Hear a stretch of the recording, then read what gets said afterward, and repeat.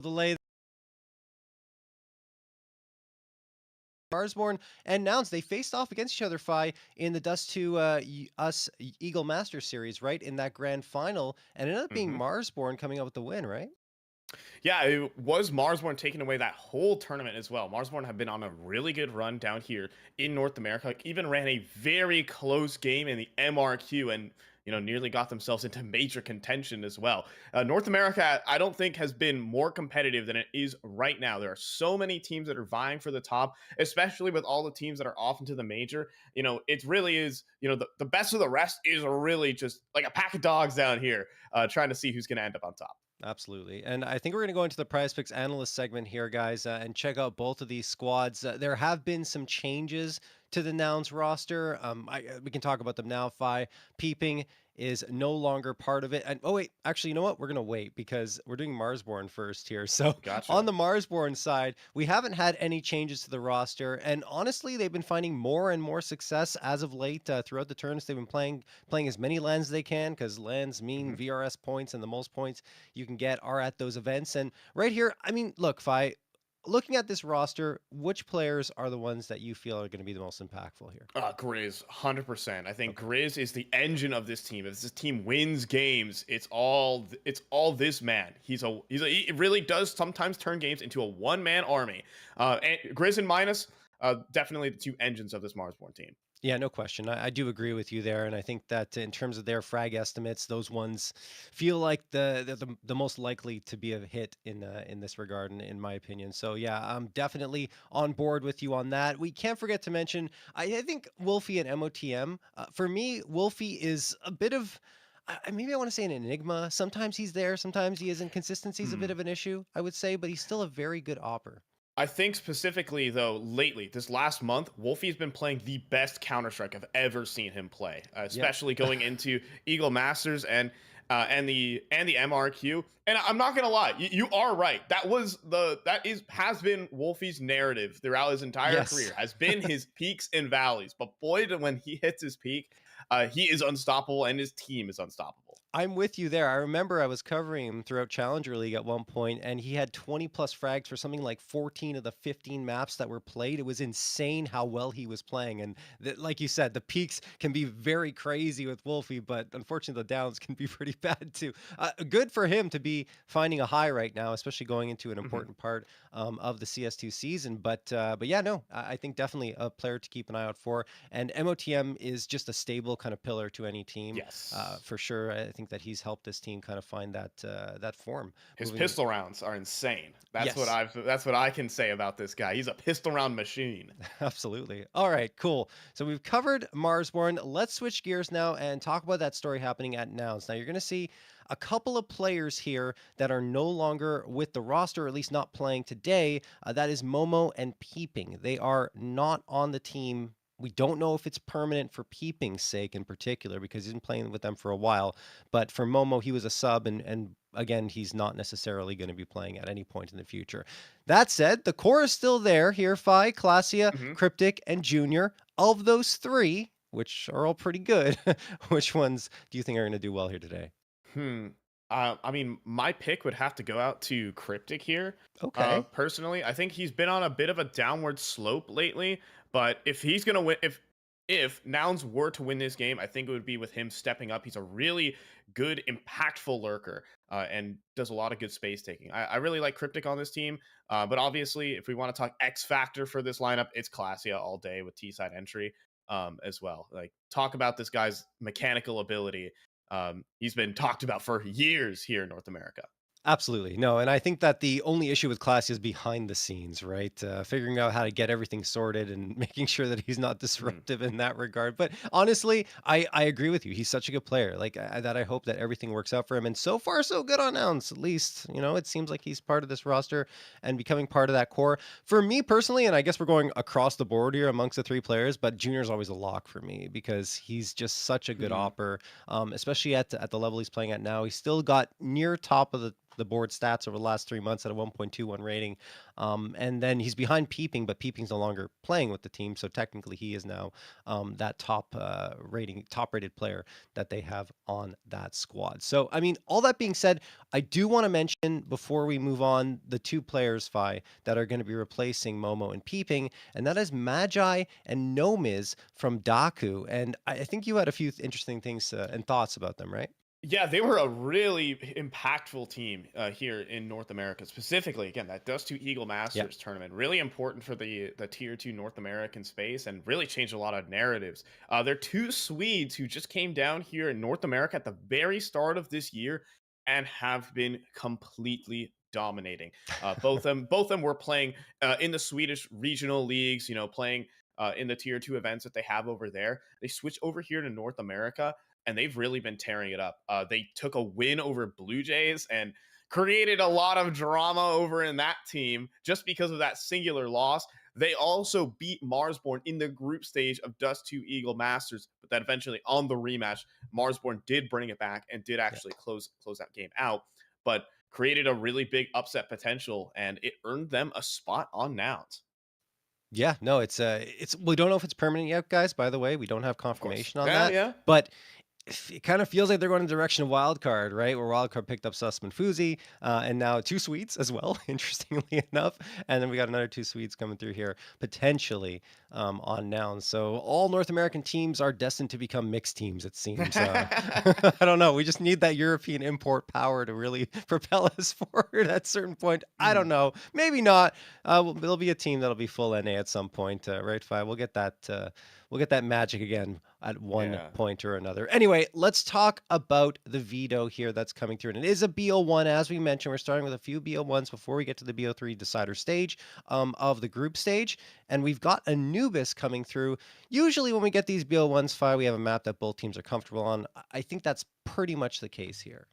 Yeah, Marsborne do like their Anubis here and there. I'm actually kind of surprised they leave out Dust 2 in this situation. Marsborne kind of had the option to play Anubis or Dust 2.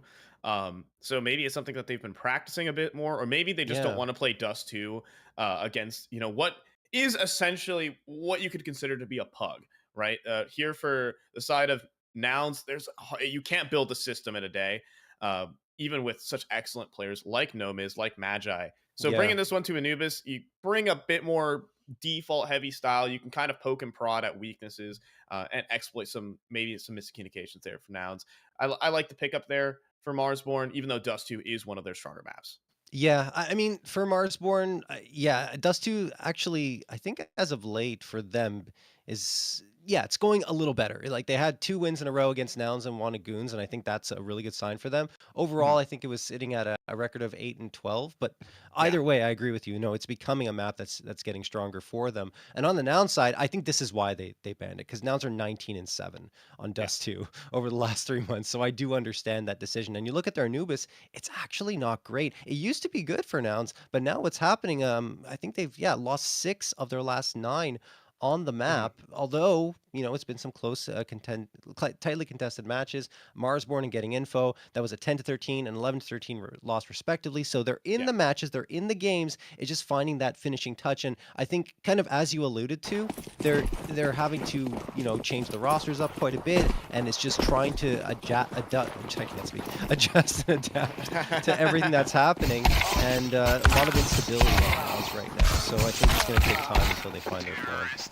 Yeah, and not the worst word to mix up because they both start the same, and you can kind of just end with a adapt or adjust. Yeah. It's not the worst one, but all right, just poking fun at you, John. As we're getting live here with revival series here for Prize Picks, now it's taking on Marsborne and Magi and Nomiz joining up with Nouns. We'll see how good it works out here for Marsborne. They're rocking all the merch. They got the hats going. Everything's synced up. There you go. I Flexing it love right that. there. I think they've got some of the most awesome merch down here in North America. I mean, totally worth checking out. Yeah, I love the hats, honestly. That's really cool. Nice touch there for Marsborne. As we go into it, round number 1 here between Nouns and Marsborne. Again, guys, a reminder, this is the BO1 group stage that we're going through. So after this, we're going to have another couple of teams coming through. I Yeah. think it's going to be a party astronauts matchup that we're going to have after this. Anyway, MOTM, fire away here, and it's actually him and Minus getting a couple, but it's Messi, and Minus eventually takes down Junior and Classia. 3K for him. Gnome is trying to do work and only gets one before he falls as well. 4K for Minus. Minus got a goosh at the very start of that round and then finds 4 kills right after. Is so sick. Oh my goodness. I mean, Minus, what I love talking about this Marsborne team is just how many, you know, we're in the revival series, I suppose, but how many of their careers kind of got revived off the back of this lineup forming. Minus was a year into like semi-retirement. Grizz was out of the picture for 6 months. If you remember, Minus was Elige's bold prediction from HLTV back in 2022, if you can remember. But then he immediately stepped away from competition very early on into 2023. So really changed the game there now that he's back here on Marsborne. And I mean, another 3K speaks dividends to him.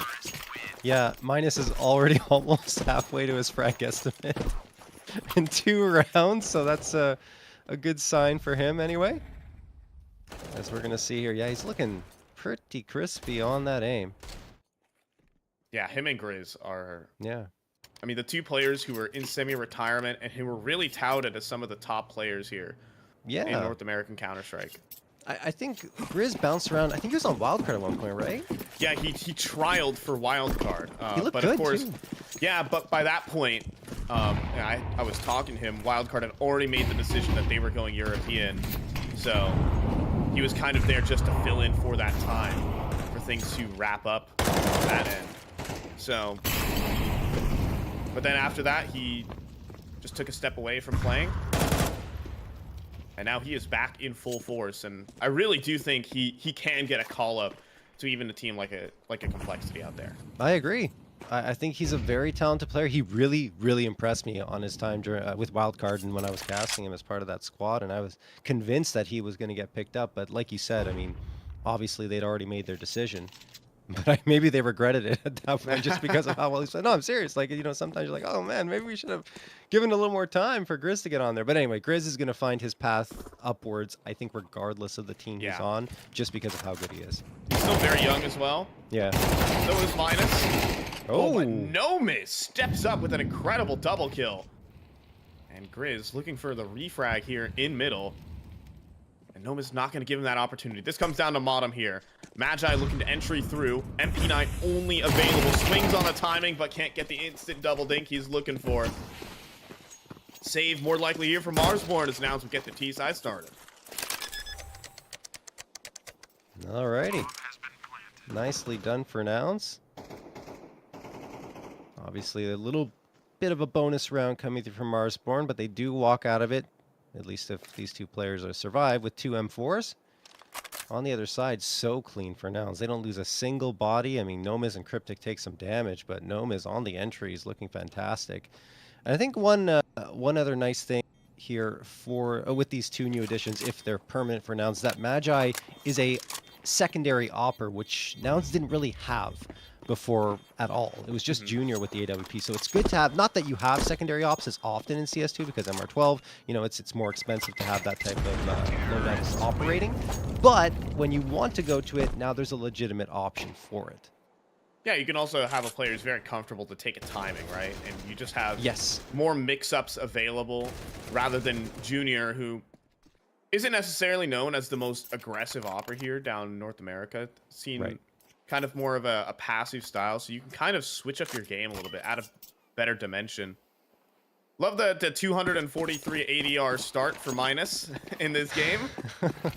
As we're getting off into round 4. We did have 2 saved weapons, so we still have 5 for Marsborne. And we have a bit of an aggressive stance here in D-Box for Modem. He's not going to take that one to the house. Marsborne waiting for a move here on the side of Nouns. I'm really curious to see what a difference it'll be having Magi and Nomis here part of this Nouns roster in this rematch. This is going to be a smoke pop, and Wolfie will capitalize on that up against Cryptic, making it a 5v4. I'm just, I guess to get back to my point, just curious to see if it'll make a difference because PM and Grizzly, and as I was saying it, I'm not sure. There we go. He got a third. Oh my Yeah. god. Magi absolutely locked in for every single one of those duels. That's crazy. No, and he's kind of proven my point that I didn't get the finish. Is that are they going to be able to win instead of losing 0-2 against Marsborne like they did in the Eagle Masters? Well, X factor like that. Magi just took that and won the round. Now, I will say the spacing was definitely a bit off there from Marsborne. I think the idea was good, but not as coordinated as they'd like. Still, though, my goodness, those headshots were fierce.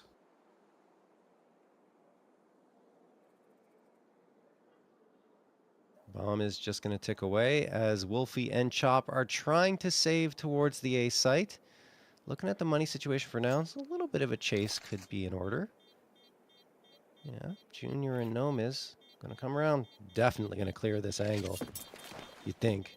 There's the flashbang that's going to come through from Junior. Chop has to turn away from it. That allows the peek from Gnome is. Nade sails in. Are they going to get through here eventually? You'd have to imagine.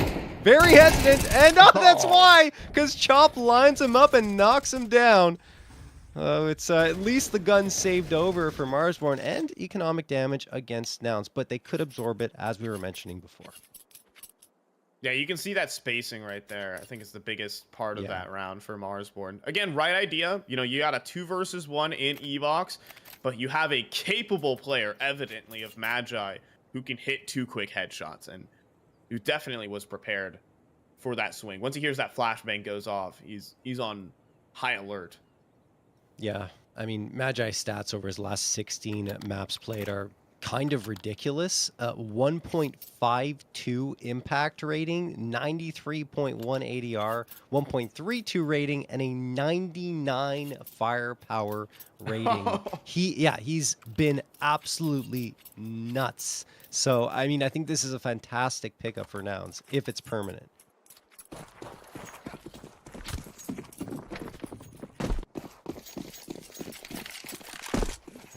Back aboard. I mean, his team Daku was able to pull off huge upsets here in North American Counter-Strike, but that's a great opener from Wolfie. Smoke blooms, doesn't matter. He spams, and the heaviest hitter falls.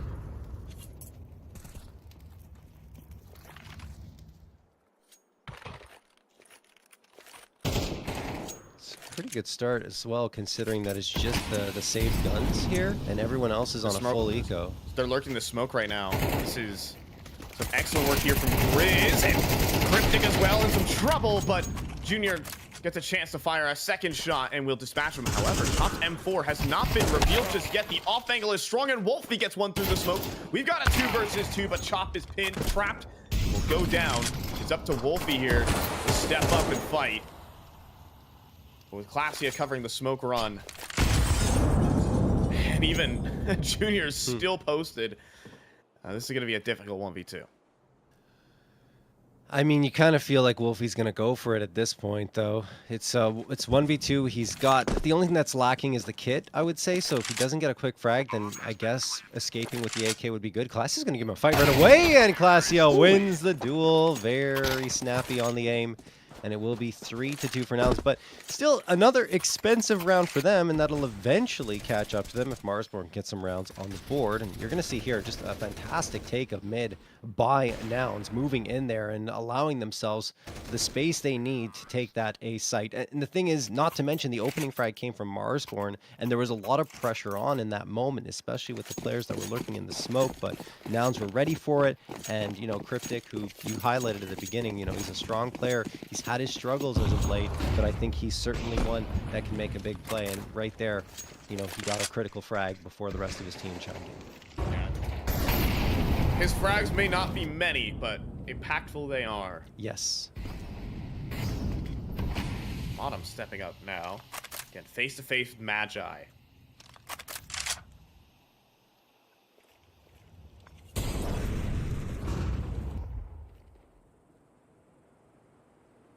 Meantime, round the site. Oh, great. This almost had a piece of Grizz there, but right now the B site feeling very claustrophobic for Marsborne. Players poking and prodding from each and every angle.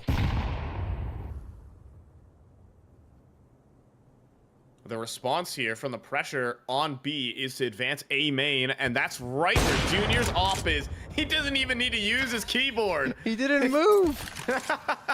He just stood and chambered a new round. Cryptic as well finds a kill and a minus, and the round's falling apart. It's all down to Chop.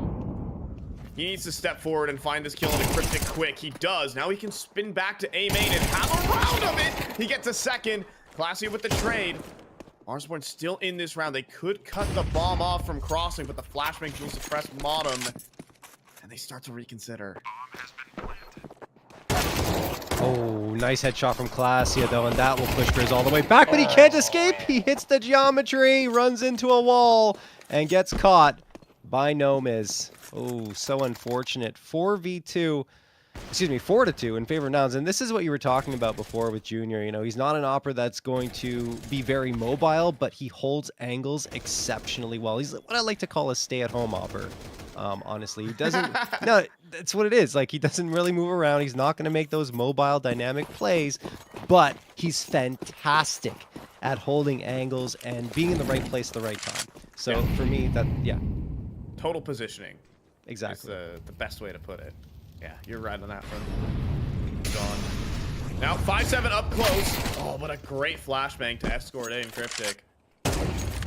And that's Nomiz here versus 4 in B main.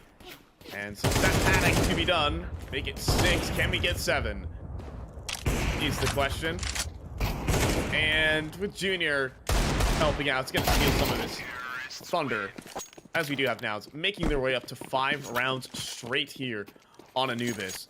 I mean, it started with that Magi 3-piece, but now the whole team of Nouns is playing well. It's fantastic to see, honestly, and it's just already you're seeing the confidence that Nomiz and Magi have injected into this roster, not to mention the firepower that they bring to the table. It just looks like a different Nouns roster in a lot of ways compared to the last series that they played in. All right, we go into round number 8, and seeing the buy-up come back here for Marsborne. AWP in Moby's hand. We'll see if he can start to ring through here. But Junior, there we go.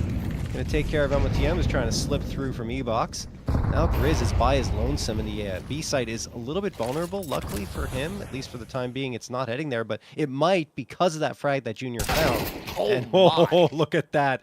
Nomiz takes care of Grizz. B site has been vacated. They're going to grab the bomb and ferry it over to this site eventually. It's just about the pathing, which player needs to go get it, and it looks like it'll be Cryptic to walk all the way back and grab that. Poor Grizz got to fire 1 bullet, and it was accurate, no less. It was a headshot. It was. However, unfortunately, Nomiz got to fire 1 bullet. It was also a headshot. But the M4, a Forsaken weapon, unfortunately. I mean, the firepower here from Nouns has been absolutely ridiculous. Yeah, Magi just toying with them right now. All 3 players focused on him, and he still gets the kill on a chop. 2 HP. He's got. And he gets away. Oh my goodness.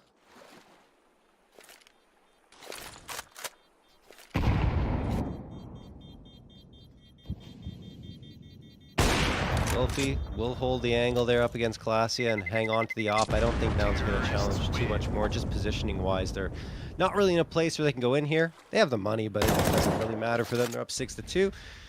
Things are going very well. Of course, it is T-side Anubis. We can't forget that. This map is notoriously T-sided, the only one in the pool that we can say that about. But oftentimes, there are a lot of teams that can come up with some impressive defensive ends. This time, Marsborne, they did start well with those first 2 rounds, but after that 3K that you already talked about from Magi, things have quickly shifted gears. All right, we go into round number 9. Nomiz going to toss that Molotov right outside of B main to prevent anyone from charging out. They throw a smoke as well. Posted up here. Oh, they catch onto him. Minus pushes out. Good trade from Classia to at least ensure that, you know, it's not that much damage, but Chop comes right on back, and there is the edge for Marsborne. Yeah, it's also top players of Magi and Junior hitting the floor. Of course, Cryptic will non-stop be lurking here in middle. So still an important foothold here for Nouns. But Nomiz and Classia are making the excellent read of pressuring that B side. Wolfie will cut the mid cross. But Modem will allow them to push on through into the B site. Bomb to be planted. Cryptic always lurking. And Wolfie will clear him. So, 2 versus 4. The retake is on here, John. Yeah, a chance, and a big one, because MOTM finds Classia as well. Gnome is going to have to stand on his head here. There's the first. 1 step towards victory. Still needs 3 more frags. Flicks around, gets Wolfie with a wicked headshot, but couldn't find Chop as well on the spray transfer, although Chop's down to 21. So, I mean, it was that close to turning into a 1v4 post-plant clutch, but not to be in this one. So Marsborne does manage to convert a 3rd. That is absolutely terrifying right Yes. there, considering just how low Chop was. And the amount that, you know, the A main play did for Marsborne was excellent. But you can, again, as I mentioned it earlier, just see the firepower from Nouns at the moment. It is so fortunate that he was Magi and Junior to hit the floor at the very start of that round, because Nomiz almost won it on his own. Like, each one of these rounds feel like individual heroics from Nouns can win them. Marsborne have been in great positions on the CT side. Oh, but that one not so. Bottom about to be run down here by Cryptic through the Evox smoke, but the reposition is saved by Magi. Oh my god. How Cryptic is alive, I do not know. And Marsborne have lost this round. Yeah, like, imagine just did a 360 pretty much over there in Evox and saved Cryptic's life. That was such an awkward engagement for all parties, but somehow Magi comes out on top once more. Seems to be a good spot for him. Most of his frags coming over there around Evox. Minus and Chop on a mission to save, but now the hunt is going to be really aggressive from Nouns. They've got tons of cash in reserve, and there you go. Classia spots Minus. Chop's in a bit of a cheeky spot that might not be looked at by Nouns. So perhaps a save can come through, but I feel like they're going to clear out most parts of the map. Noma's is pretty low, so I imagine he loses the engagement if he gets up to Chop's direction. Classia is looking for it. No shadow advantage. Goodness. What a flashbang. How do you have that flash ready to be thrown in that situation? That's crazy, Cryptic. I mean, Classy is laughing for a good reason. Like, there's Yeah. no chance right now. Wolfie tried to get up on top of, I guess, the pizza box, as I guess it could be called, to try and get an angle over the smoke. Instead gets caught there, and then, you know, whatever happened in E-Box. Right now, it's almost a comedy of errors here for Marsborne. And Nouns not only are punishing it, but they are just completely ripping away these rounds from Marsborne. Some of the positioning has been excellent. They've had some good rotations. They've had some great clears. But nothing like this. Finally, a duel goes the way of Marsborne. They've got an opening pick onto Cryptic. How will they use it?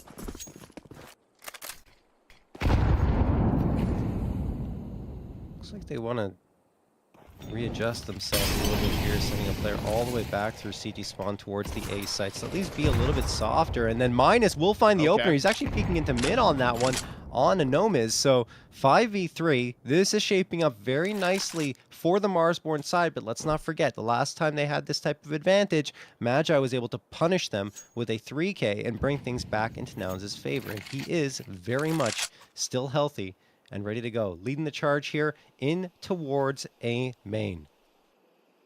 Oh, Chop on the edge of the smoke, though. Very committed position, but it's almost bait. He's got support from Modem here. Oh, but he made noise. Dropping down, he's spamming the smoke, but in the meantime, it's Junior who misses the shot, and Chop capitalizes. Flashbang dodged out upon, doesn't matter. Discoordination here in between Nouns enough to find all of these frags. Minus ends the round with 3. And Marsborne advancing 4 rounds on the defense is not bad. Yeah, Minus had only had 1 frag since round number 2 up until this round when he gets that 3K. And I think he needed that to get himself out of the rut and back to his fragging ways. Yeah. So we'll see if that kind of carries over into this last round of play in the first half. But certainly he's a piece they need to activate because Grizz has been MIA, which is, I mean, it is so rare that Grizz has no frags after 11 rounds. I don't think I've ever seen it before for him. Yeah. I mean, to be honest, he also has some of the lowest deaths on the team as well. His activity has not been high. He's been forced to save in a lot of rounds, and then some of the shots that have been hit on him have been very unfortunate. It's an unlucky game for Grizz, and it continues. Nomiz through B main wins the head-to-head, and Modem falls as well. B site available. And Chop gets eviscerated. Dude. What a swing from Magi. Okay, put Magi over an E-box on CT side. That's all I'm saying, because I think 8 of his 10 frags are in that position. It's absolutely ridiculous. Minus takes a shot there, and they know where Magi is, but I don't know if that's going to help him too much, because he's just incredible. Nomiz and Magi, the two Swedes taking care of everything in that round, and an 8-4 scoreline for Nouns as they head into the second half.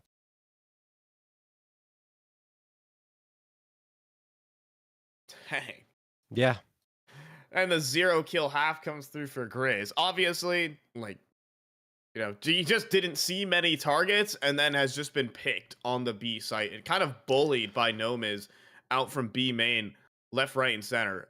T side, I think, is where he definitely thrives. However, he can kind of find the duels that he wants and dictate his own tempo and use his mechanics, but had a real difficult time there on the B side. 4 rounds is playable for Marsborne, but they definitely need a pistol. Yep, Grizz is 007, secret agent, man. You don't see Surely he's got an assist somewhere in there, right? I don't think so. I really goodness. don't think so. Grizz, yeah. Grizz, you can do this. We do believe.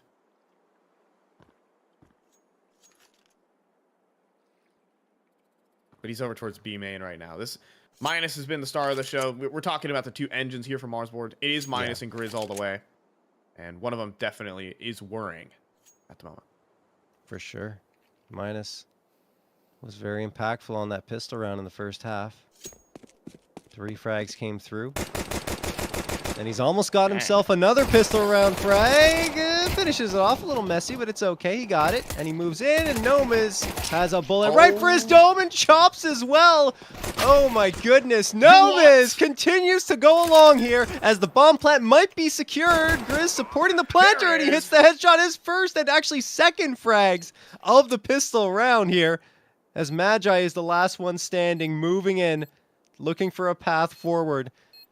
Not going to be easy to get this retake going, and he can't hit that first one. Wolfie will end it. Wow, what a round for Grizz and Minus.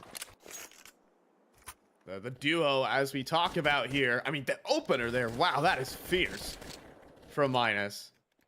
And then these follow-up 2 kills from Grizz are necessary because Wolfie is trapped here in the corner. Grizz needs to get both because Wolfie's odds of clutching from that corner are near 0. So a great step up there from Grizz to get his first 2 kills on the board. A very important pistol, but a force buy back here from Nouns with Nomiz getting 3 in that round. It's given him enough to buy a FAMAS and armor to back it up. Yeah, that's going to be a difference maker for sure. Nomiz is quickly jumping to the top of the scoreboard here with 15 frags. Leads the way for both squads. And then you have Cryptic and Magi with the MP9s. This is very much a winnable round for Nouns, without a doubt. But if Minus and Grizz in particular can continue to roll along, then things will start to close up quickly in terms of that lead. Yeah, they're just going to go for this Canals control play, but this is the only gambit that they can play in this round. And then Minus unravels it. Cryptic swings in middle. He nearly gets 2, and he will. The MP9 collects. Now, Nouns are out of gas. They have no more utility. That was their gambit. Can they close out off of the advantage? They've got Classia back at the cake here. There's no Molly to force his hand. They have to charge him down. The MAC-10, good for 1. And Classia caught left looking for a gun that he will not find. It's a 2v2 Chop. Plays into the tunnels, holds the camera, but 2 players are running away. It looks like they're going to try and save some guns. Do they want to go for it? My guess is just upgrade guns and go for it. They had time to just get the guns, and even with the 10-second defusal, they should still be able to get back in here. I mean, look at the difference, right? Instead of the MP9s, they're going to have an AK and a Galil. We have both players in storage, though. It's a really unexpected angle. First kill doesn't quite go his way, but they're not going to be ready for Chop. They have to here, stick surely. it. They do have to stick this right. So Chop, if he takes down Nomiz here, that is everything. And then he does. The second kill is there from Junior, but there is no time. The force by tons of damage, but not quite the round. I think Junior lost the bomb. I think he threw the smoke down and couldn't find the bomb afterwards, and there was really no time to get things to come through. So, despite the fact that Marsborne lose every single body and there's an AK carried over for Nouns, they do still win the round, and they cut the lead down to 2. And you see here, just like really great trades coming through from both sides. Yeah. And in the end, I like the idea from Nouns to go and get those rifles, but it does burn precious time off the clock. Because we do have that Prizepicks check mark coming through from Minus. I thought it would come through sooner, honestly, 5 with those 7 frags in 2 rounds at the beginning, but he gets there in the end. Yeah, one of Marsborne's top performers. As he usually is. Grizz yet to get started, but if Marsborne look to claw back this game, it'll have to be through Grizz. And, I mean, especially now, flashbang here into B main, facing off versus 2 players, but just can't track them. The 2 Swedes dealing tons of damage. Minus is going to continue trying to hold this angle. Instead, he will flee the scene. And instead, Marsborne looking to pop out on the A site. That's not good for Marsborne at all, with Nomiz gaining all that space. I mean, he has all the information in the world, so he can just tell his team, hey, go towards that A site. That is where they are heading. Everyone stack up. The problem is, maybe that information related a little too late, because Wolfie and Minus get in position, and Minus is piling it on now. 3K for him, up to 18. Oh my god. Grizz goes down, but Minus steps up. Oh my goodness. The triple here. Jeez. It is a clean target practice. They all set up and, I mean, high, low, doesn't matter for him. He tracks them all. 120 ADR, and Marsborne roar off in the second half. Man, he's looking cool as a cucumber as well. Ready for more. Not satisfied until the victory is on that board. Magi. Oh my. Okay. He He will get that. I think he double dinked him through the wall, if I'm mistaken. Or he hit the first shot through the wall. He got a headshot through the wall, too, off of the pre-fires. That's wild. I mean, now he's going to try and get that gun. He knows that someone's been watching window, and oh, they were. MOTM takes care of Magi, so no upgrade for him. As Wolfie throws that Molotov into E-Box. Turns around, gets the headshot from the AK. A lot of damage taken, so he's very vulnerable here, but still very precise on the aim, taking care of Classy as well, and getting things back under control after an opening frag from Magi. Yeah, one thing that's really surprised me about Wolfie lately has actually been the quality of his rifling. Yeah. I think that has actually been one of his stronger suits. Now, his opping, fine, you know, passable, but rifling has definitely stepped up as a capable member of this team. And he's looking due for a couple more. He sees the 2 remaining players and probably just going to try and back away, make sure they don't get a hand on his AK. And here comes the cleanup crew. Wolfie with a nice little anti-eco 3K, don't mind me. It's 8 all.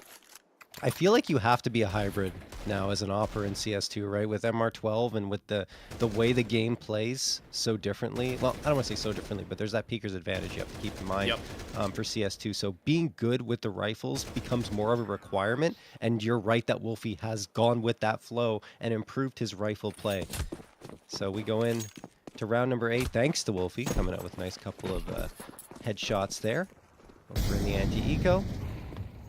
Tied up 8-8. Marsborne's T side looking very nice so far.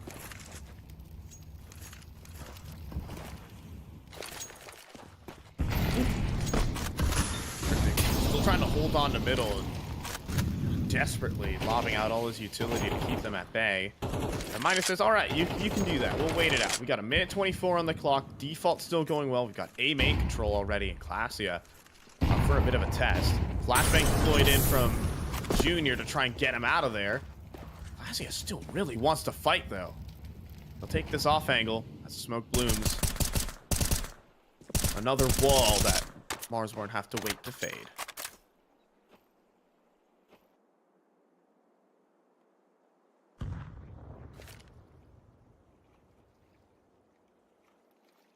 Bit of a standstill in the round. Not really moving around at all. 48 seconds left. Marsborne about to make their move. There we go. 45-second mark it is. Cryptic gonna toss an 8 in. Trades come through. Yeah, that's a great trade from Minus to allow the space to be opened up, and Grizz gets a follow-up. Now Cryptic has to clear mid, and he can't do it because Grizz was the one threatening from that angle. Junior misses the shot too. They just can't deal with him in this round, and Grizz is looking a lot more like the player we expected over these last 3. Yeah. He's already here. Hello, Junior. Oh, the Junior does get the quick scope there, but I mean, as I've said many times for Junior, yet another impactful exit kill as he gets to hold on to the op. He was there. He was present at that A site about 10 seconds before the A site hit came through, but he wasn't there as it went through. He went to the B site. He rotated on a timing. Wrong read was there from Nouns. Marsborne, they pressured mid. They pressured A main. Nouns tried to make the read that he was coming B. They were wrong. And that trade from Minus, that's why I was so shocked and surprised, because I saw Classy, he's tapping around the edge of the smoke. Minus had to smoke spam him straight through it. Necessary there as well. That locks in the round. So not good news for Nouns. A lot of things aren't great. One is that Marsborne is on their T side and it's rolling along, and 2, Grizz is starting to find his rhythm, which means not only is Minus looking great, now Grizz might be joining him in that regard. Wolfie with some steady rifling work as well. And you're looking at a Marsborne team that's clicking at the perfect time of the match. Minus letting that Molotov thrown over into Sniper Nest. Now Grizz falls back into T-spawn because there is pressure being applied from Nouns. Magi and Nomiz have been kind of silent over the last little bit. They're both grouped up together, going for this aggression. They don't see anything and decide to fall back and wait on the site properly. Yeah, they thought they cleared B main, but really Marsborne were lurking inside of the walls, and just when they leave, Marsborne step forward and come through with an excellent read. Are they going to contact walk? It looks like they are. Nomiz is not ready for it. Minus already there on the angle, and the double entry is here for Marsborne. A beautiful round put into play. I mean, you were right, honestly, about Grizz being able to kind of like dictate the flow of play a little bit more on the T side. That's where he typically impresses, and he's already been doing that. Minus and Grizz, a dynamic duo, both of them just working off each other so very well, and you can tell that's from tons of reps playing together. Junior, Cryptic, and Classia pushed onto the save after those opening frags. Really nothing they could do, right? They're all the way over at the A site and just said, okay, well, we don't have the money. We got to reset for the following round. But Marsborne, from an 8-4 deficit, have pulled off 6 rounds in a row to kick off their T side. Yeah, and it's come off the back of really good team play. And yep, that round in particular was an excellent read. They're like, hey, our whole strat is that, hey, when they try to clear B main, we're just going to contact walk hit it. Because they've done it every round. Both the Swedes have been really trying to bully Grizz around in B main. Grizz goes absent. And just as they leave, Marsborne with a really nice tactic. Playing off of the expectations from these 2 Swedes and the Nouns players. It's not just raw individual ability. It's great calling coming through from Wolfie. But still, yet another test here. Full guns available for Nouns still. Op on Junior. We'll see if they can bounce back.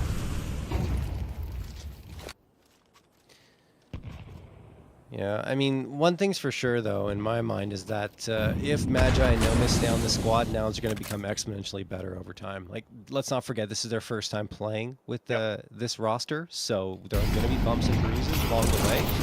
I've already been impressed with them. Anyway, this one's not over. Cryptic gets the opener, but completely flashed. Thankfully for him, he is supported by Nomis, and Minus and MOTM dealt a lot of damage. That Molotov bounces off the body of Cryptic.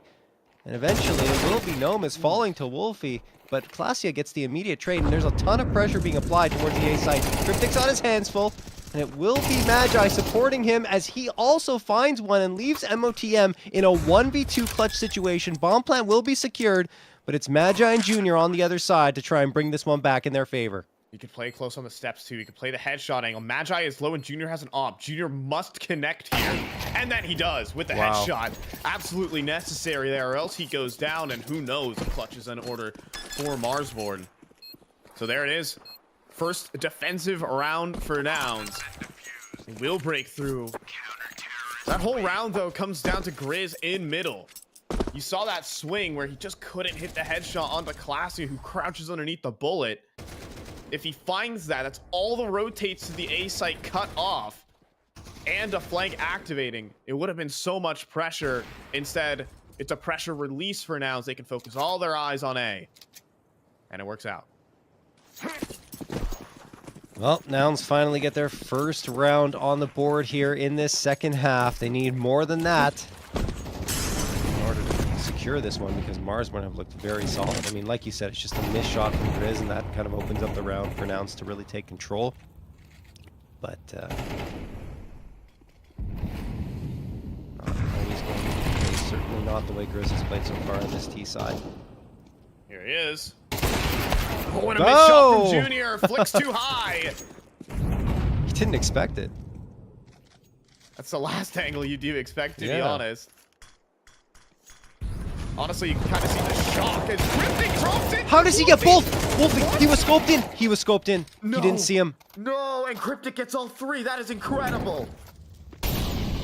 What should have been 0 turns into 3. You gotta be kidding me.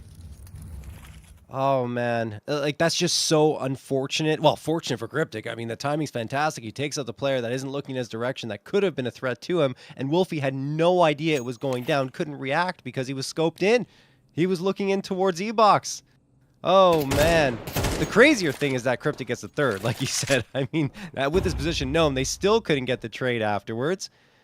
4v2 in favor of Nouns. Look, it's not over. Yeah, look at exactly. This. Minus can win this duel, and the round's on. And he does. B-site is available right now. Grizz needs to cover the rear guard. Obviously, you do see Klasia come back into B main. This will be a very unexpected position. Yeah, Grizz is, Minus is going to move off. That was a bit awkward, but he gets the second. A little awkward, but now it will be Nouns equalizing, and the money starts to run out here from Marsborne. Yeah, that was a little dangerous for Nouns. I do agree with you with the possibility of... Look at this again. We have to see it. Yeah, you see, Wolfie, he might have actually seen Cryptic, but it was at the last second after he was scoped in, and he takes the shot and misses. Or maybe he was shooting another player. I'm honestly not sure at this point, because what on earth? That's absolutely wild. 10-10, all tied up. And just a ridiculous play from Cryptic leads us to that result. Grizz, another opener onto Nomas. They keep challenging him. They just keep wanting to try and bully him, but he is alive and well in this game. Nearly a double, though. That doesn't result in any. Klasia instead lines up 2, and Marsborne back on the back foot. That's... wow. Okay, Klasia going to get the 2K.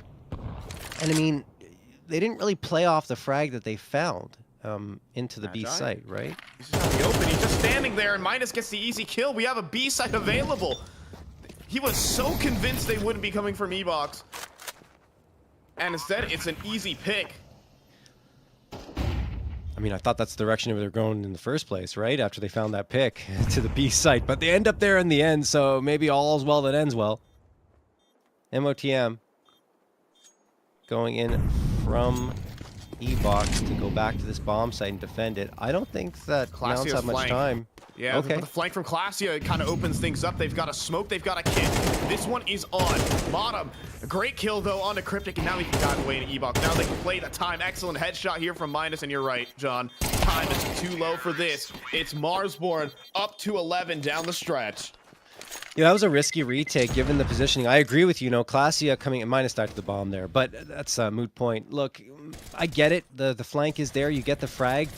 But at that point, it's so tempting, I imagine. because it's 3v2 to try to go for it, but you also have to keep in mind the bomb was so very low, so everything has to be absolutely perfect. And if you don't win the round, then your money is in a little bit of a tougher spot. Yes, they won the last two, so it should still be okay. Okay. Double ops, here we go. What? Yeah, I mean, I did mention that it could happen, right? With the, I thought it'd be Magi with the second off, but it's not. And then Junior misses the opener. It's just so expensive. I'd rather have them have rifles than have 2 ops. But anyway, Cryptic does it, makes it work with the MC9, and then almost gets TK'd. I think Minus does manage to do the damage against Cryptic. 3v3 here. Magi looking for a follow-up. Sees the head. Can't get the kill, though. MOTM delivers it with the AK headshot. 3v2 for Marsborne, but Class is in a perfect spot. We're only on 21 HP. Could be so risky. Instead, he's going to make an insane play. He's going to try and push the smoke up. This is being watched by Wolfie. He's calm about it. He understands the desperation for Nouns. And Nomiz will just camp out on the B site and likely to save. That round was absolutely electric there in middle, but you just had a 1 miss shot from Junior, and we have a couple of picks coming through. The 12.5 kill estimation here for Modem, and I think as well Classia breaking the 15 kill barrier. So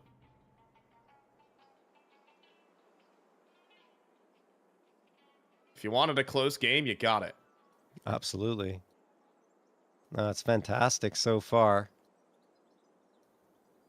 Marsborne going to get a 12th here. Noma's just trying to save the AWP, and that's the good news that they can bring an op out of this round because they invested 2 into it. Again, you know, could have gone for a couple of M4s instead and just had the lone op, but figured that it might be better to try to go for that double op. It's a risk, and it doesn't pay off for them in this round. Uh-oh, they might lose it. They might lose it. Okay, no, Miz is good. He's got it. Chop is gone. And it will be a 12th round for Marsborne, who have had a ridiculous recovery in this BO1. Started down in the beginning of this half, 8-4, and are now on map point with a 12-10 lead. Yeah, I think they've played really quality Counter-Strike throughout this game.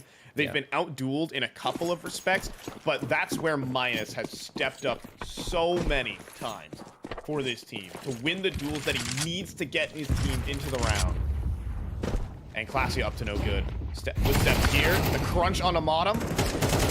And he won't be able to get the second, but he's seen so many players that the pop is coming through the main, and Magi can't control the FAMAS. It is a 2 versus 3 for the game here. Marsborne look to advance to the top of Group A. Yeah, that was a huge flashbang from Wolfie, right? Throwing that in towards that B site and blinding the pillar player. Because if he doesn't toss it, or it's a little bit off, then that pillar player does way more damage. Just way more visibility, and will be way more comfortable. Anyway, Cryptic and Nomas are trying to come back in here and take this bomb site away and keep Hope alive. Yeah! Oh my god! Manus not even looking there. He was locked in towards E-Box. And then Nomas still slips out. So Cryptic and Nomas now have control of this site. And all of a sudden, Grizz and Wolfie are on the outside looking in. Great smoke pop. Nomas gets Wolfie. Cryptic sticks to the fusel. Grizz has to get a move on here. Taps away. Can he get Cryptic? Yes! Cryptic is gone. He finds him. And now chasing with the knife is Nomas. But I think he's going to run out of time. It's going to be very close here. No, he doesn't have the kit. It's over. Oh my goodness. 13-10. What a way to finish it. The last kill of the game is a knife kill, and it's not by the winning team. Oh, it is man. Marsborne who will advance, courtesy of a monster map from Minus right here on Anubis. 26 kills and so many multis, but a couple of fortunate people out there as their picks are in. Yeah, absolutely. No, it's great work from that that side of Minus. You know, over on the Marsborne side, honestly, Minus was there for them when things were looking rough. And I think that's what's the big difference maker is. He helped them get those 4 rounds on the board. And then everyone else started to awaken there on the Marsborne side. Most critically, Grizz. I think him being missing in action on that CT side was a big problem, but then T side, excuse me, I think he had a 7-7 record, which I mean is not crazy, but it's much better than he was doing over on the CT side. And most of those were, and they were impact frags too. Yeah, a lot of these really strong entries, especially on the B site, and he's getting a lot of information. He's playing some very smart Counter Strike, despite not him having the incredible amount of output. Being able, even when you're having a bad game, to still find impact for your team is something that a great player can do. Because look, even the best players in the world don't have the best day 100% of the time, and it's making the most of that. And Grizz definitely did that here today. Yeah, no question. We're gonna have a look at those scoreboards in just a bit, guys, to see who actually hit all the prize picks check marks for both sides. And yeah, there we go. We're already ready to go. So nouns, we had Classia, Cryptic, and Junior. Don't forget that Magi and Nomiz, unfortunately, as subs, won't have any estimated frag totals, but almost everyone got it. Classia hit it like you mentioned earlier, Cryptic as well, and Junior was a little short. Honestly, not his best game here on Anubis, but Anubis isn't necessarily an Opper's paradise. And I think Junior is one of those players that still really is strong with the AWP, but rifling wise, maybe a little bit behind some of the other Oppers. Yeah, I think, I mean, even on the op, though, he was missing some critical shots, Yes, I yes, think, yeah. especially some of these duels. I remember the miss in B main where he couldn't hit the upward flick onto Grizz, That's who a even tough took a shot though, man. Like, I it don't know. is, but it's something you kind of need to expect Yeah, out of I your hear opera. you. When you go for a play like that, he can peek from up top, he can peek from down low. It's a confidence peak, but you also have to have the confidence to hit the shot. And I think Junior definitely had a strugglesome game. I mean, the 38 ADR, needling a bit here, but yeah, Junior not the strongest game, but I mean, the real impressive performances came through from the Swedes, I'd have to say. Yeah, definitely. I mean, if Nomiz had a prize picks estimated frag total, he definitely would have hit it. There's no question. I mean, he's got it. I mean, just like it would have been for minus, right? Minus at 14.5. I imagine that would have been the estimated frag total for Nomiz as well. And minus was ridiculous. We already talked about it. 26 frags crushed the prize picks frag total almost by double. And then you look at MOTM, who also collected that. Wolfie, just one short. He was the better opera in the server in this map, without a doubt in my mind. I think same for you, Fi.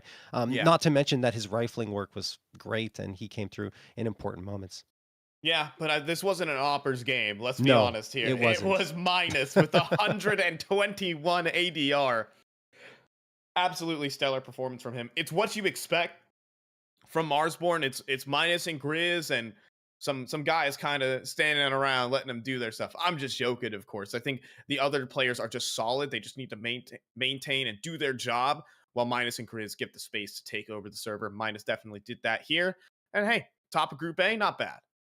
Yeah, not bad at all. So, all that being said, guys, that's the first BO1 wrapped up. Nouns are not out of this one yet, so keep that in mind. They've still got another BO1 to play.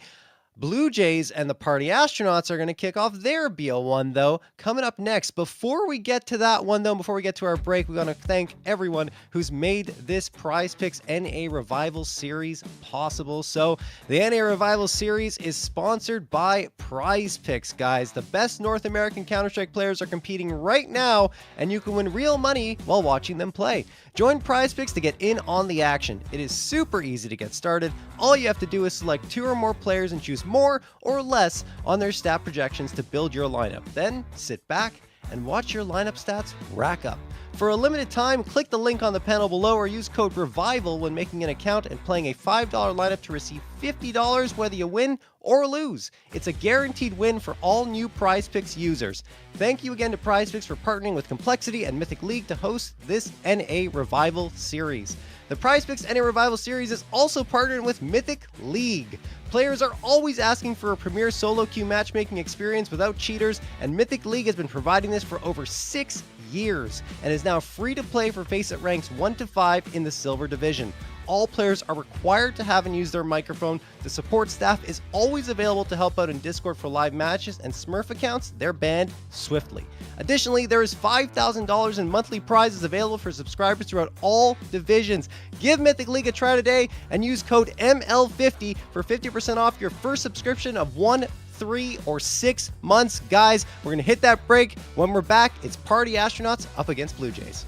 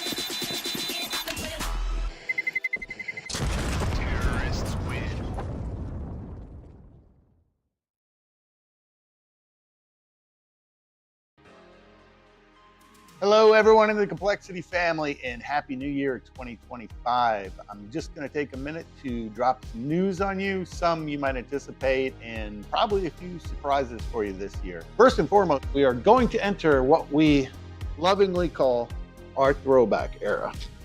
And by throwback era, I mean we're throwing back to the OG logos for at least 6 to 9 months while we develop a modern variation of this that we think will probably take us into the new decade. But really looking forward. We're very excited about developing the new logo, but we're also super excited about the throwback era, and you will see everything Complexity reverting to the red and black starting immediately. This week, we also have our Counter-Strike announcement coming up that I know many of you have been waiting for. Halo roster announcement. And of course, Rocket League. Can't forget about you. I can share now that our Rocket League team will be competing in North America this year. The team has already been in Frisco training and getting ready to go. Super excited about that. Of course, Apex is headed over to Japan for their major. We can't express enough how much we appreciate your support through the different eras of Complexity, including the one here at the Star. And we're very excited for what this year has to bring all of us. Katie and the team are cooking up a whole bunch of cool things for the community, different interactions, different ways that we can share with you what we're up to, and you can engage with Complexity and the continuing legacy that we have here. Thank you very much again for your support. It means the world to us. Happy New Year 2025, and stay tuned always for more action.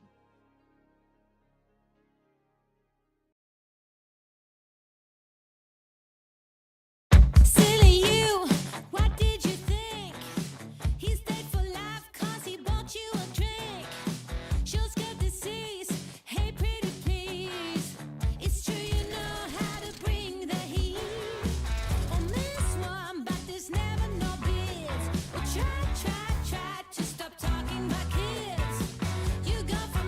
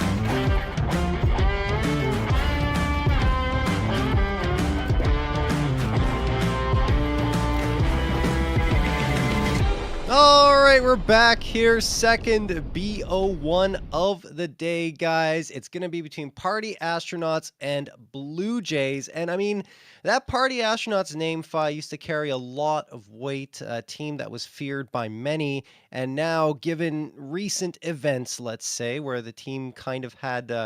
Well, they parted ways. A lot of them are no longer part of that roster. The only ones that kind of are, well, I think the only one left is Ben Leet, and he kind of built a new roster. Uh, Pretty much because I don't know, it fell apart. It was surprising to me how much drama was going on behind the scenes that we weren't aware of. Fi.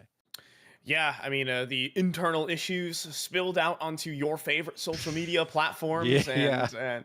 but now, Bentley, the king of rebuilding rosters. No There's a kidding. reason Yeah. why the Party Astronauts name has existed for 4 darn years and has still maintained relevance. It has not been the same five guys throughout Ben Leet's career. So he has gone through with OG Wizard, who has been on his lineup since about the start of 2024. And now he's brought together a couple of, I would say the leftovers here in North America, but some solid leftovers. Players like Darty and Sacrifice has had some kill records in ESL Challenger League, and as well as a new player known as Ixani. Yeah, I mean, look, you don't put it very, let's say positively when you call them leftovers. They're five, but I get your Hey, meaning for sure. I'm Darty got released there from Blue Jays, and you have True. Sacrifice who got released from the Fluffy Aimers, but they're both good elements of those teams. They were. Yeah, I was surprised by both of those things. So it's cool to see them come together, and I think that they'll be able to contribute in a meaningful way.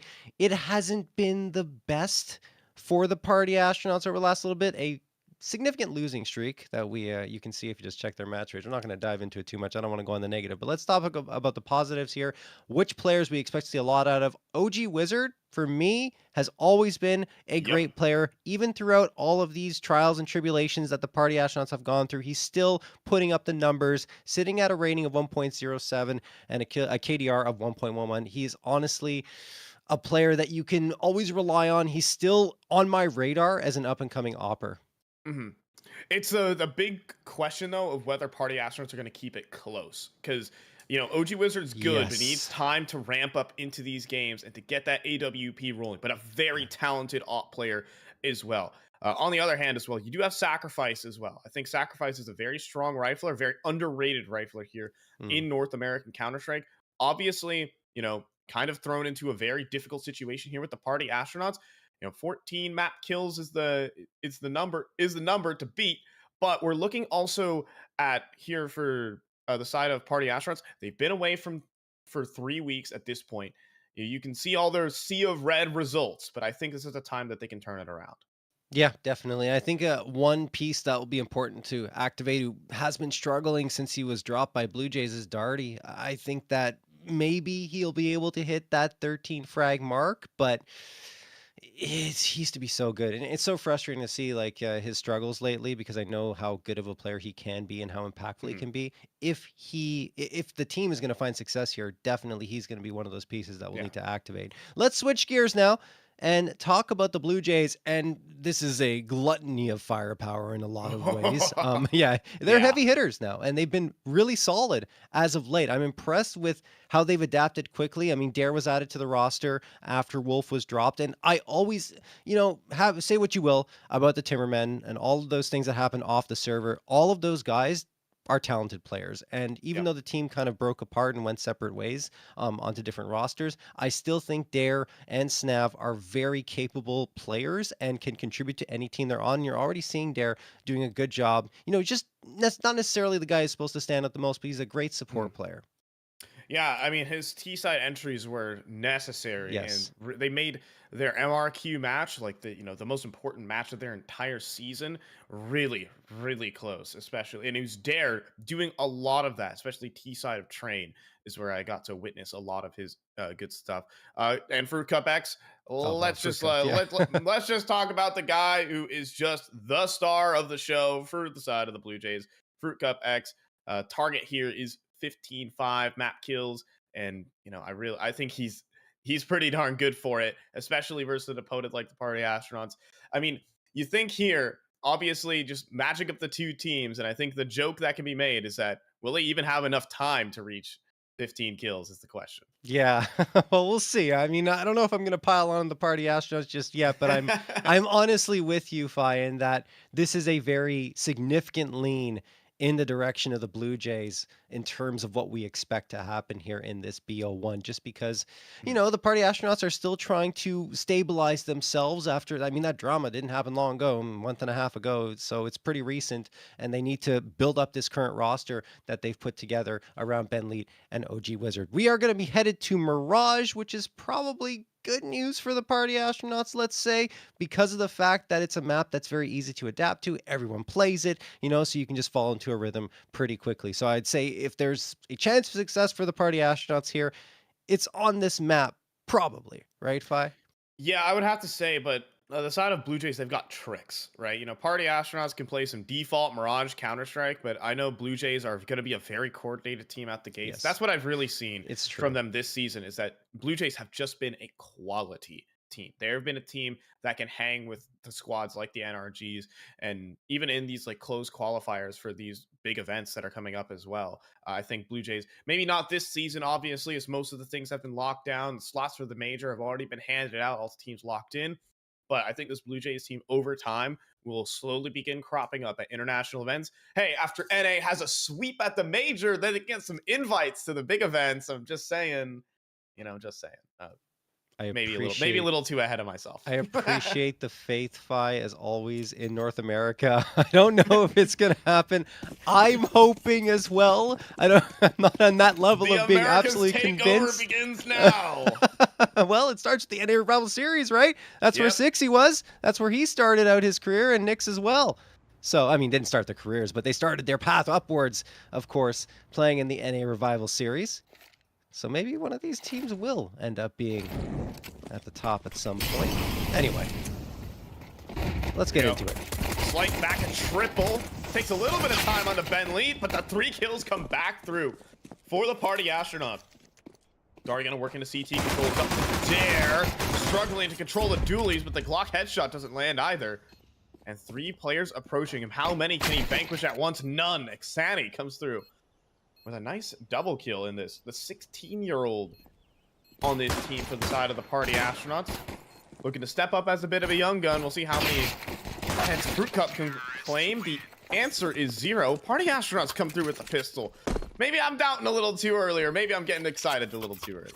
Yeah, well, I mean, look, it's just pistol round. Honestly, in these types of matchups, when you're the underdog, it's the pistol round that is most likely to come through, and then you only really see what the teams got up their sleeve once the guns come out. And we haven't gotten there yet. And even in this next one, who knows? Blue Jays could force up and really make life difficult for the party astronauts, but they are going to play the conservative game. They are not buying a single thing. $0 invested by the Blue Jays. Not to say they can't win the round. USPs. You stack them up in the right spot, Fi. You never know. They kind of are in the right spot. They can kind of win by defeat and detail here. There's only 2 players in middle. Trying an A split on the anti-eco is a little bit risky. Some would say. There we go. Jump through the window. Already's got to be prepped. He only goes for 1. Ben in connector. Oh, he's good for 3. And now he's got support from OG Wizard. Gun can't be retrieved there from Slight. No escape. And hey, party astronauts, not too bad with a 2-0 conversion. Yeah, they get the anti-eco win. Here come the guns, though, for the Blue Jays. Let's see what that will switch up. But yeah, I mean, Xani, young gun being picked up by Ben Lead. He's done this before, right? Where he tries to get an up-and-coming player and bring them onto the roster. It's worked out sometimes, other times it hasn't. This time, I would say that it's not been the best of starts for Xani. Let's be nice here. Like, it hasn't been great in terms of the numbers. But, he's still very young. It takes time to establish yourself in a roster. And I think that there's some players that just have that honeymoon period and they immediately jump in and do crazy stuff. And there's others that are slower to get up to their peak. And I don't think Xani has reached it just yet. I think he'll need a little bit more time, and maybe he will never hit that potential. But I think that Ben and the party astronauts are, well, I mean, look, it sometimes doesn't happen. But I think Ben and party astronauts are willing to give him a little more space to see if he can grow into the role. That's grim, and I'm not talking about the player. We'll see if Xani can deliver on that. For now, it's Dare, backed up by Fruit Cup. Oh, but that's a huge. Bentley just strafes down on the snap. And now the walkout here from Sacrifice will be devastating. In a second, he had the timing, and now he will take it. Freshie with the quick trade. Smoke deployed, looking for the next. He does get it. 2 kills for Freshie, but this comes down to Fruit Cup. 1, make it the double as he typically does. It's down to Darty. Wrapping the site, he gets the first. Now 1v1. Scampers over for the bomb. Will get it planted. Freshie with the op. Will he post up on the correct side? It's 50-50. Darty allowed to make it towards Catwalk and escapes. He's got the post plant. Oh, yeah. From the exact angle he was hoping for. So now he can actually tuck in a little deeper. Yeah, there he goes. Oh my gosh, but Freshie's not making any noise. At the same time, Darty gets away, and he has a molly. He's got multiple flashbangs. This does not seem winnable. No, not for Freshie. He has to go for a frag, and he kind of knows it, but I think time's already up. He doesn't have the kit, and he doesn't have his life either. Darty! Headshot on to Freshie. And that will be the Party Astronauts off to a 3-0 start. And you see Ben Lee, when he's fragging, you're in trouble. So, you know, Ben not necessarily known for his fragging prowess, but right here, he's certainly delivering the frags with the MAC-10. And then he upgraded himself to an M4. A fantastic round, honestly, for PA to pull off. And as I mentioned, the one player that really needs to stand out here for the Party Astronauts, so they need to find success, is Darty, and he's already doing that at the top of the scoreboard with a 5-1 record and won that clutch very nicely. Yeah, even despite Blue Jays' best efforts to come back into that round with that X factor you're talking about, you know, a team that is loaded with firepower. Fruit Cup showed off some of that. Freshie had a nice double on the A site. And I think the 2 players that are most comfortable here for the Blue Jays on the map, Snav and Dare, are not getting any frags. It's hurting them for sure. Although it's only 3 rounds in, and of course we still got quite a bit to go. Yeah, we only got Dare out towards bench and about to sit in a molly. Deagle available, and okay, and Snap who gets one. Oh, a second on the cross. What? Yeah, you're telling me. There's no way. Sacrifice down to 13 HP and Snap on 9. This should not be winnable. But Snav is trying to get funky with it. He's making his way up towards Catwalk, and they are not looking. There's another headshot for Snap. 3 on the round. Missed shot from OG Wizard. But Darty does clean up on the Freshie, and that should lock this one up. Maybe? Maybe? I don't know. All right, Snav. Wow, Snav. Look, he's pretty strong with the deagle. But that is nuts that he was able to have that much impact on the round, at least in terms of damaging the economy of the Party Astronauts here. Look at that. And he rotated all the way around for Cat for the next one. That's wild. Well, couldn't do it. I was talking about the fact that he loves playing here on Mirage. And, well, you see, he can certainly dish out the frags here. That said, 4-0 for PA, looking to make it 5, but here comes the true test. It's the full buy, the first one for the Blue Jays, with Slight having the op in his hands and M4A1Ss across the board. Outside of that, Fruit Cup, he's double peeking, double swinging here with Dare towards mid. They see the smoke, they spam it, nothing doing. Slight misses a very important shot. He should have hit that, and it cost Dare his life. Yeah, he hesitated on pulling the trigger there. He thought it would be too difficult a shot to hit. He will convert onto OG Wizard, but 3 versus 4 is numbers that equate to a save, and Bentley takes another on the first bullet onto Freshie. Oh my goodness. Ben Lee up to 8-4 now, top of his team. I wonder if Ben's been spending some time in DM servers, just straight up Sometimes practicing his mechanical skills. Man. He does. I know. I've seen it before. You've seen a Ben Lee, yes. Ben Lee bonanza, all right? So I'm just kind of, I'm almost hopeful for the Party Astronauts' sake that Ben will be able to step up more often, and instead of it being the exception when he has these types of games, it'll be more he's that stability in terms of firepower and being in the IGL that can give them a little bit of a boost when they need it, right?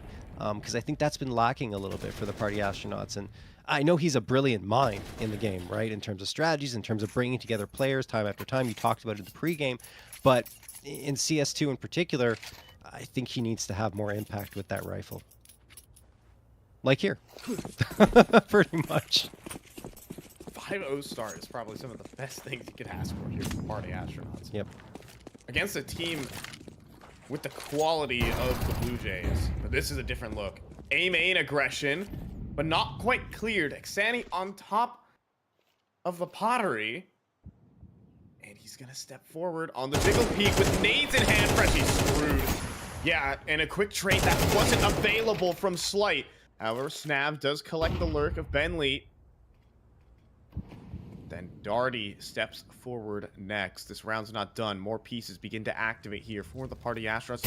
The Molly drops down right onto Snav and the smoke deployed. He'll drop a flashbang to get out. Darty's trying to follow him and he stands in the door and says no.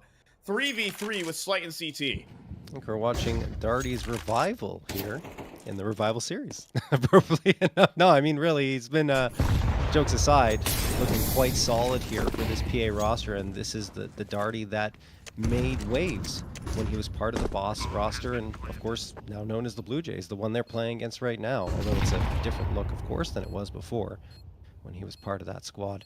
Darty staring down in the direction of Khan. Dare, I mean, they look like they're posturing for the attempt to retake, but Dare, I was about to say, he's dead to rights. No chance at all. Yet to find a frag here on Mirage. Fruitcup made it all the way to the bomb site, but can't do anything more. It is Slight getting a frag on the tail end, but that will be the end of the round. Party Astronauts dispose of another gun round here, in Slight dodges the nade, goes back in. I think he's dead, though. I think Darty's going to take care of business here. He does, because Slight has too many angles to watch, and it's going to be 6-0 for PA.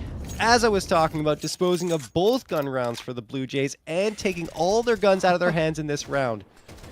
Darty's getting hyped right now. Oh, yeah. Like, I mean, he's hitting shots. He's in great positions. He's making incredible plays as well. He's got to be amped just because, like, his decision-making's on point. It's not the typical Darty big flick, first bullet headshot. It's quality Counter-Strike that's catching Blue Jays off guard right now. Yep.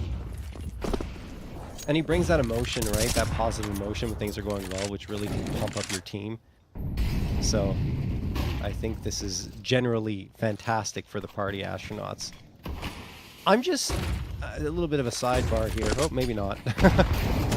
Darty. Oh, what a tap. Spray down onto Snav. Slight gets one, but Darty trades him out. Darty is unstoppable at this point. Xani gets it on the mix. For only, I want to say, I thought it was only a second, but it's actually a sixth. I've been paying so much attention to Darty. Fruitcup's here, and not for long. Sacrifice disposes of him. Freshy, the last one standing. But yeah, I was going to say, my little sidebar, Fi, is that I'm surprised that all of that drama happened on a squad that's led by Ben, because I always envisioned him as a leader that was well-liked, that all the players enjoyed playing for. So for me, to see that unfold the way it did was a shock. You know, because there's never been anything like that happen on a Party Astronauts roster before, at least not that we knew of. So I think that, you know, new pieces are in play now, and I'm guessing they're all feeling good. You saw Darty kind of getting happy with his play. He's looking better than ever after that break. I mean, the Party Astronauts haven't played for a couple of weeks now, right?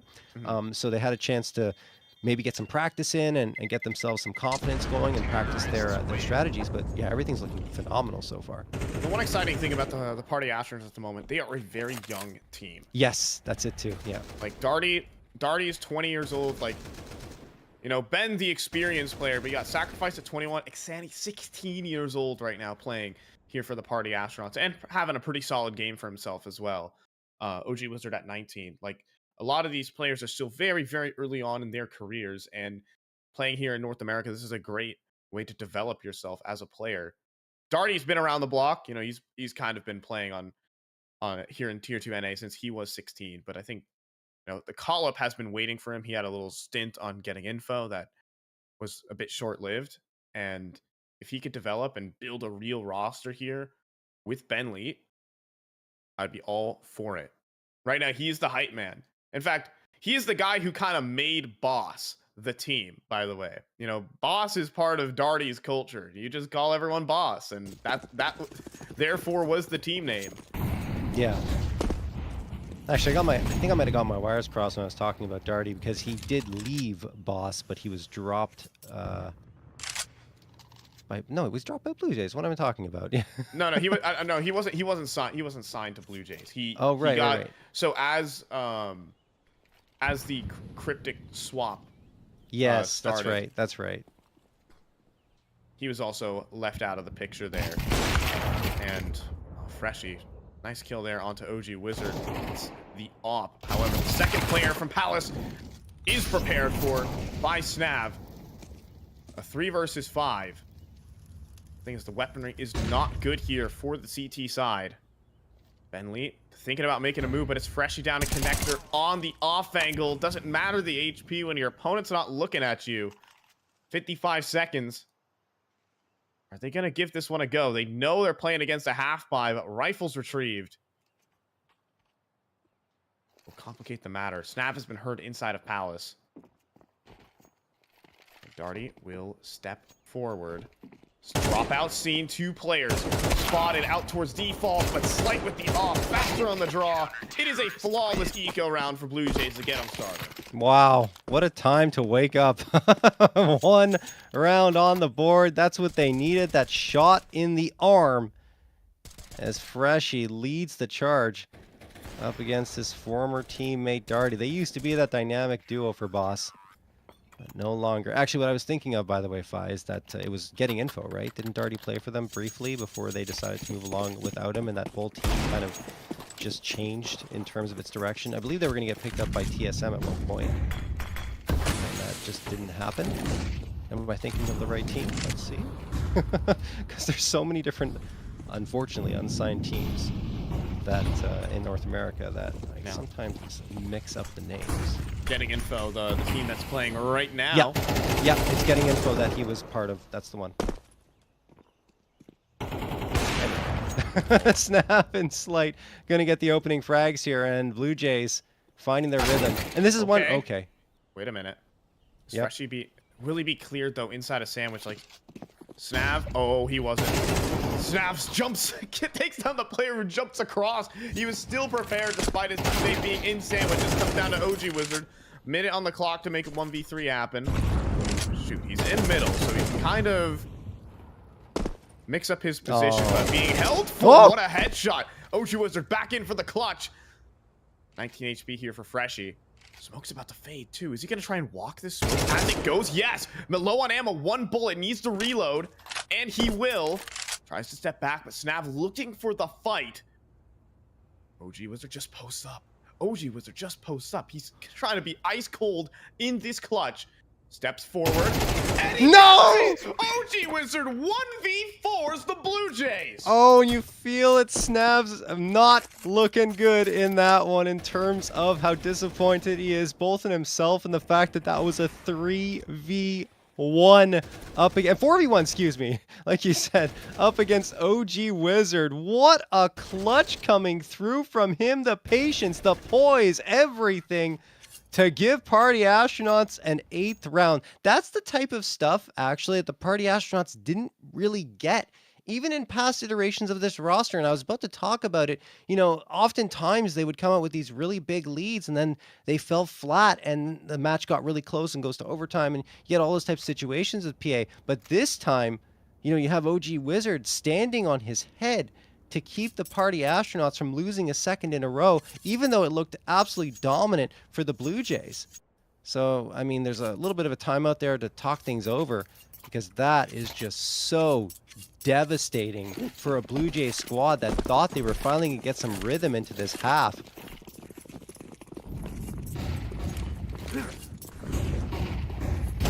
Feel the disappointment there.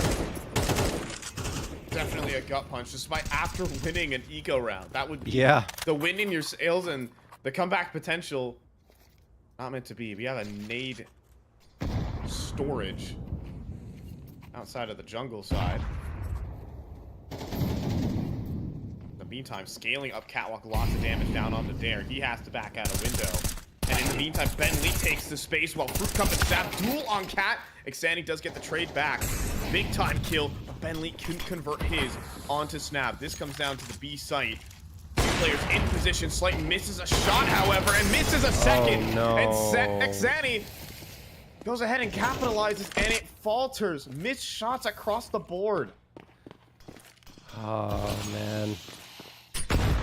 I've seen that a little too often from Slight, unfortunately.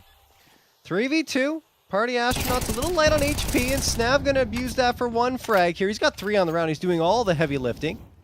Ixani and Darty. Darty at 5 HP, but he holds the close angle there next to the market opening. And he will get that frag onto Snav, and then Ixani takes care of Freshie. What a cheeky spot for Darty, but that is what he's doing right now, playing the cheeky spots, playing with confidence, and taking fights with authority. 15-3 in a 9-1 lead for the Party Astronauts. Yeah, you thought Snapper was going to get away with it, but Darty playing these close market angles. Also a huge round from Ixani as well. Being able to break into the B site. Solo scaling up Cat. Does incredible work, obviously, though. It's the missed shots from Slight that allow them that round to win the 3v4. Now the A site hit, the double A main setup with Freshie opposed, the Molly deployed. But Freshie is pinned inside of the close A main corner. He cannot leave. The HE will not stop him. Darty eventually will fall with the trade, but we got Slight down underneath Palace. Battle opping right now, just praying to stay alive. And he gets a second. A huge second shot there. And a 1v2 now for Sacrifice. Position revealed. Top of the Palace, dinked up and likely finished. Slight does God's work from underneath balcony.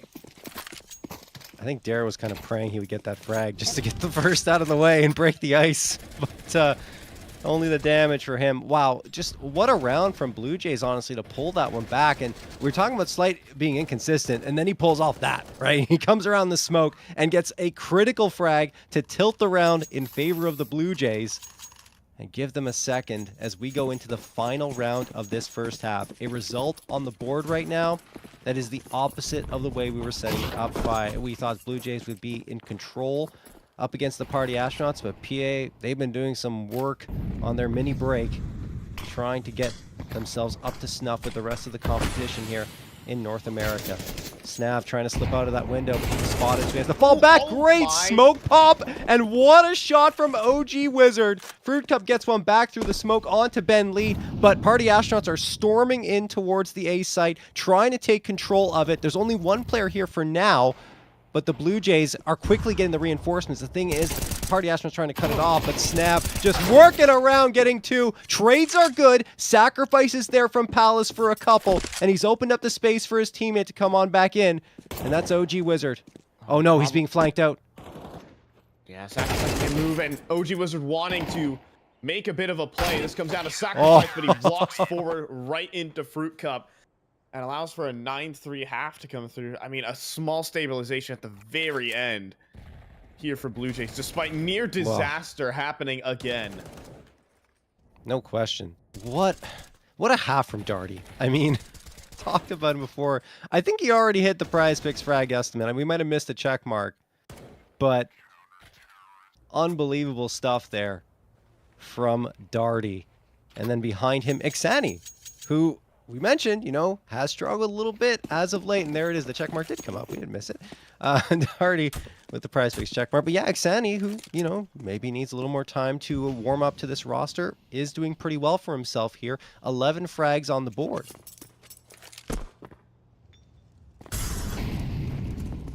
It's a pretty good look from the Party Astronauts against the squad they have struggled against as of late. Oh, when they weren't ready for the ladder setup, though. Party Astronauts could take a pistol. It could be devastating as Ixani and Sacrifice find a double. Sacrifice long-range USP, though, just not working out for him. Dodging out on the bullets. Slight will cross, get the plant. Got the Fruit Cup to cover. He takes a headshot that deals a whopping 10 damage. That was in the head. It must have gone through a wall. Yeah, of course, of course. It's just the wallbang headshot here. And so now up to Slight. Back a triple, trying to play off the teammate, but an incredible shot there from Ixani, and the clutch not happening. A second pistol round for Party Astronauts to try and pull off the upset. Unbelievable. We talked about those pistol rounds being important to gain momentum in the early parts of the rounds, and Party Astronauts getting both of them would likely indicate, especially considering the scoreline, that they are destined for victory here on this map. Only 3 more rounds required of them in order to lock it down. The Blue Jays under a lot of pressure. The good news for the Blue Jays, they got the bomb plant. which means a force buy is very much available to them, and it will feature 3 Galils, a Deagle, and a Tech 9. So they could turn this one around immediately and get right back into it, but certainly time and rounds are going to be running out on them. 3 M4s on the other side for the Party Astronauts, along with 2 MP9s, and there's some aggression going through from OG Wizard, jumping down in, Xani, jumping down in towards Underpass, and OG Wizard holding the line, or trying to, from window. Smokes are good from the Blue Jays, but positioning is a little better for PA. I think Sacrifice got the first one here. Oh no, he misses it! Freshie manages to get the movement on there and dodges his crosshair. Oh my god, but this flank from Xani is incredible. He walks it through Underpass, he takes 2, but he switches to the USB. Oh. It's not good for the extra multi, but then the flick from Ben Lead will keep this one under wraps. Yeah, Ben Lead gonna get another one as well, so he's back to his SMG ways. Seems like the MP9 and the MAC-10 are great for him, as Darty gets the last, and it's an 11th round for the Party Astronauts, despite the Blue Jays threatening pretty significantly in that round. This duel, I thought, favored Sacrifice, but it gets one out by Freshie, and in the end, it's Xani on the flank, as you were mentioning, coming through there, saving the day for the Party Astronauts. And it's the second time we've had that really impactful play coming through for PA at a point where it looked like the Blue Jays would be starting to get something going. The first time, you know, it was OG Wizard on that 1v4, and right there, Xani coming in on a flank to get 2 important ones to turn the round right on its head. And you see Blue Jays, they forced up previously, now they're on an eco, and the possibility of a 12-3 lead for the Party Astronauts is very high. The one thing here for Party Astronauts is they're playing super confident Counter-Strike. They're making risks, they're taking risks, and it's working out. Now Xani here. Oh, another headshot. He threads that in. OG Wizard here for support. Sacrifice delivers the kill, and it's completely mopped up. Tech 9s hit the dirt, and it is suddenly match point on Mirage for Party Astronauts, the unexpected team to top this group. It could be them. That's really unbelievable. I mean, they get one more round. They're in the winner's match to move on to the playoffs. I mean, geez, I would have never guessed that, to be honest with you. I don't think you would either, Fi. That is something else for PA. Blue Jays going to have 4 AKs and a Galil, but this could be their final round of this BO1.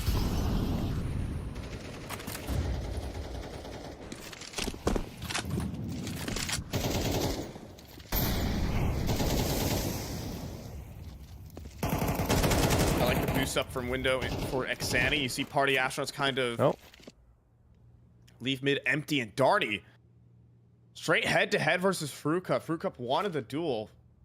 You know, again, Blue Jays confident team. They've got the firepower to do it, but a huge kill from Darty when being tested.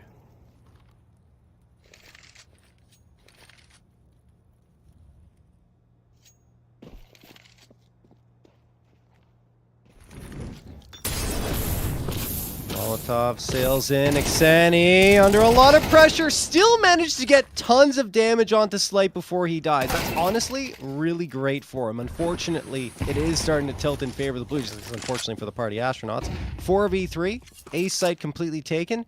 Money's low for OG Wizard, but everyone else is fairly stable, so I'd be surprised if they didn't try to poke in a little bit here to try and see what they can find.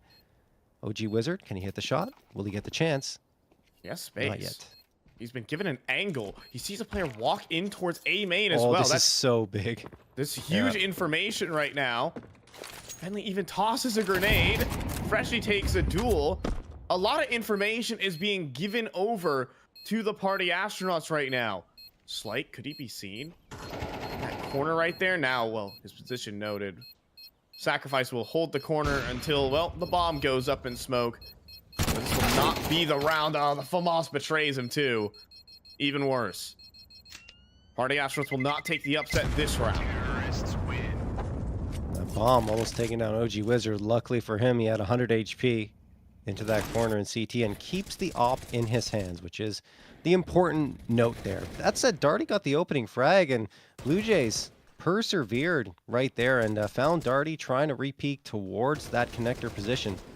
And afterwards, Slight with the rifle, in fact, does what he needs to. I think the Party Astronauts had some pretty good positioning on that A site, but they didn't really know how to react around it. As Benleet is going to get that Prizepicks check mark with more than 12 frags.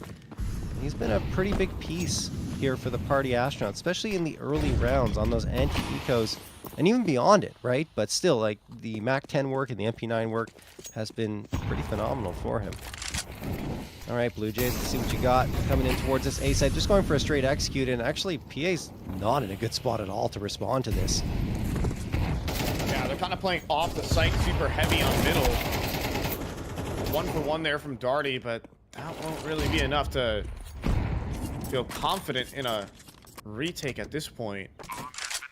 Players only coming in through connector. But a huge smoke towards Palace. That keeps fresh. He basically locked out of the round. But I don't think they really are too interested in this. You do see OG Wizard launch a smoke again towards Palace, though. Looks like Party Astros are going to give this one a go, John.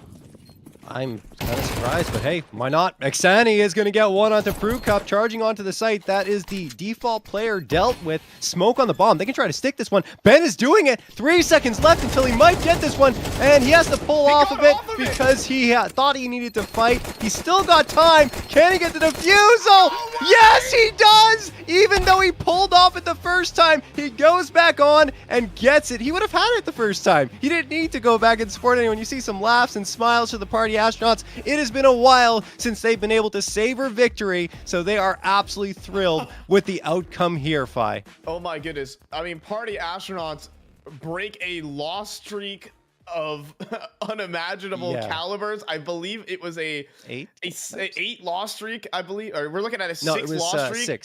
Six loss streak, but even I mean, they were dominant losses. They were pretty depressing losses, I'd have to say. So a win in this fashion over the Blue Jays. I was joking on how fast it could be. Well, yeah, how fast could it be here with a 13-5, 13-4? Yeah, that's it's absolutely wild, honestly, that they were able to dominate the Blue Jays in such a fashion. It is good for them, their confidence. You can see the pieces coming together. Ben having impact with the SMGs and on the anti-ecos, and then Darty. I mean, he was the one I highlighted, right? Before everything got started. I said he has to stand up. He has to be big here up against the Blue Jays for him to find success. He was more than that. I thought he just had to be impactful to the level like, okay, maybe sitting at a KDR round 1. No, he destroyed everyone. Anything that he was seeing, the confidence level on him is at levels that I haven't seen for like a year. So yeah. I think that's great. It wasn't, I wouldn't say it was Darty's mechanics, but it was his decision making that was really excellent. He played really aggressive decision making that caught every player from Blue Jays off guard with numerous different smoke pushes. I really like Darty's gameplay throughout that, and he's going to be a difficult player to figure out. Yeah, we're going to check out those scoreboards to see who got those Prizepicks check marks in the end, or at least revise and go over everyone who has gotten the check marks. Who are we going to start with? Are we going to start with anyone? I think we got a couple of them working here for the side of Blue Jays. Oh, wow. No one did. No one. So close on Snav down the stretch, but just off the mark. Wow. I mean, that's speaks dividends to how this game went for Blue Jays. Yeah, no, absolutely. And I mean, Dare only got in the mix there towards the end of the match. I think he was sitting at 0 frags for the entirety of the first half, or almost the entirety of the first half, and then started to get some frags on the tail end. It was a struggle for him on a map where I've seen Dare do incredible things. He could not find his crosshair, and Snav was serviceable, no question. I mean, he was the one making most of the plays happen and was involved in every single one of the Blue Jays round victories, only 4 of them, but still, he was the one who was able to make that noise for his squad. Everyone else, though, was just asleep at the wheel, seemingly, and that's a tough one for the Blue Jays to have gone through. But the Party Astronauts deserve all the credit here, Fi, for finding that success, for putting Blue Jays backs against the wall. Darty in particular, 19-8. He hit his check mark. Sacrifice and OG Wizard did not, but I believe, yeah, Ixani and Ben Lead found us. So 3 of their Yeah. 5 players going above and beyond their expectations. I think Exani is the player to highlight. A huge Yes. performance from him. Probably his best performance yet on the Party Astronauts with a 114 ADR performance. T-side entry machine. It's insane. Yeah, did a really good job and made an impression on me. I'm excited to see more from him. The 16-year-old here for the side of Party Astronauts. No question at all. All right. Well, that wraps up this matchup, guys. We've got another BO1 coming up after this. It is going to be NRG versus Marsborne as our next match. I believe that's going to be a winner's match to decide who's going to be moving on to the playoffs. Before we get there, though, we do have to thank everyone who's made this possible. And the NA Revival Series, guys, is sponsored by Prizepicks. The best North American Counter-Strike players are competing right now, and you can win real money while watching them play. Join Prizepicks to get in on the action. It is super easy to get started. All you have to do is select 2 or more players and choose more or less on their stat projections to build your lineup. Then sit back and watch your lineup stats rack up. For a limited time, click the link on the panel below or use code REVIVAL when making an account and playing a $5 lineup to receive $50 whether you win or lose. It's a guaranteed win for all new Prizepicks users. Thank you again to Prizepicks for partnering with Complexity and Mythic League to host the NA Revival Series. The Prizepicks NA Revival Series is also partnered with Mythic League. Players are always asking for a premier solo queue matchmaking experience without cheaters, and Mythic League has been providing this for over 6 years and is now free to play for FACEIT ranks 1 to 5 in the Silver Division. All players are required to have and use their microphones. The support staff is always available to help out in Discord for live matches, and Smurf accounts, they're gone, banned swiftly.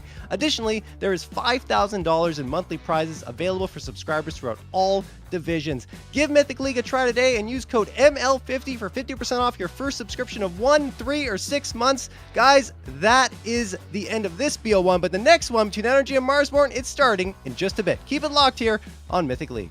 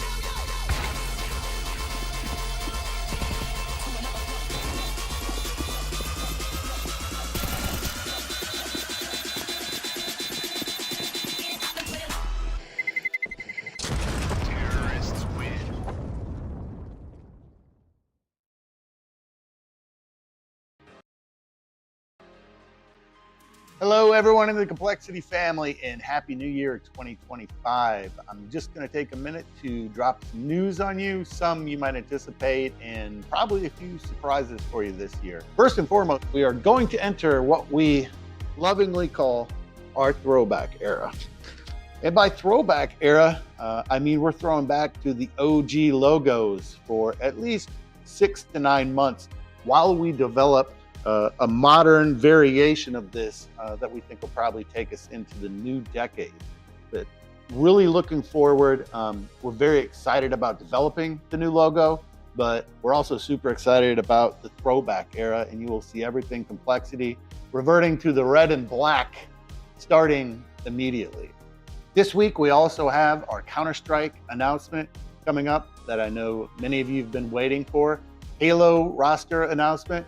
And of course, Rocket League. Can't forget about you. I can share now that our Rocket League team will be competing in North America this year. The team has already been in Frisco training and getting ready to go. Super excited about that. Of course, Apex is headed over to Japan for their major. We can't express enough how much we appreciate your support through the different eras of complexity, including the one here at the Star. And we're very excited for what this year has to bring all of us. Katie and the team are cooking up a whole bunch of cool things for the community, different interactions, different ways that we can share with you what we're up to, and you can engage with complexity and the continuing legacy that we have here. Thank you very much again for your support. It means the world to us. Happy New Year 2025, and stay tuned always for more action.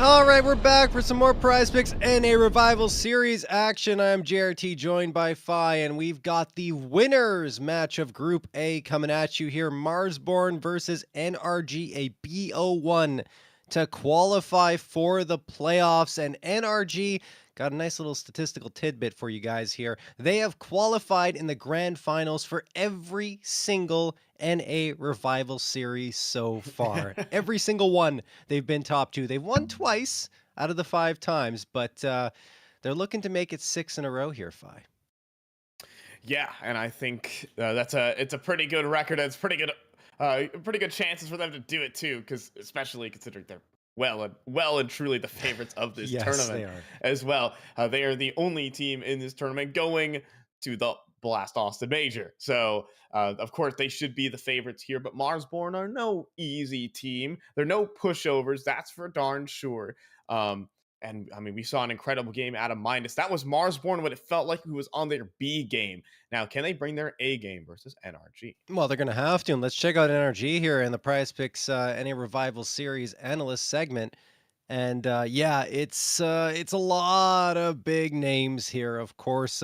And I would say my pick here immediately, Fi, is George. I think he's Yeah. always a player that any team he's been brought on to has benefited from his presence. And that was no different when he joined up with NRG. Immediate impact, continual impact, and it hasn't changed at all. He's so consistent. Yeah, I think again, especially against North American competition, that's where his like strong suit is. He can kind of get down into the mud. It's a 15 is the number of the beat for this one. But obviously, you have a couple of other strong names across the board. First of all, Nitro has been playing incredible levels of Yeah. Counter Strike lately. I think he's the only reason they qualified to the major was heroics. Specifically, I remember, I believe it's against Blue Jays on Dust 2. It was clutch after clutch for this guy. Um, will he reach that kill total? It'll be difficult, but definitely a star player in his own right, and he's slowly become one, even this deep into his career. On the other hand, I think Bro and Hex are kind of just like the rocks of this team. Like they really are just immovable objects. They consistently provide their results. Uh, and Hex is definitely the player with the highest peak on this team, I would have to think. His entry kills are really strong. Yeah, I think the only player we haven't really talked about that much here is OC, and I think it's just because he's had his ups and downs, and I think that's the case for a lot of North American oppers, unfortunately, where they can't Mhm. find their rhythm. But that being said, I think as of late he's looked very good. He's delivered when he had to, and with so much star power around him, he doesn't always have to be that guy that's pulling off the crazy stuff. Right. Yeah, I think. I mean, if I was to levy any criticism to NRG, it would be OC's ups and downs. That is for darn sure. Obviously, I think that could be said for many oppers in Counter Strike 2, Yeah.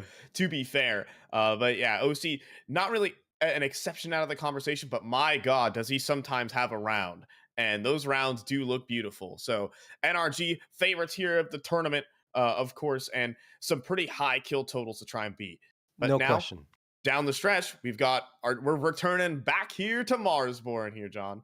What's Yeah, good? absolutely. I mean, look, we saw before what Minus could do. If you watched him in the first one and you don't have him on your radar in the second one, I don't know what you're doing because literally Minus impressed so much. I think he had 26, yeah, 26 frags, almost doubled up on his frag estimate. And actually, I think his frag estimate is lower here. Just so if you guys are keeping track, it was 14.5 in the previous map, and now it's down to 13, perhaps because of the competition, I would say, given that NRG have really torn through North America in most respects, right? Yes, there were some Yes. moments like you mentioned, Fi. I think it was in that Dust 2 matchup you were talking about where there were those clutches required against the Blue Mhm. Jays from Nitro. But overall, they're just kind of taking names and destroying everything. So I think they mean business, and I'm very happy to see them make the major. But minus, or I was talking about NRG, but I'm going back to Marsborne. I think minus is still very impactful here and Yeah. can have a make a big difference. Yeah, big pickup here. I think Wolfie is what my eyes draw to specifically in this matchup. I think he's Okay. favorable against the side of NRG in terms of a player. I think just how his play style works. I think he can get a good read on the side of NRG, and his positioning specifically, even against higher caliber opponents, has been really strong. So his individual ability was looking solid back there, taking on the side of Nouns, and I think he can bring some of that same level here, even in this NRG matchup, where on paper Marsborne are unfavored. Yeah, no, I mean in every way. On paper, Yeah. they're unfavored. It's unfortunate, but I do agree with you. I think there's a chance for Marsborn to make some noise. Minus is definitely one of them. I think Wolfie has to be good, right? Because there's going to be so much pressure applied to all the other players. Like Hexton and Bro are such fantastic riflers that Grizz and Chop and MOTM are Mhm. going to have their hands full as well as Minus. But yeah, I think Wolfie's going to have to get those big picks, those big openers for his squad with the AWP. And also depends on the map they're going to be on. So let's check out the veto Let's go and for it. see where we are headed to decide what players will need to have the most impact. 'Cause the op isn't always going to be the important one, and we don't. Okay, well, what's left here? Doing the math.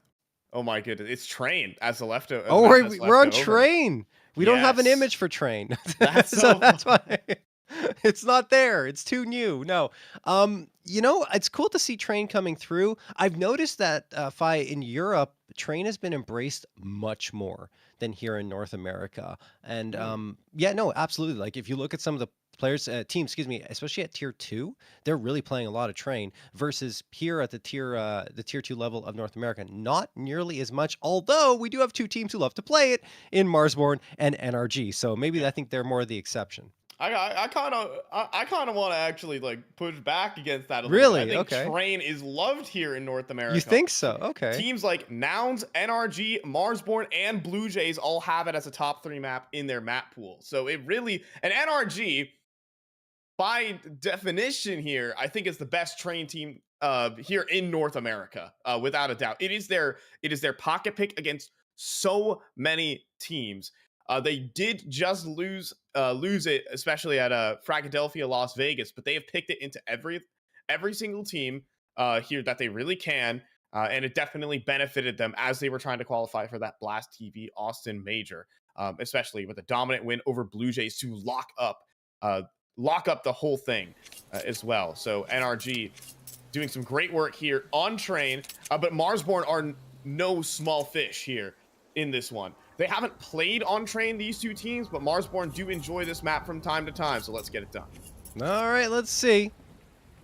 These two teams who love to play some train will be able to come out with victory. On the Marsborne side, they actually have a 3-game win streak on the map right now, defeating Wanted Goons Daku, as we talked about earlier, and Fisher College. The Fisher College match, this is all in the Dust 2 Eagle Masters, by the way. It was a 22-20 overtime win in triple overtime against Fisher College. Yeah. And on the other side, against Ninjas in Pajamas, that's a bit more of a heavy hitter. In Fragadelphia, Las Vegas, they lost it 18-22 in triple OT. But their previous three, Blue Jays 13-4, Nouns 13-11, and Akimbo 13-1. So NRG like to play here as well. Minus going to get the opener, though. And MOTM and Oh Minus my combined for goodness. all 4 of the opening frags, leaving only Bro standing. And Bro will get 1, but that is an explosive start here for NRG. Conveyor Or for belt of Marsborne. kills. Yeah. My goodness. As this is a full-on Ivy split, and everyone hits their shot, and that's already a very deadly start to this one for Marsborne. When the team's online and hitting everything, they are a definitive problem. I mean, Minus is still back in form, but MOTM, I talked about him.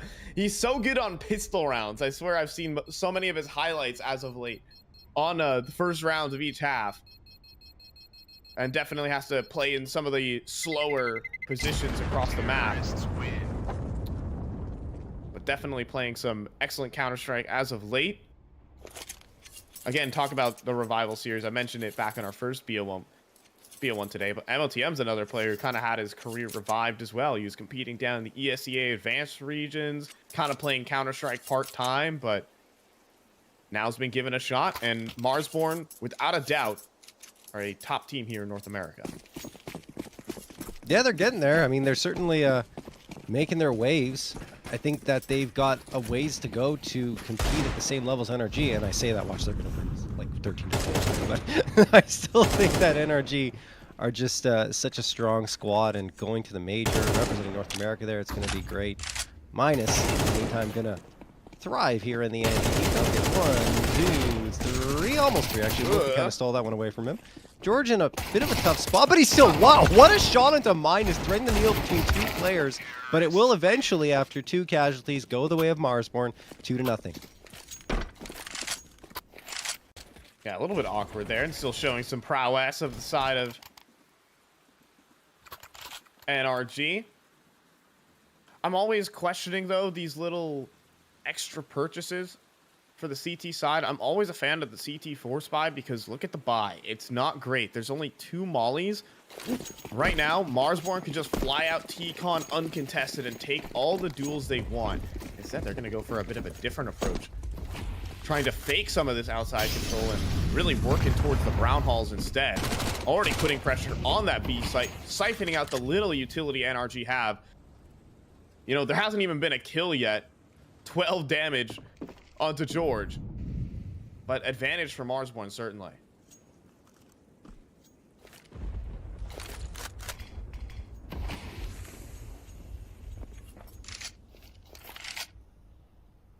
No one really going to T-Con this time on the Marsborne side, and NRG, if they keep pushing up, will soon realize that. Although there is a lurk over at Ivy for Grizz. Minus works his way with the rest of the squad onto the B site. OC's waiting there, so is George, and here come the frags piling on here in the direction of NRG. Minus, MOTM, and Grizz gonna have to fend off this NRG squad in a post plant that is not very favorable for them, but Grizz, he's the piece to watch out for. Is he going to be able to come in here and do the damage? He needs to hurry up because his teammates are falling like dominoes around him. There's the activation, gets 1, the second, looking for 3. They don't even realize he's here, but he is the last one, and now Hex defusing the bomb. Oh, Will he be able to get away? Yes, even with the Molotov, it won't matter. He's got the defusal, and I mean, Grizz might even get the 4K on this one. Comes around, and yeah, 4K for Grizz. Great on the flank, just the timing a touch late, right? Yeah, I mean, the thing is, it's NRG who forced the issue on that one. If NRG hesitated for just a few moments longer, Grizz can get his molly down onto the bomb, or his teammate gets 1 extra kill on the site. Who knows? I mean, the B site of Train is one of the most difficult post plants to hold. It's almost unfavorable for the T's because there's just nowhere to stand. After you plant the bomb, you basically have to run into ground halls or play behind the oil train and pray. So, here for the side of Marsborne, tough post plant and a tough early round too as Minus goes down. It's pressure towards Ivy, and Grizz wasn't quite ready for the shot. He will not be able to connect. It is a solidified 4v5.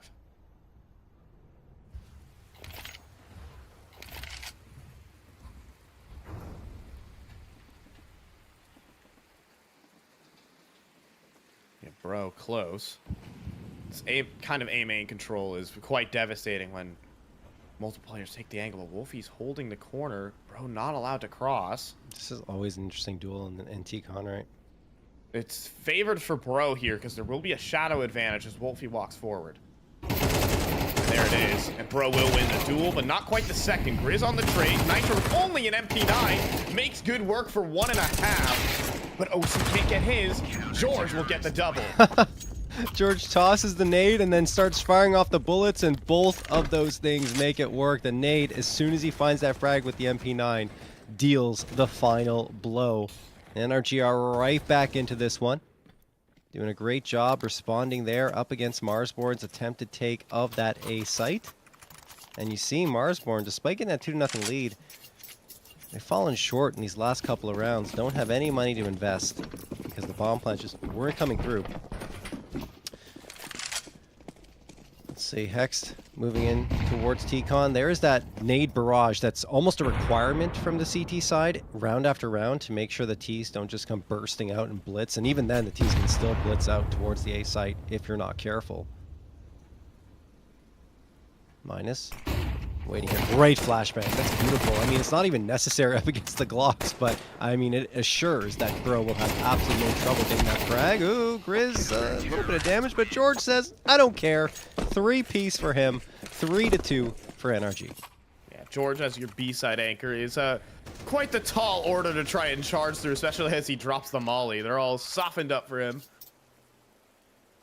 And the AK spitting blades chop him down.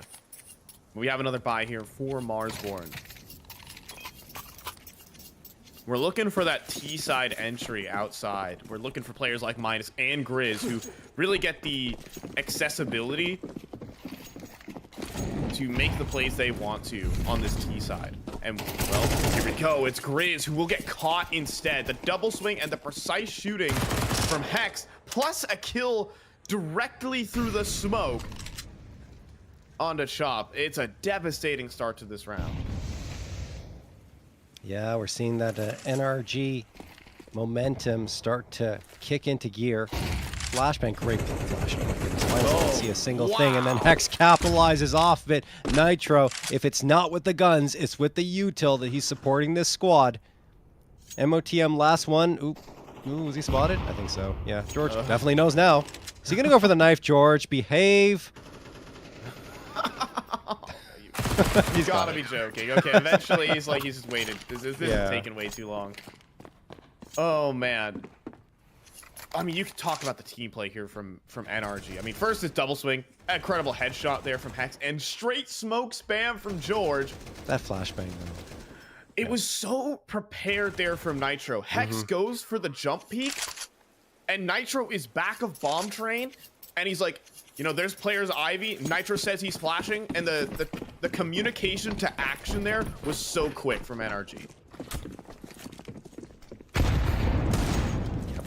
Absolutely no question at all. We're seeing why NRG are one of the teams representing North America at the major.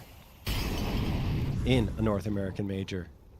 Oh, what a storyline it would be if they were a team that made it to the grand finals. Oh, we're getting ahead of ourselves again. All right, back to this. Whoa, I was just saying, like, yo, they're going to sweep stage 1 or something. And, yeah, they'll probably go, or, sorry, it's like, what, stage... they qualify to stage 1, or is it stage 2 that gets to the playoffs? I'm not sure if it goes 3-2-1 or 1-2-3, but... whatever the case, they're going to sweep it, and then you can put them as your 0-3 pick, you know, with the top 16, oh, no, right? Stop. Don't do this. Sorry. Every NA team is 3-0 for me. No, I'm just kidding. I don't want to destroy my picks entirely. But no, I mean, I really do hope it would be quite a Cinderella run, right, if an NA team is able to come out with victory on NA soil in a rare NA major. There you go. I've said NA a lot, but, you know. Ooh, okay. Laser beam shot from T-Con to camera onto Nitro. Poor soul. Chop's got a smoke, Grizz has got a flash. Will that be enough to take the A site? 23 seconds left. They're going to have to hurry. Wolfie's out towards Olaf at the moment, and Bro has let go of the line. A lot of space given over here to the T side. Now Hex is going to jump on the bomb train, and he just dropped the bomb. Doesn't matter how many kills come through. Marsborne don't even have time, and they'll go right into the blender. I think Marsborne spent too much time thinking about that one and not enough time acting. I mean, you had 15 seconds left with pistols up against 4 or 5 rifles.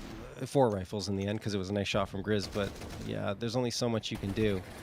And there wasn't the util available to them. They were hoping the element of surprise maybe would catch them, or catch NRG off guard. Maybe they would rotate to the B site. Who knows? But none of that happened. NRG just held their nerve, waited and waited and waited until Marsborne showed their faces, and that was the end of it. Marsborne calling a timeout after losing 5 straight rounds here up against an NRG squad that's a well-oiled machine.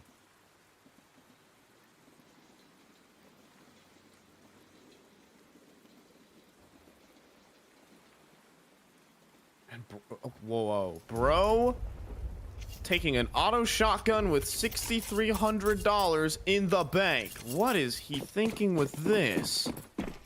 I want to say this is BM, but also No. not, because Bro is not that type of player. Oh, I mean, he definitely screams and shouts. I'll tell you that. For he buying does an not auto, embody right? Danish culture. All right. Yeah. For being the flag says more or says less about his personality. I'm just saying, like, he's and not this going to go. makes sense. Yeah. He's up He has a close plan. here with the auto shotty and collects the kill on the chop. No problem. One click of the mouse, he's gone. Helped out there by OC. I really don't mind that. Going to long dog there and going up close with the auto shotty, it's a respectable play. I think that the shotguns are underused in CS2, honestly. Oh, nice shot from Hex after the smoke is blown away by the nade. 5v3 in favor of NRG. Minus tapping through the smoke. But again, they just can't get past this defense here, Fi. MOTM maybe a chance at Ivy to slip through the cracks. Lockout. Oh, and George playing with fire right now. He has Hexed for help. George is just gonna walk the smoke. This guy is, I mean, he embodies North American Counter-Strike in many different ways. He just swings at him, and Hex on the off angle is just too good. NRG right now are playing flawless Counter-Strike. Hex will hand a no-scope over to Wolfie. But eventually the round falls away. It's just so flawless here on CT side. The setups that they're working with, 2 players in pop, the way they're handling Ivy, T-Con is just a no-go if you're a solo player. Everyone's getting picked off here from Marsborne because NRG have 2 players wherever the lurkers go. Yeah, it's really tough. This defense is just an iron wall, honestly. It's a steel wall that cannot be broken down by Marsborne. And now they're on to pistols, which won't make their lives any easier. Bro picking up the AK off the ground that previous round takes care of Grizz immediately. You see Nitro. They're just very active, our energy, rotating back and forth. Great comms, of course, to allow that to happen. He does get one minus another. Hold on a second. 3v3 OC, along with Hexton George, going to have to get things back under control, and they absolutely do. Get scary for only a second. I mean, the rotates were there so fast, so even as the kills come through, they can't get the space. They can't take advantage of those kills that they initially got. And we'll be able to see a couple of them here for the side of NRG. But yeah, even when you get those kills at long range, you can't actually get the good position you earned from that kill when everyone's just smothering every angle. You've got Hexed in Hell, you've got OC and Z, and there's just no access to the site, no utility. So 7-2, 7 rounds in a row for NRG, and they've been nearly flawless every time. Looks like we're going to be having a bit of a not live here, though. We got a little technical issue. Wouldn't be online Counter-Strike without one. Oh, indeed. Even offline Counter-Strike. Maybe offline Counter-Strike more than on. I'm going to be honest. I mean, LANs can get pretty crazy with some of the issues that can happen. As I think George had to make a great sprint.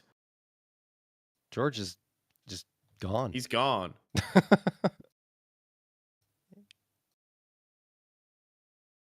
Unless he turned into a computer monitor. Whoa. It's prop hunt, real life. Yeah, I was George going to say. Quick, someone check that computer monitor. Quick. Knife it. And See he what starts happens. running, and it starts flying away. Oh, God. Oh, man. I mean, to talk about the Counter-Strike, George is a funny guy. All right. I mean, most thing I've known him for, obviously, when I'm casting these open IP games, is always his Steam profile picture is something just super iconic. All right. He's had it from so many different games. Like, he had it as the dart monkey from Bloons from like forever. And I think that's just like the funniest part. Like all these like classic games that no one really, okay, I can't say no one really plays anymore. I know people who are addicted to that, but man, I'm gonna get some flack for hating on Bloons like that. But I will not apologize. We're back in game. 7-2, 7 rounds in a row for NRG. And flawless Counter-Strike all the way. We already have some aggressive moves being taken here by Marsborne. We got Minus finally able to escape T-Connector. Bro has no idea. Oh, he slips back in towards Khan just in time. MOTM and Chop and 3 players, in fact, from Marsborne. Oh, what a shot, bro! Threading the needle onto MOTM. Sure, they take the site, but they lose the first body. That'll make the retake a little bit easier for NRG, assuming we even get to that point. Oh, bro, does go down. He won't be after doing a ton of damage. So George slips it for Pop Dog to get a couple for himself and keep the man advantage in favor of NRG, but it's quickly slipping away with Grizz spotting Hex and Chop getting OC. Nitro, the last one standing, 1v2, and doesn't see Grizz beyond that Molotov. Now he's going to be smoked off, and I think Marsborne have finally found an answer here to the defense that NRG was putting up in their face. Bomb has been planted. Still not done. Yeah, I mean, Nitro's going to give it a go because they got the infinite money glitch happening right now. Yeah. But they will be watching this pop position. Just a moment. Now they've actually let go of it. Now they're trying to consider other options, but as Grizz slips into Z Connector, this round comes nigh on impossible. Molly, though, for Chop's position, but not able to hit the headshot at the very end. It will be Marsborne to finally get their first gun round up on the board. I mean, Nitro had the right idea, you know, getting that Molotov. It's a ridiculous shot. It honestly, absolutely nuts, and that's why they picked up Bro. Is to get rifle shots like that, and really he has dominated overall in terms of stats anyway on the squad. That being said, I mean, I think it's an even distribution with how good these players are, but Bro has had such a good impact since being picked up. Energy made some really good roster moves throughout the last few months. Anyway, back to this one. Marsborne, of course, the victors in that previous round. It was just a good job of walking towards that A site patiently. T-Con was kind of left unguarded by NRG in that round, and they paid the price. Oh, bro, okay. Almost gets taken out. He's lucky because that shot was through the wall. Because it's a headshot from the AK, and the only way to survive it is to have something slow it down. What a flashbang thrown by Nitro again. Man, he is so on point with these pop flashes. Again, like for Marsborne, if you are a lurker, you are on a wanted list. Like Yeah. NRG, if you're working a part of the map on your own, there's gonna be a pop flash and a swing coming your way, and you have no chance. Minus got the damage in, but it doesn't matter. You can't see your target.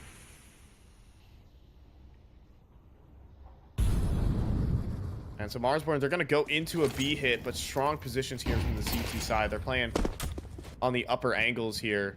Hex can cover the cross into the site. They're scaling the sidewalk, though, and there's a double helped out there by George. That's why it's so powerful. Yeah. This cannot be removed from this position. Hex with the third. And the round's done with OC in rotation. Right back to winning ways. It's so hard to deal with too, right? Because you can't really get some util in that position. Molotovs are hard to toss because it's kind of sectioned off on the site toward that oil train, and honestly, they just played it to perfection. 8-3 in favor of NRG. They respond immediately after losing the previous round. As Marsborne call a timeout, they kind of have to because things are quickly slipping away from them.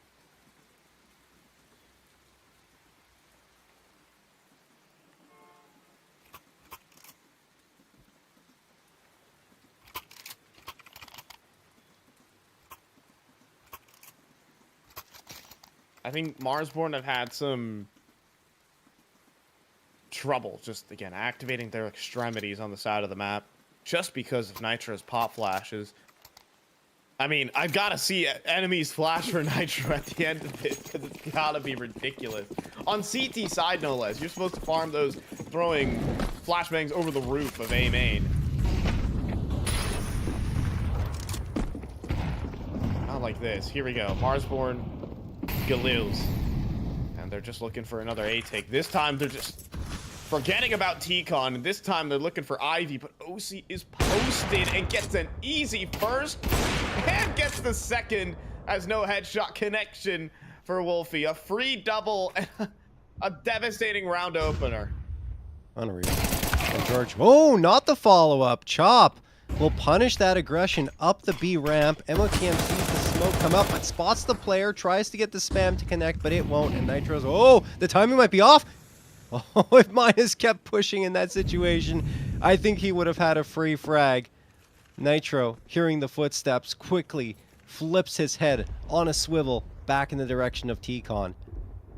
But no engagement ends up materializing. Still a man advantage for NRG with 47 seconds left on the clock here, as MOTM is gearing up to potentially push outside of Pop Dog. But B or A may be the final destination, depending upon where Marsborne decides to go. I think that's a fake for B, and that Marsborne's going to go long dog to A. The thing is, Hexagon is so powerful that they can keep 3 players on A.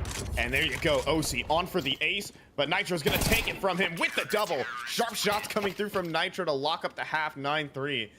And NRG, hey, here we can take a look at the enemy's flash. Only 5 for Nitro? Sure, that's gotta be wrong. There's no way. It doesn't make sense to me. All 5 seem like the result in kills, at least. I think Nitro's impact was also felt in the utility, right? I think that's where he was really making so much noise. We were talking about him a lot. You know, he's just been so strong in that regard. It's incredible what he's able to contribute to the squad, even when it's not the frags. Anyway, 9-3 for NRG. We go into the second half of action here, and they look completely nonplussed, honestly. There's only one round where Marsborne looked like they collected themselves, aside from the pistol and the round after the anti-eco. Oh, maybe the pistol can be successful for them again here. George going to get a response against Grizz, and MOTM pressured immensely. Yeah, they just walked right into CT, and now trying to get one over at the Brown Halls as Nitro. In fact, it's still pretty close, even 3v3, and it looks like they will be the edge gained by Marsborne. Again in the pistol, Nitro with only 7 HP in a 1v3. What a recovery from Wolfie. I mean, the double kill is everything. It's because George ran out of bullets. He couldn't fight with his teammate. Didn't reload in between each duel. The idea from NRG was perfect. You have 3 players going in through Ivy. You're going to have the ability to overwhelm just about every single setup you face off against. Just in the one time where you want 2 players fighting Wolfie, it's instead 2 separate isolated duels. Good for Marsborne that he converts. Nitro, I mean, the bomb's at CT spawn. There's just no win in this one, as Wolfie will clean up with a 3rd headshot in this one. So, Marsborne with all the pistols on this map. Yeah. Make something happen with it. Yeah, it's just that they've been shut down immediately afterwards, pretty much. Like we talked about just a few moments ago, they got the pistol, they got the second, and after that, it was just NRG pretty much to the finish line. So let's see if we get perhaps a little bit more than that from Marsborne here. There was no bomb plant for NRG, so they will be on pretty much a full-on eco. The only investment they have is George onto a Tech 9 to give them maybe a sliver of hope of collecting a couple of frags, perhaps a bomb plant. All 5 players grouped up together. And it looks like they want to go into B pretty quickly here. Yeah, it's just going to be a complete rush in towards the MP9 of Chop, who might have a field day or could find his head taken off immediately. They're not looking for him. They don't realize he's here. Okay. Chop gets 3. Hex will finally finish him off, but a bomb plant is nigh impossible with Wolfie right around the corner. And Hex, well, with an MP9, actually does get the frag on Wolfie, but, you know, there's too many bodies around him, and Marsborne collect a 5th. Wolfie had no head armor on that, so he goes down easy to the picked up MP9. But I mean, it's Chop who has a field day, so that should allow an AWP to come through. Or, well, he went down, so never mind. He has to full buy up a new kit. Yeah. And then NRG get to run their T side, which is just a dream to watch. So I'm super excited to see what their first gun round looks like here versus Marsborne.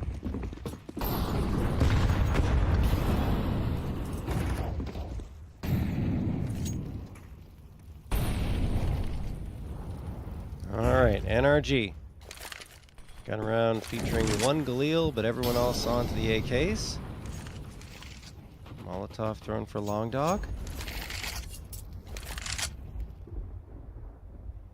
Now they're having a poke and a prod to see who's going Or who might be there? Not often do you see a CT in Long Dog or Pop Dog.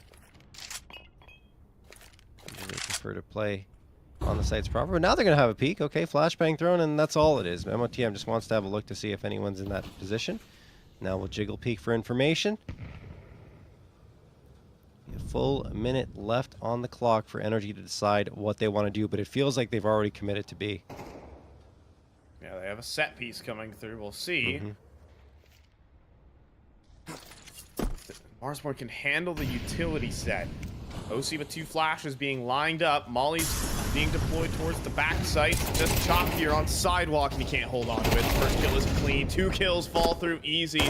Minus long range. Cannot convert any of these kills. NRG gonna walk away with their first gun round here on T side. 10-5. I mean, it just looks like a different team once you get to the guns out, right? It's just how it is sometimes in these types of matches when you have one team that's clearly the favorite and the other that might be able to pull off a pistol round or two, but outside of that, can't really compete at the same level when the guns are out. Anyway, OC going to be here, and I shouldn't say that obviously because it is the bonus round for Marsborne, although even if it is a bonus, there's players that are low in terms of money. Chop at 0 and Wolfie at 950 and Grizz at 0 as well. I think I don't even think I can call it a bonus, to be honest with you, Fi, because of the amount of investments that were required in this round, thanks to the damage that NRG did in the previous 2. So buy up still maybe, no, I want to say not feasible for Marsborne. The best decision here for them would just be to take the saved gun and hope that it works out with maybe a light amount of investment in pistol upgrades. Okay. Am I wrong? Are they just going to go for it? All that being said, George going to get the Prizepicks check mark here with 15 frags, and I am wrong. They're like, you know what, JRT, you need to stop talking because we're going to buy up. Hext also approaching his total as well. But bro, first to fall. Inside of T connector, a fast long dog move though coming through. George and Nitro with the pop. Wolfie out towards E-Box will get cleared. Just fully blind. Yeah. There's nothing to do in that round. There really is. No counter-strike to be played. The flank is quick, but the kills aren't. Struggling here with the MP9s. Hex with the bomb. I mean, he honestly needs some help here from Nitro is the problem. Hex needs to kind of get out of dodge. He's so focused on so many angles. Nitro's looking for the kill. What a shot as well. The first bullet hits the head. Oh, wow. Even and the better. Finisher from Hex puts Grizz in a 1v2. Yeah, this is such a difficult 1v2 for Grizz. Yes, he has the information. Oh, he actually gets Nitro. Okay, I take it back. 1v1 now. Grizz up against Hex. 45 seconds for Hex to work with. Grizz has the right read. He fires away, but he can't get the frag, even though he shot first. Hex is more precise and finds the headshot to make it 11-5. A little bit of BM added on to boot. And NRG, despite a fantastic effort from Marsborne after that opening salvo from NRG, still cannot secure it. That shot from Nitro. Yeah, that's ridiculous. You don't expect something like that out of a player. You know, I'm not gonna talk, you know, big numbers except for Hex 15 kills, but I'm just saying Nitro's getting up there and still pulling off individual plays like that. Yeah, and also, if you guys want to know how to throw flashes on train and see the most effective ones, just download this demo and watch Nitro. Oh, why? Bro is going to get the opening headshot over on Minus, but Nitro's put on a util clinic. And he's looked sharp when he's had to with the rifle as well. Wolfie tapped down here. Marsborne are just going for the eco, which means that they're going to have to win out just to get into overtime. Whoa, what a shot from Wolfie. Bro, overstaying his welcome there in T-Con. And now Marsborne are going to send a couple of players towards B. In fact, 3. They're gambling that this is where the hit's going to come, which is what you've got to do when you've only got those pistols. It still might not matter, though, considering how strong the util set is available for NRG. Still got plenty of smokes and flashes, and this one Molotov, which I think is going towards the Z connector. That will basically nullify Wolfie, and a monster flashbang as well. The Chop had no chance. Fire from MLTM goes down. Wolfie falls next. The AK hits the floor. It's NRG. This is their ace map for a reason. They're looking to take it dominantly. Well, NRG gonna likely have a playoff berth here in NA Revival Series number 6, sponsored by Prizepicks. And yeah, that's pretty solid. Nothing you can really do. Obviously, it's just up against the Pistols, but even though they walked into the stack, as you alluded to, Fi, they didn't have any problems at all. Just picking apart the bodies. Now Marsborne, last chance. They got to win this round, and every single one after it, just to push overtime. Bro, spotted out. They know he's here. Or no, excuse me, he wasn't spotted out. That was just spammed through the smoke. But he has slipped through. This is a really good position for him. Nitro and Grizz have exchanged shots, and yeah, it is going to be a B hit. The thing is, they've still got the lurk over on A as well. That could create a lot of chaos for them in Bro. In the meantime, it's all down here to the B site. It's whether George can hold from his position or not. OC is in a really bad spot. He can't escape, but that is a huge smoke. That gives OC the extra space to swing and will be traded out by George. We got a 2v2. Bro George has to dodges the activate. bullet, and there you go. You're talking about it here, John. Bro does activate, but doesn't get the kill. A sharp shot from Wolfie puts George in a clutch. He can't win. Marsborne are back alive. Wow. Honestly, I thought Bro was going to activate a little bit sooner. He kind of just stood still as a statue there for a while over on the A side. I think he expected someone to be in the Ivy position or towards Bomb Train and then be able to catch off. But no, they were already towards the B site by the time he started thinking about where they might be. And I think that's just a really good rotation and reaction by Marsborne given the circumstances. And I almost, not like it was a rush for Energy to go to that B site, right? They could have waited and seen what Bro was able to achieve before they went for that hit, but maybe a rare instance of a lack of coordination for NRG. Anyway, OC is going to hit that Prizepicks check mark of 15 more kills. And Minus, he wants to hit his check mark. He's a couple of frags away from that. Marsborne, going to need him to make this comeback become a reality. Oh, look at NRG. They're swarming. Here they are. Nitro and George, the entry path moving forward. But Grizz running gun with the FAMAS will get a kill back. Minus needs to deliver here from Hell. And it's a tough angle. They're ready for him now. And Nitro also sneaking around back in the site. Grizz is ready for it, though. But a quick trade from Bro makes this a 3v3. The thing is, Marsborne are everywhere, but OC was so ready for the flank, and Minus is just not connecting in the same way he was earlier today. Chop gets shot in the back, bomb to be planted, and Minus will likely be sent to the decider with his team to end up in the playoffs here at Prizepicks. But once again, NRG headed to playoffs. Wow. Yeah, look, I mean, it's not a surprise, honestly. We expected NRG as one of the favorites to make it to the grand final here, to win in this one, and probably pretty cleanly, and it was exactly that. 13-6 final. Everyone looked great. There wasn't any of the players in NRG missing a beat. Yeah, I mean, there's not much more to say. Marsborne gave it their best effort, but the only thing they could really find were pistol round victories and anti-eco victories. Outside of that, they had 2 wins, and you know, it took them every last player to get those 2-round victories. Anyway, they're going to move on. They're not out of this yet. They've still got that decider to go and play up against what will be the winner of, I believe, the other losers match there in Group A. Anyway, we've got another match coming up after this. It will be the Group B winner match. Before we do, want to check out those scores, right, and see who got their Prizepicks checkmark for both of these squads. NRG here. I mean, you saw George hit it. Hexed as well. Bro was close, but it's going to be 3 of the 5.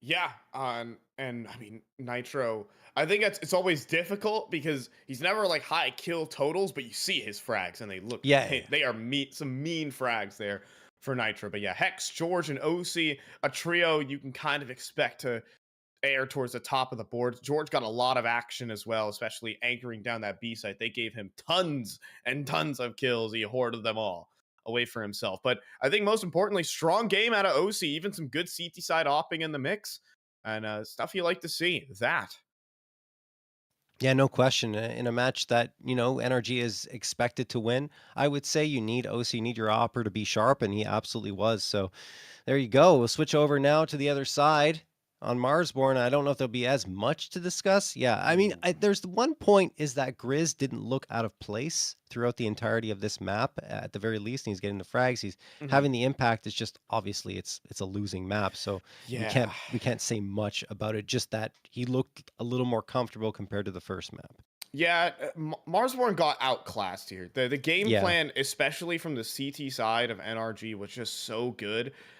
Talk about defeat in detail. We were able to isolate parts of the offense and take them out in each individual fight. That's what they were doing in so many spots. They were sending two players out to certain extremities of the map, and a lurker would go down. Marsborne wouldn't react in time, and would be woefully out of position, and then the round just kind of falls into place. I think NRG trains their best map for a reason.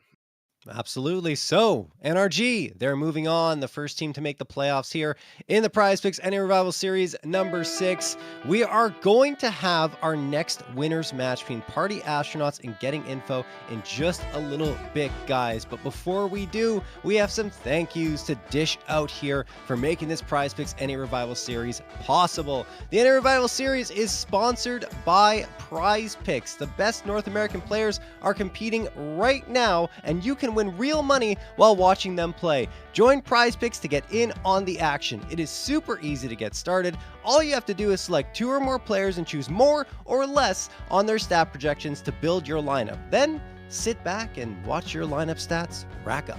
For a limited time, click the link on the panel below or use code REVIVAL when making an account and playing a $5 lineup to receive $50 whether you win or lose. It's a guaranteed win for all new Prize Picks users. Thank you again to Prize Picks for partnering with Complexity and Mythic League to host the NA Revival Series. The Prize Picks NA Revival Series is also partnering with Mythic League. Players are always asking for a premier solo queue matchmaking experience without cheaters, and Mythic League has been providing this for over 6 years and is now free to play for Face It ranks 1 to 5 in the Silver Division. All players are required to have and use their microphone. The support staff is always available to help out in Discord for live matches, and Smurf accounts are banned swiftly. Additionally, there is $5,000 in monthly prizes available for subscribers throughout all divisions. Give Mythic League a try today and use code ML50 for 50% off your first subscription of 1, 3, or 6 months. Guys, we're going to be back very shortly with Party Astronauts up against Getting Info for the final BO1 of the day. And of course, I want to say before we go, Fi, thank you for being with us. You are, of Bye, course, going to be guys. heading off. Yes, say your goodbyes, of course, because Cole is going to come through. That's Exner to replace him. Thank you to Fi for being here, and we'll be back after this break.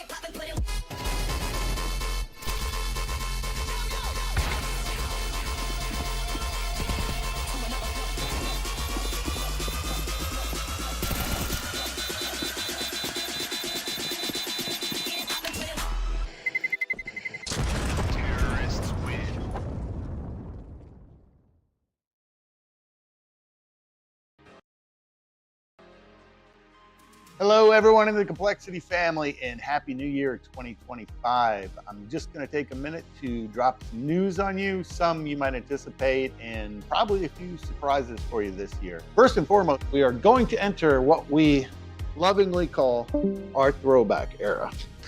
And by throwback era, I mean we're throwing back to the OG logos for at least 6 to 9 months while we develop a modern variation of this that we think will probably take us into the new decade.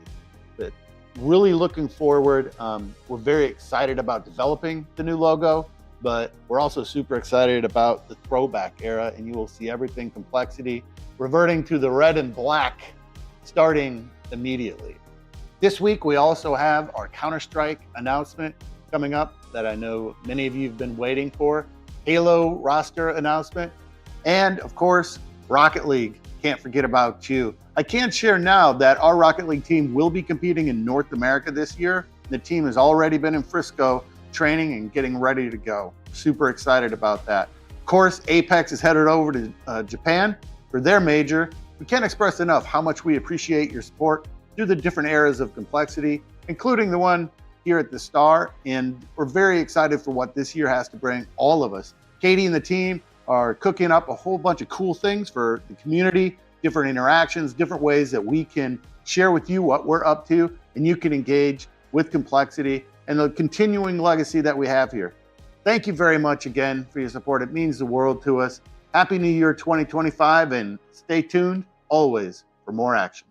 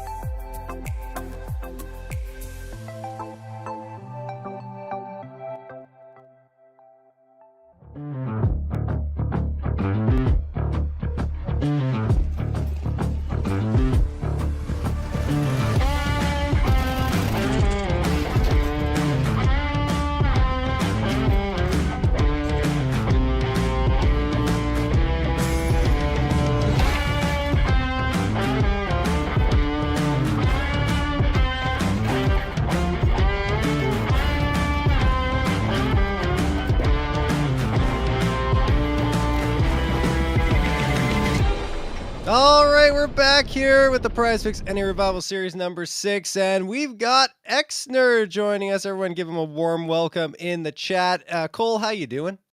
I'm doing well. I'm so happy to be back here. We got some more prize picks in a revival series, so always good to be back for these. And yeah, I mean, again, it's been a little while since the last one, but we are kicking off here in number 6, which is exciting to carry forward. Yeah, absolutely. And we've already got some pretty fun Counter-Strike that's been played. We had a surprising win by the Party Astronauts against the Blue Jays, and it wasn't just surprising because they won, it's the way they won.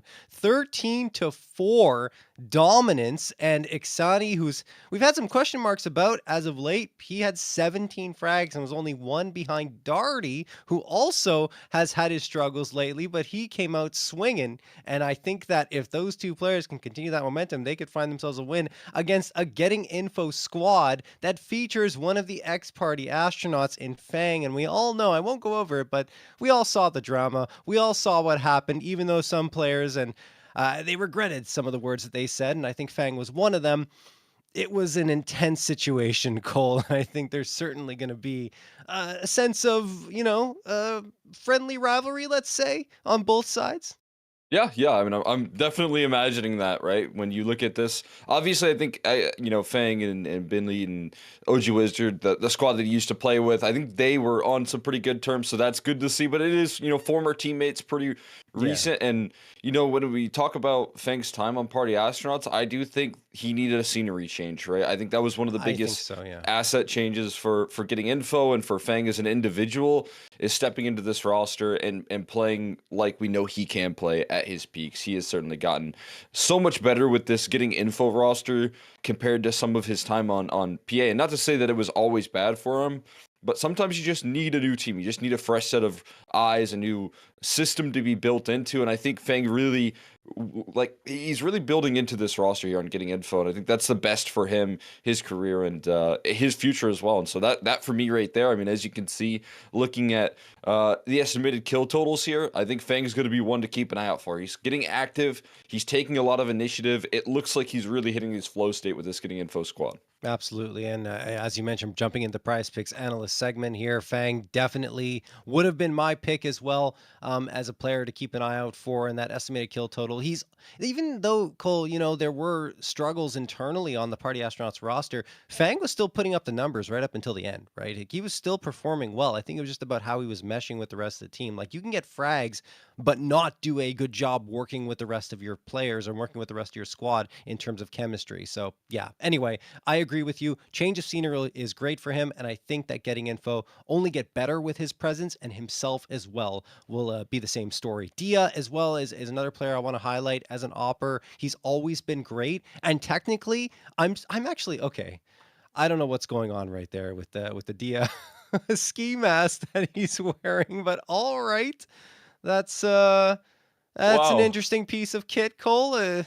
Actually, I'm not gonna lie, it makes me a little uncomfortable because just I don't know what it is, but it's like, what is going on with those little white things? Anyway, whatever. I'm not gonna go too far into the analysis of what Dia is wearing right now. It's more about what he does in the server, and I think he's gonna be fantastic there, without a doubt. But I guess what I was saying was I'm surprised that he's still on this roster because he had his issues with the Timbermen, right? Maybe the players he had issue with are not there anymore, but you still have Shane along with Carson, who are part of that core, right? Yeah, it is interesting to see. I think, again, when you talk about Shane, I think he's just a really reliable piece of an anchor, where it would be hard with his decision making to ever have a problem with him in terms of what he outputs in the server. For me, Shane makes a lot of smart decisions in terms of what he can do in his role in anchoring. So I do feel like that's a big asset for Carson. He's just really transferred into a super interesting and moldable role here. Yeah. He definitely gives over a little bit more to players like Fang in terms of this roster right now, but he has stepped into that nicely since he's had to kind of take a back seat on some maps when it comes to like star positions as he's headed into different rosters. He has taken that to heart, and now I think he's really taking some really good positions for his team and anchoring as well. So it's cool to see him kind of grow as a player here, even late into his career.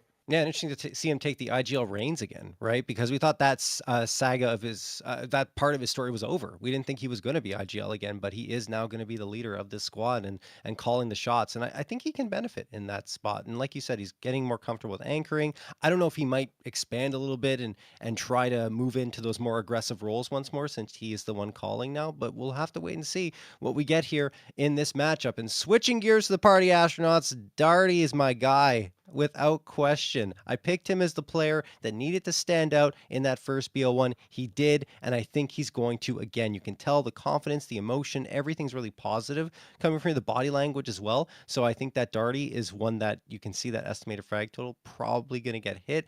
After that, I would struggle necessarily to say Ixani, because I feel like he might have had just a great game, because I don't know if he's necessarily found that rhythm. Still a very young player, so consistency is a little harder to get on that side. But, 12.5 map kills, maybe. But I would say OG Wizard is the other one. He had a slower start in that first BO1, excuse me. But I think 14.5 could come through for him, Cole. Yeah, it'll be an interesting head-to-head here to look at the, matchup with OG Wizard versus Dia. In this one, obviously, again, OG Wizard, I think, is an opera that still can have a lot to learn, has a lot of room to grow. But, it's all about building consistency for him in the future. And I think being able to stick with this roster for a little while, having some younger pieces that you can kind of grow alongside now, is really valuable. And again, it just goes to show that Bentley is here for the long haul. The fact that we're starting to see Party Astronauts really gain some of these results, despite having to go through so many roster changes, is really impressive to me. And it is always impressive to see how much work Bentley has been putting in terms of growing new pieces and trusting the future of North American Counter-Strike here, as opposed to, maybe sticking around with some of the more known names like he did, 2 or 3 years ago. Yeah, no, I mean, even then, though, he did give chances to younger players in the past. Maybe not necessarily players that were no names, like they were just up and comers, right? That he welcomed to the roster. But I agree with you, kind of branched out a little bit, getting Ixani on this roster. And I think he deserves the space to grow on this team. And I think he showed it, the reason why he's been picked up in that previous matchup against the Blue Jays. The map we're going to get Mirage again. And I think that's good news for the Party Astronauts, because that was the previous BO1 and they looked absolutely solid there. Again, the competition I think is going to be still very difficult, because you have a lot of players, Carson in particular, who love playing Mirage on this Getting Info squad, not to mention 14-4, Cole, over the last 3 months there. Yeah, I think it's a really valuable start here for getting info. There is one thing that I'm a little concerned about, and that's the idea that Simphis is going to be playing in the server for getting info, or at least he did in that opening matchup. So, how is that going to look here for this getting info? You talk about like the superior cohesion and unit out of this team. It's tougher competition that Party Astronauts are stepping into than their opening match. But then you look at, how things might face here, and I am kind of wondering, how is this roster going to kind of work with Simphis instead of Marky? Because that's obviously a huge adjustment in firepower, and also a huge adjustment in terms of what your positioning is probably going to be here as a team as well. A very political way of putting it, Cole, I'll say. That's for sure. Yeah, it's Semphis is not on the same level as Marky for sure. It's been a while since he's been a player in any capacity. He's embraced that coaching role on Nouns, and now on Getting Info. He's taking over in that regard. So I don't know. I agree with you. That is a big weakness, and I imagine, especially on their CT sides, when they figure out where Semphis is playing on the Party Astronaut side, they're going to abuse that side of the map. Like there's no question in my mind, because they want to try and take advantage of it. That said, who knows? Sempis might have a career game and look absolutely ridiculous. You never really know what you're going to get, but I think odds are that you're right. That's going to be a big impact on the chances for Getting Info to come out with victory here. That said, I mean, it didn't really deter them against one win. They were able to come out and get that one pretty cleanly. And we'll see if they can do the same up against the Party Astronaut squad that looks revitalized. Yeah. Again, I mean, I think change of scenery is good for the PA squad as well. Being able to get some pieces that, if you talk about a player like Darty, is going to really subscribe and buy into the game plan of Bentley. And so for me, it's really exciting to see. I have a lot of respect for Darty and the game that he puts on here. And again, made some decisions not too long ago to switch things up a little bit. And Leaving that boss roster came as a big surprise, but he was willing to risk it for some of the other scenes. And I believe he actually tried to work with getting info roster with Vanity, right? But that didn't last too long. So That's now right. setting himself up here with Party Astronauts, landing himself on a team. Oh my god. So ridiculous. That got me off guard again. But, it's going to be It's a the most pretty. uncomfortable face mask I've ever seen, like in It's terms got of to the way be a it little looks. itchy in there, right? Yeah. Like, what is that?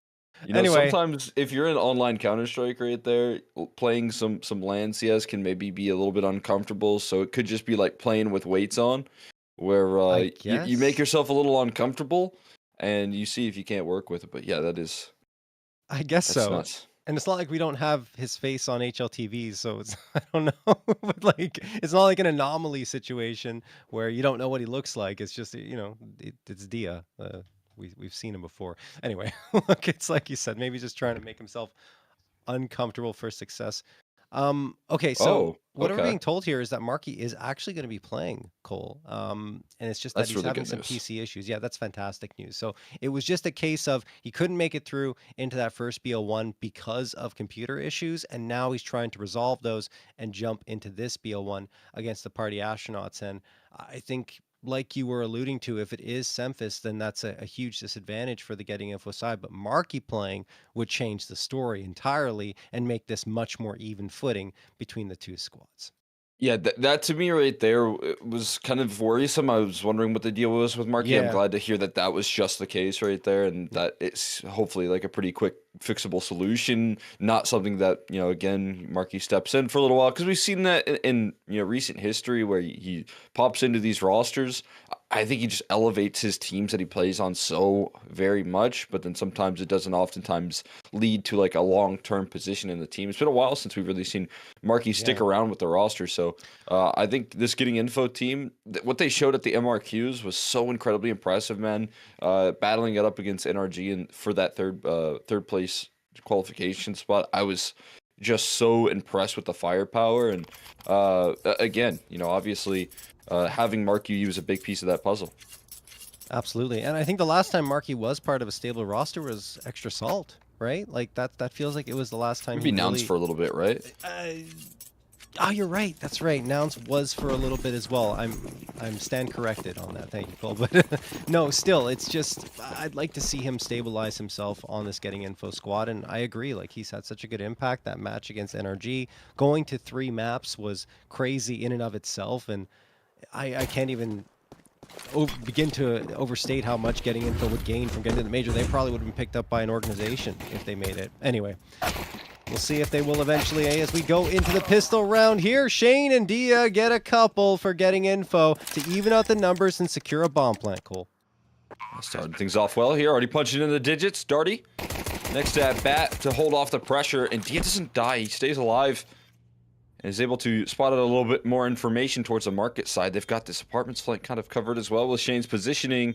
And there's a slow flank burning right now. Sacrifice is so quick on the draw, and they've already made it out of market. It's just Fang left, and a big 1v3. 2 quick headshots, but the last not found. An OG Wizard with a nice kit is going to be able to have plenty of time to defuse. It's Party Astronauts on the board early. Yeah, I think even without the kid, he would have had time. Honestly, really nice job from the Party Astronauts retaking the space after Getting Info pierced through their defense. And then a great opener from Ben Leap, but it's OG Wizard in a clutch situation again, coming through with it. In the previous BO1, he had a 1v3 that kept control firmly in the hands of the Party Astronauts and prevented the Party Astronauts from suffering a similar fate to, I think, that they've had it many times in the past, right? Where they get these big leads and then they start to slip away because their gameplay just falls flat. And I think that now with these young pieces on the roster, these guys that are hungry for victory, and able to pull off some of these clutch performances, that could be a massive difference maker for this PA squad. Yeah, no doubt. That's what you're hoping to see out of them. As they look to get off to that strong start. They got to do so up against a 4-spy here. Could be a bit of a tricky task for Party Astronauts. Everyone falling there. You definitely give Fang a little bit of firepower with the kills that he was able to confirm. And mid-control, part of Carson's calling identity here on this T side and CT side for that matter. Yeah. Being taken, it's being established. They are doubled up inside of window here, covering all their bases right now, and you got to be careful. If you're Xani, smoke's gonna fade in his favor, fights for some space there, but traded out quickly. Carson now in the danger zone. He can't escape. They knew what was coming, and they deal with it, especially with this bin lead aggression towards apartments. They are set up nicely for another round win here. Definitely. And the bomb carries by his lonesome towards a ramp. That's Marky. If he gets fragged, this round may be over before he even has a chance to continue.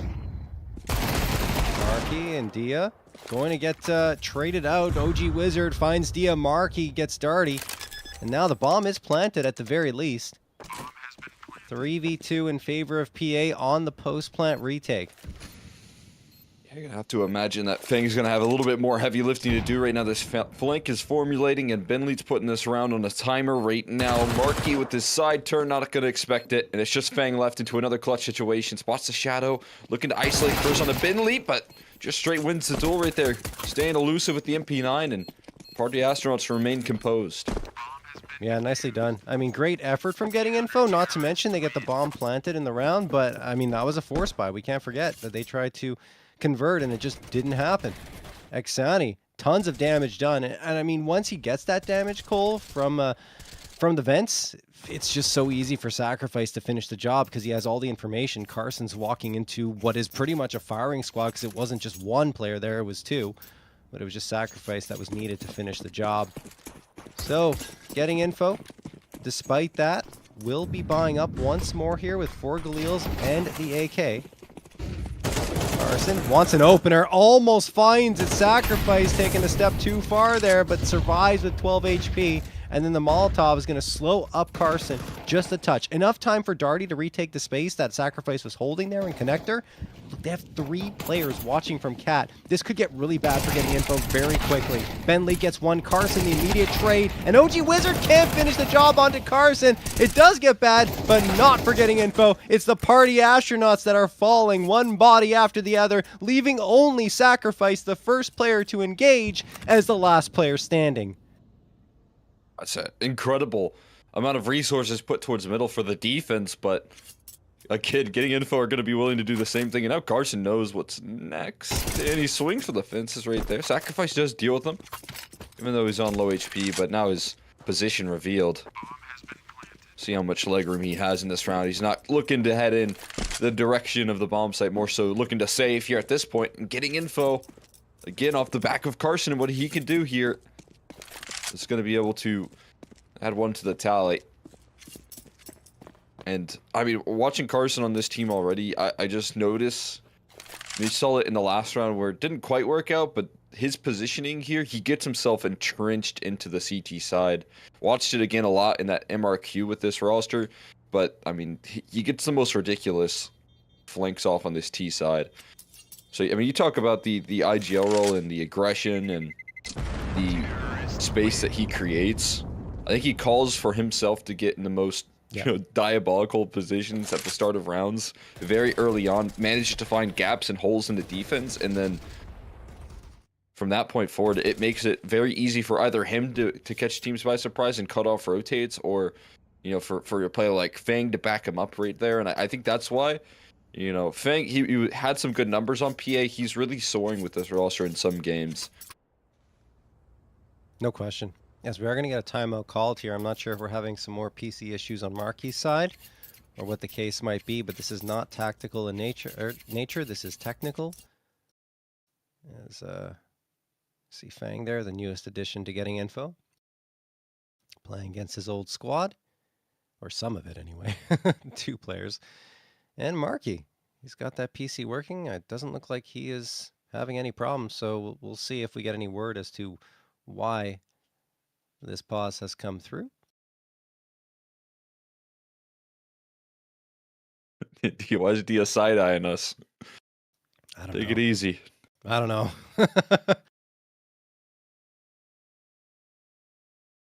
Darty? Yeah, it looks like something's going on. He's giving us the tech pause face right there for sure. Yeah, exactly. That's what it's got to be.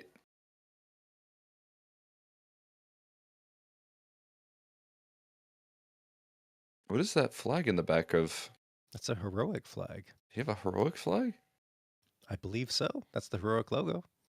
Big heroic fan. Oh, we're hearing from production it's a scarf.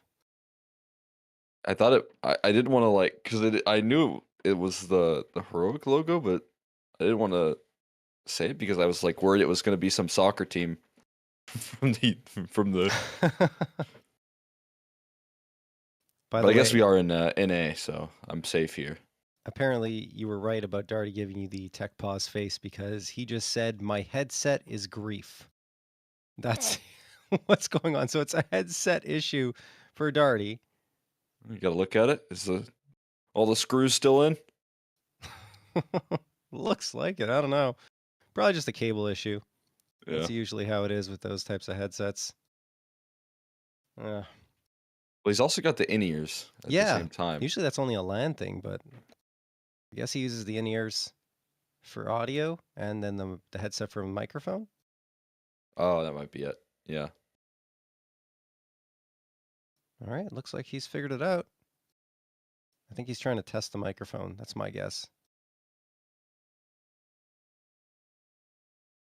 Say if the headset was the issue, I think he was looking at the wrong thing if the audio was gone, but if it was a microphone, that would make a lot more sense. Yeah, looks like it was. Might need a new headset after this one on Darty's side, but he's managed to fix it for now. As we go into round number 4, Cole. Throw on the webcam mic. That's how you get it done right there. Holy God. Picking up all the surrounding sounds. His team would destroy him. Maybe he has push to talk. Probably does. Hopefully. I hope so. Even then, when you try to talk, you hear a bunch of background noise. Yeah. Get into the swing of things here once again. It's already a little bit slower of a pace here. I think getting infill wise for that direction, given that there's going to be a little less utility to fight up against right now. Carson again looking to sneak his way through. Is he going to expect this boost? Well, at least has avoided it for so far. Taking a swing towards connector right there, trying to take a duel. But no fights given. They still have yet to peak this boosted up position. They're avoiding this perfectly, but now they're going to swing it as a unit. Looking to join forces in this fight, but Carson dropping the bomb first. A lot of resistance close by, but at least disrupting the setup right now.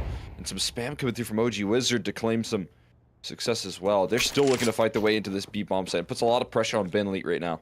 Yeah, you're kind of hoping Ixani can have a little more impact in that position, right? Because it's kind of set up for him anyway. We'll talk about it after. OG Wizard going to get one and Ben Elite another, as the party astronauts will still manage to give themselves a significant edge going to the latter part of this round. Dia in a 1v3 spots out a player, but he has spotted out himself. Nice headshot, though, to get the IGL Ben Elite. Now with 33 seconds left, he has to recover the bomb or get a couple of frags. Dia fading off a little bit. Does he just decide? Is he just deciding to save? In this situation? No way. I think you think someone's flanking, Cole. Yeah. No, he's committed. He's got all in on this clutch attempt and charged down by Darty. Not going to be able to make much happen from that point. And a solid defense mostly coming at the hands of some early success. OG Wizard providing a little bit of support here in that catwalk position. And then that quick rotate to help out Binley from OG Wizard as well. Just makes his life a lot more easy dealing with the catwalk presence. So Party Astronauts starting themselves off well. Having to come in with a lot of creative solutions for the way that they handled the early mid pressure from getting info, but it's good. They're willing to fight fire with fire. It's interesting though. It feels like they're playing. When they were playing up against the Blue Jays, they had a different strategy on their CT side. They weren't putting as much mid presence and were more focused on the sites proper. But here, they've adapted to the way Getting Info likes to play, the way Carson likes to call, and they've got 2 players stacked up on Cat almost repeatedly, round after round, to try and deal with that mid aggression and diffuse it. So far so good for the Party Astronauts, and Ben Leet showing why he's been in IGL for this squad for so very long. Hero AK purchased up by Dia. I did want to mention again, like I was talking about Ixani, I think he has to have more impact in that situation on Cat, but I mean, he's still playing well, even if there was a bit of a mix-up in terms of his execution there in that previous round. 5v4 in favor of PA. Sacrifice, peers around, gets another body. It is just the pistols they're facing off against, but servicing themselves pretty well. There you go. Only Carson left. Yeah, fantastic work right there. Carson looking to try and provide some exit damage, but like you said, Binley structuring his game plan around the competition that he's playing, really good sign. And you can see the way that Binley's been playing apartments. That's the second round here in the first 5 that we play that he pushes into apartments. So he's just really taking all this control right now when he feels that the position is available, and is immediately giving his team the information that they need to win the round, to stack these bomb sites. Got a calculated game here for him, and I think that's why things went so well in the beginning, their opening match, and definitely why things are going well right now. Yeah. A scout tag from Dia. Feels like it's been a while since we've been able to look at the Party Astronauts and say, yes, this is a team that is to be feared in the top 3 of NA, right? But maybe we're seeing that resurgence happen right before our eyes, as they're going up against 2 tough customers in the Blue Jays and Getting Info, and so far so good up against Getting Info, despite the fact that we've still got a decent amount of rounds left to play. Then Leet's overwhelmed by Shane and Marky. Exani connects on 1, but only 1. Carson with the immediate trade. Carson is very low as a result, down to 8 HP, but Getting Info have control of this B site, and the Party Astronauts are very far away.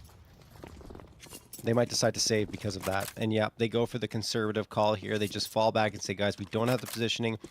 They do have the util to try for it, but it was just, you'd have to run all the way to the site, set up the util. By that point, half the time the bomb is already burned away, and you're putting yourselves in a very stressful situation. So better just to save up and wait for the next one. And this round, I think, is a good adjustment here from Getting Info. You just look at the way that some of the mid space has been taken, and a little quicker pace towards some of the extremities to hit that B bomb site with the contact approach right there. A very good reaction. I think they were feeling less utility towards that B side early. You know, Benelite's been tossing some deep mollies and deep smokes towards apartments, and without that this time around, they just move quickly in and catch Benleet off guard. They're already out of apartments before Exani can really find much success, and Binley was rotating in from market, so this time around, Getting Info able to catch him by surprise. Good news is for PA, though, they really didn't lose too much, just a couple of rifles, one of them being an MP9, actually, so still got a healthy investment in.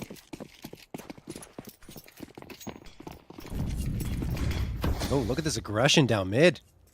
2 players pushing up top mid. Fang's kind of looking for it. Incendiary gets tossed there, maybe to guise off the potential push, and it kind of, nope, doesn't work. Fang is ready for it, and then Exani with the nade and the rifle takes care of business onto Fang, so a quick trade, and that gains them a lot of control of top mid. It's going to be a challenge here from Carson. He can't help himself, and he wins the duel. When you ask him to challenge at mid and try to go for a fight, he will I can't speak full, very rarely back down. There we go. 4v3 in favor of Getting Info. Good smoke pop there, thrown by the Party Astronauts as Darty is trying to find a fight. Good spam. Hits one and the second. He gets both and the third to boot. What a play from Darty. The 3-piece is his, and Carson is the last one standing. Carson does get 1 to make it a 1v2. Might even find the second as he can isolate the 1v1s in the situation, but no. Benleet, the IGL, denies him with his 7th frag, and he leads the server on the scoreboard. Oh man, what beautiful work there from Darty, though, to pull that round back from the brink. Some early utility looking fantastic, but when Carson has his sights set, when he knows there's a fight ahead of him, he's going to look to duel here, but this double spam, he gets the player behind the planter first on low HP, and then manages to also get the planter right there, denying that the numbers getting punched in right there, and completely throwing the round awry. Getting Info shaken up by that performance. Oh, yeah. Look, this is great to see Darty getting the confidence back on this Party Astronaut squad, and I think it's in no small part due to the fact that Benleet makes his teammates feel comfortable on the roster and wants to make sure they get the most, you know, out of their gameplay.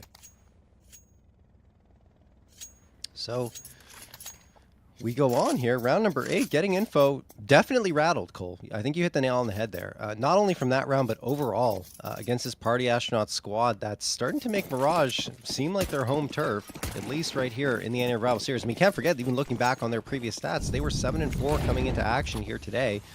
Now 8-4, could be 9-4 here, and a playoff spot secured if they can defeat Getting Info, who themselves love to play on this map too. That's the thing, man. They're taking on really good Mirage teams, and being able to show up with this level of success is a fantastic sign for the trajectory of this Party Astronauts roster, a team that definitely needed a chance to revive themselves. Again, bringing in some new pieces, bringing in some new talent, and being able to do just that. We got some pressure on the extremities. This time, the op pressing into apartments, but it's not just that. They also have A main control as well. So, getting info, putting themselves in a tough spot, managing to avoid a lot of the conflict so far, but are going to have to figure things out here quickly. And as you can see, posted up right now, they know that mid is vulnerable. They're looking to build their defense around this.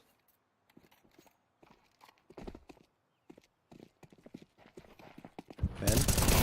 Aggressive position on the ramp. He gets one and the second. Darty falls in the process, but it doesn't really matter because the advantage is gained here in favor of PA, and they know there are players on the site, but the problem for those players on getting info is that they're stuck in a crossfire. Once Ben reaggresses, great boost up by Dia to find Sacrifice and even the numbers, but he takes so much damage in the process that he is the walking wounded. OG Wizard rattles a shot off around the broken wall, and Ben leads. Just the fact that he's alive here gives getting info something to think about, and it's enough, I would say, for Ixani to come through and get Marky spamming through the smoke. Ixani a second, then Ben activates at the perfect time to spot out Fang. What a fantastic job again by the Party Astronauts. Just look at the smile on Ben's face Oh, right there. yeah. He knows what he just did. He's happy. He's just able to absolutely work them in the map once again, letting the round fall into his hands, playing off that bomb perfectly, finding the multi-kill. He's putting up numbers right now, 10 and 4 for Binley at the moment. What was his Prizepicks estimated kill total? It was 12.5 if I'm not mistaken. So, I mean, already getting close to that check mark here at this point. Binley putting out some serious impact here in the server, not only with the frags, but in the calling, dealing with the getting info setups. I mean, he looked good in the first BO1 as well. It wasn't the best player for sure, but very serviceable with the rifle. And I was talking about the fact that he's looked better and better, which is a good sign. But now he's hit 10 already. He's leading the team. Well, he does fall there. But still, OG Wizard and Ixani get a couple back, even though the B site has been taken on this eco round. Marky, AK out, has to dodge the flash, gets back into cover, but a smoke puts more pressure on him. They don't know what's coming their way towards Cat. OG Wizard holding the line with the AWP at Market. Darty swings around and manages to get Carson. At least Marky and Dia left. And they don't have much help, but they get both of them. Oh my goodness. It's all down to Ixani now. He's looked very good, but not good enough. Dia grabs the op and makes quick work of Ixani to give getting info a surprise third round victory. That's well handled right there. I love the idea from getting info to take control of Market right there. Take another duel. Try and give themselves some space in this 2v3, and even with limited health, managing to fight forward there, join forces. That's not easy to do. He had to escape from Get Right and scale all the way into a fight towards Market doors with his teammate, but you can definitely see a little bit of nerves here from the new guy entering into this level of competition in Ixani. It's not an easy transfer. Most certainly not. Also too much mid collapse coming through. Playbird from Fang can't track the kill, and now it's going to allow them to collapse in on this default. Carson running away, has to throw a molly behind him and hope that he can help his teammates on this A side try and lock in the digits right now. Jumping towards CT is a little bit of a risk with bomb as well. Shane, he's not going to be comfortable to plant. You know that spam is going to come through here, and he doesn't know that CT is at the moment clear. Yeah, and by the time he realizes it might be too late. I mean, all the Party Astronauts are funneling in here from Con. Dia hits an important shot onto Darty. Carson gets Ixani, and all of a sudden, getting info are dropping them all. 3v1. Sacrifice, the last one standing. Trying to find targets here after this bomb has been planted. But it's gone from possible to nigh impossible here for the Party Astronauts. And there it is, Dia flexing his muscles with the AWP in that round. A 3K for him. Getting info from down 6-2 have suddenly made this one a lot more interesting. A really good look right there. Look at the commitment from OG Wizard, but these shots from Dia, that's a lovely way to kick things off and again provide protection. Talked about Shane being so vulnerable right there, trying to press for CT spawn. Also, the worry of getting spam nullified by a top connector smoke and then Dia's coverage with that op. So it starts off really good with the limited buy there from PA, but then they get shut out. And getting info starting to fire back into the server right now in a big way. And Dia can just be such a menace on this map. He can really take full control at a moment's notice. And when he starts to get an understanding of how to play out these T sides and how to aggress with his op to thread in quick kills, it becomes a really difficult task to punish him.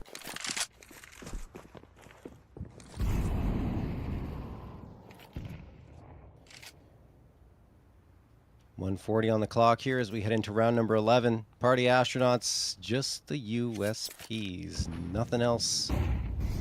Well, I shouldn't say that. Sacrifice does have a deagle, and he already deploys it for a first frag on the round. Carson gone.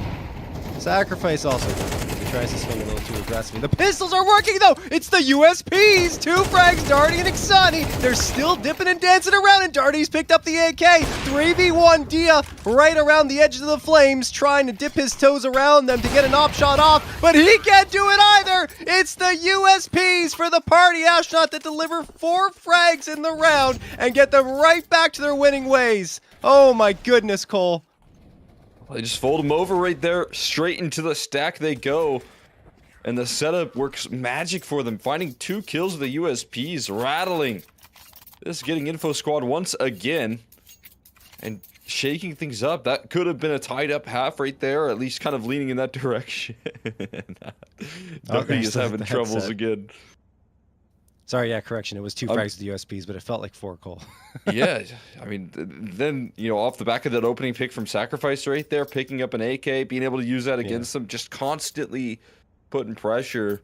And another well put together round right there, called out from Bentley, right on the scene right there, ready with the stack. Might need to lock in a new headset.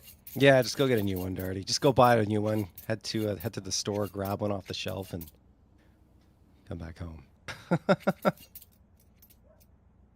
Or maybe go with your strategy, Cole. The webcam mic. The webcam mic, it can get you out of a bind if need be. You know, never the option that you want to lean in on, but it can save you. Certainly can.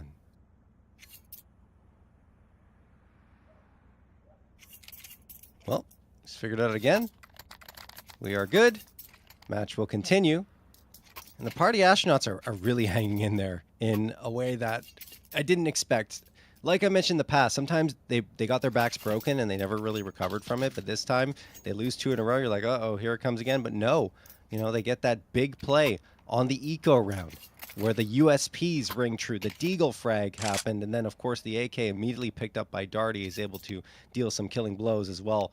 That is something else, honestly. 12th and final round of play here. Still enough money in the bank for getting info to get a serviceable buy-up, but I'm a little stunned by what PA is pulling off. Yeah, I mean, again, the results for quite some time now have been a little bit rocky for this team compared to kind of the legacy that they do leave. So it's good to see if they can get back into the upper echelons. And I think a lot of that does come down to the fact that there's a lot of motion in the scene with organizations and new talent. I think that oftentimes will leave unsigned orgs with a little bit of difficulty, but that's what Marky's looking to provide. Some difficulty for PA. He's just done that here, taking care of Binley, shutting him down for this round and putting a lot of pressure on this B side, making him shake right now in terms of the positioning. Meanwhile, the rest of the roster is heading in towards the A side, or at least they were thinking about it. Now they're separated here. A couple of 1v1s. Marky is still alive, still putting damage out on this B side of the map. And at this point, Dia, unsure of where he wants to go, he's just going to provide himself an opening. Marky's just won the round on the other side of the map. 3 kills out of his lurk. Unbelievable impact given his situation, but it's going to be a 5th here for getting info. Yeah, it felt like Ixani, I don't know if it was a look of puzzlement upon his face towards the end of that round, but he had no idea where Marky was and couldn't track him. And then in the end, Marky pops out around pillar and drops him. So there you go, getting info. Refuse to say die here up against the Party Astronaut squad that's been quite resilient in maintaining that lead. Still go into the second half with a lead. It's smaller than they would have hoped at 7-5. Now the pistol round gets underway.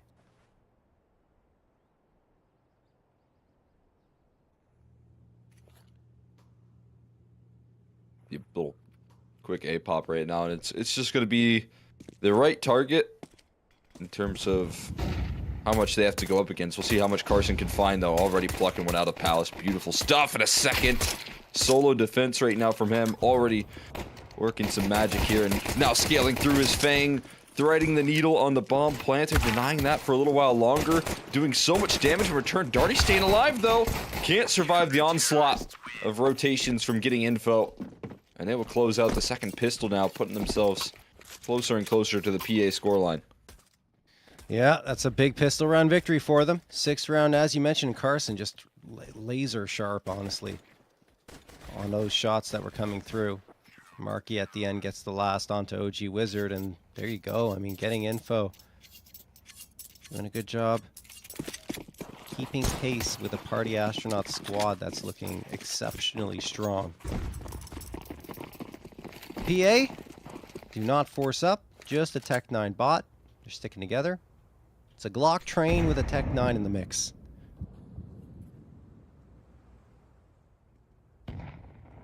Old totem pole and underpass right there. Okay. It's useful if someone's hunting ecos. The perfect counter. As someone who loves to hunt ecos, I do love peeking underpass. And right now, you gotta shake things up They're a little baiting bit. him. Oh, right into the trap, but now it does feel like a little bit of a firing range. Dia just had to hold mouse 1. Had a stairway right there, perfect choke point, but only gets a couple of kills before he's leveled. And so at least some damage done right now. The Glocks, anything extra? Yeah, the Tech 9 being used effectively. Darty with little investment managed to take a couple kills down. And P9 picked up, but nothing too much after that. We'll be all knotted up at 7s here at this point. Getting info. Tying things up here. Yeah, nothing too complex there, aside from, you know, Dia getting a couple of frags and then getting outshot by the Glocks. But yeah, I agree with you. You know, at that point, kind of just holding down mouse 1 for Dia. Ends up missing a couple of shots, which makes the difference in the end, but it doesn't really matter in terms of the outcome of the round, as we are knotted up at 7 apiece. Party Astronauts will have the rifles back in their hands, 4 AKs and the Galil available. Flashbang's going to get tossed back and forth here. Smoke as well, guising off cat position here for the T so they can move their way into mid. And in fact, getting info, surprisingly, Cole, not that aggressive on their CT side at all. No one's really been pushing up that much.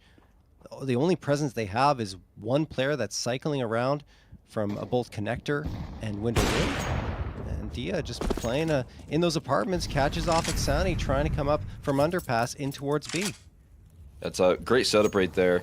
I mean, you talk about not having a lot of map control, but Dia does control it very well when he takes that deep sight line in towards apartments, as he does. Now you have a perfect setup here with a man advantage. With missing utility, that could be a huge problem right now for the T side. And Fang spotting out the lurk of Binley does at least draw out the op presence for a second. A split second, maybe enough to cross, but no. OG Wizard not so lucky. Can't escape the grasp, and another shot from Dia. That's a stranglehold on this round completely, and just a single player left standing now as Marky finds this one. Sacrifice down solo. OG Wizard putting in work in this round. And Sacrifice is not making it out. He is boxed into a corner. Dia hunts him and closes it out here with a massive 3K to kick things off on the gun rounds right there. That's perfectly positioned. Yeah, Dia's been incredible, honestly. And you see him there with the first one onto Exani, readjusts himself into market for the second, and then is all the way into truck for the third. 3 different spots for him. Excuse me, Van. 3 different spots for him on the round, finding all those frags. Just great mobility, and that's the type of opper he is. He's very adaptable. He's always on the move. And it's just a great style to have, especially in Counter-Strike 2. Dia. Now over at window, right ahead of that smoke. I mean, he's kind of leaving his teammates behind, though, over on the A side. Carson's okay, because he gets one despite being flashed here. It is an anti-eco. Ooh, Carson dead. Is there something materializing here? Perhaps so. For the party astronauts, they still have 2 players standing, and the smoke's guising things off. Could lead to a bomb plant. That's what Darty's trying to secure. Oh my goodness. The shot through the wall there. And now Ixani is going to finish the job on Shane. Hope remains alive for PA to pull off an 8th round on what was just a light buy. I gotta know right now that this retake's rolling through CT. Ixani turns away for a second. But the good space taking from Darty provides him a little bit of extra security right now. He's going to tuck in on the bomb site proper. Has a scale through. He's got the Tech 9s and sides turn. Darty finds another one.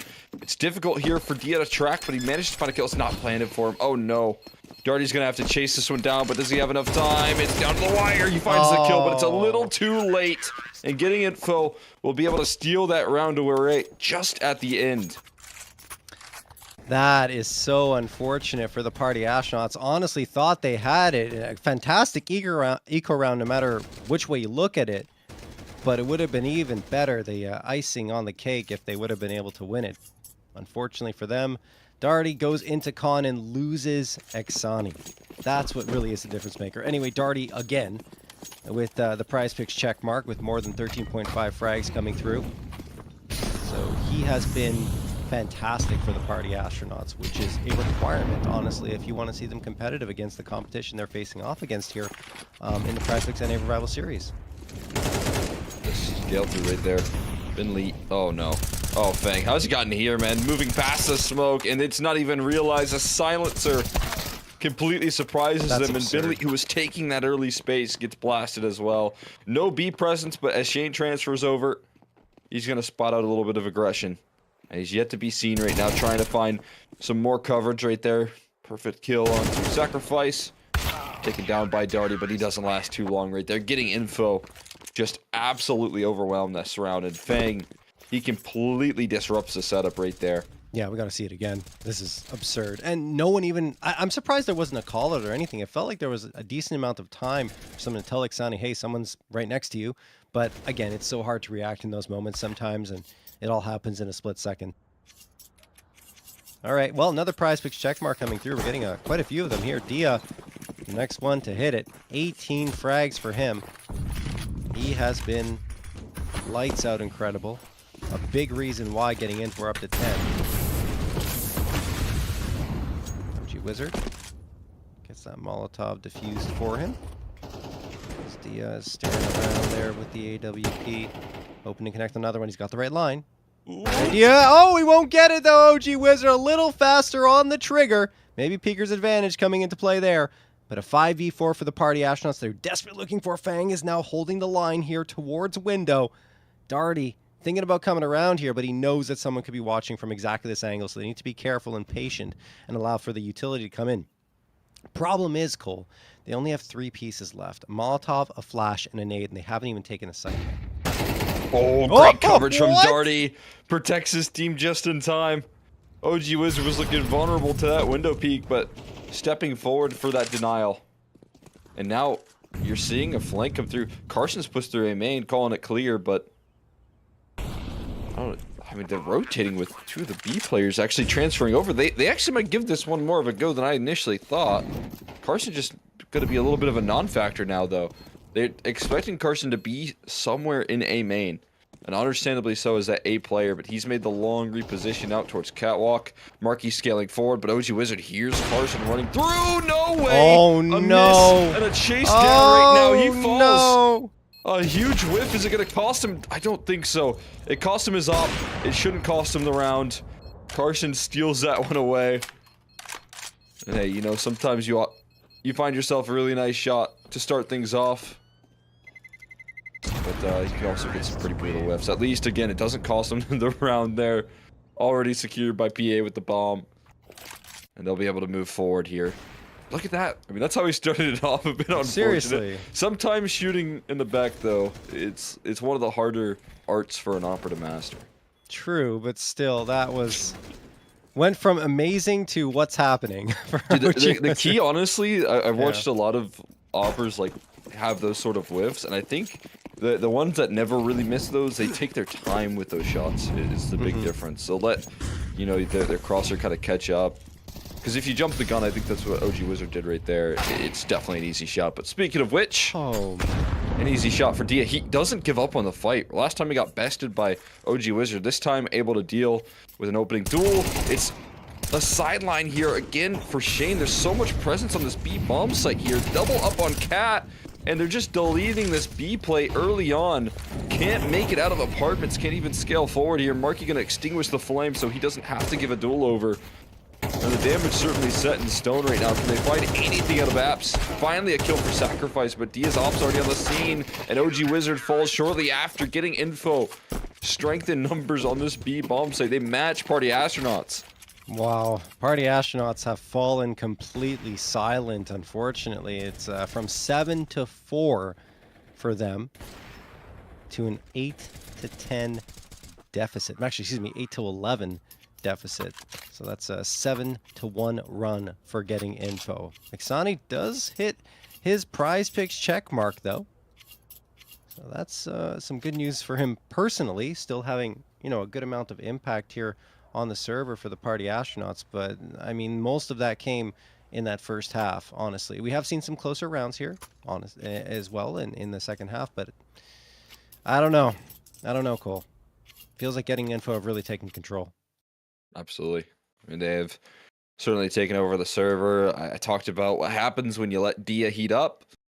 It becomes an unbelievable, frustrating force. And I think a really positive sign is that you watch OG Wizard just shut him down, find the countermeasure. But then when OG Wizard loses his op in the later parts of, you know, a couple rounds prior, it's so much confidence knowing that your opponent is not going to have one to shoot back at you. And so you just see Dia run the play back that he missed out on just a round ago. And this time he finds the opening pick onto Bentley, gives his team the advantage that he was hunting for. And that sets up the rest of the round for success. Really good look. And another tag from Dia right there, finished off by Fang. There's so many numbers on the mid side this go around here, ready to offer up some early defense. Fang just deletes him. 3 inside of the window. No troubles at all.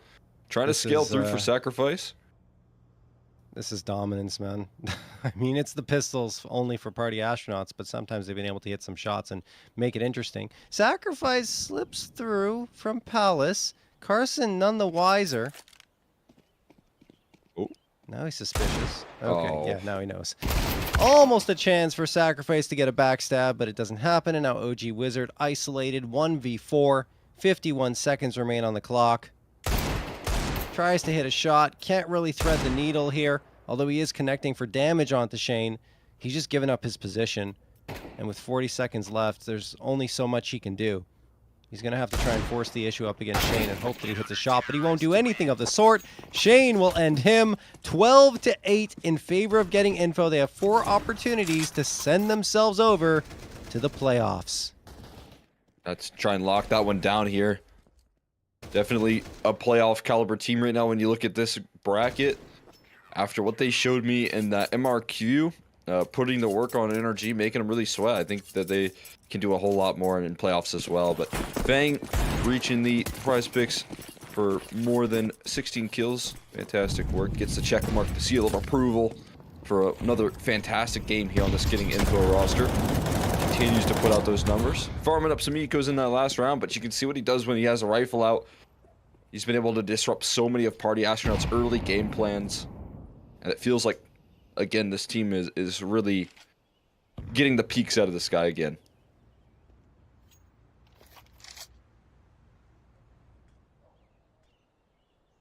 I mean, we've had the heavy hitters that Getting Info has needed come out and deliver with Fang and Dia.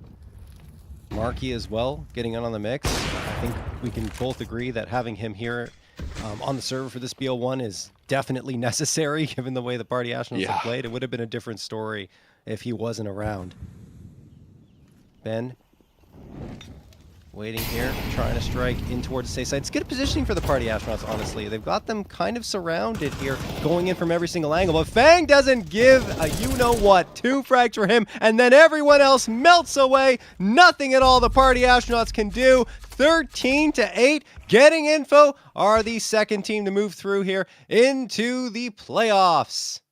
A fantastic look right there. That last round as well from getting info just makes you think this is a team that not only can lean on a lot of firepower, but look at the utility. Look at the setup that they're giving their anchor in Carson. They're constantly smoking out the Palace side of things, making his job that much easier. His composure goes a long way. Never gives him a fight. Never uproots himself. I gotta say, man, really good look from a getting info team. Pretty systematically in that second half, shutting party astronauts down, and the best part of that. PA looked really good on Mirage not too long ago, so a really good sign for getting info coming into this one, showing their heights.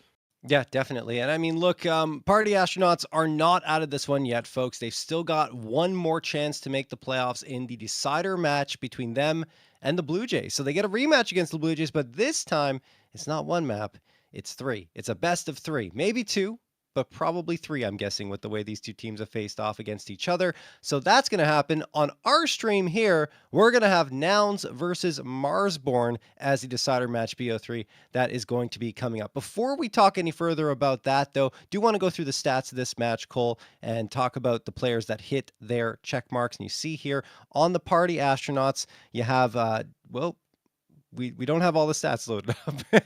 Okay, they're loading apparently. I'm hearing in my ear. So there they come. Hey. All the stats are in, and the check marks did come through for a couple of players, right? You had Ixani and Darty, who were the key pieces in the previous BO1. So it's good to see them continue activating, but they just got overwhelmed by the firepower on the other end this time.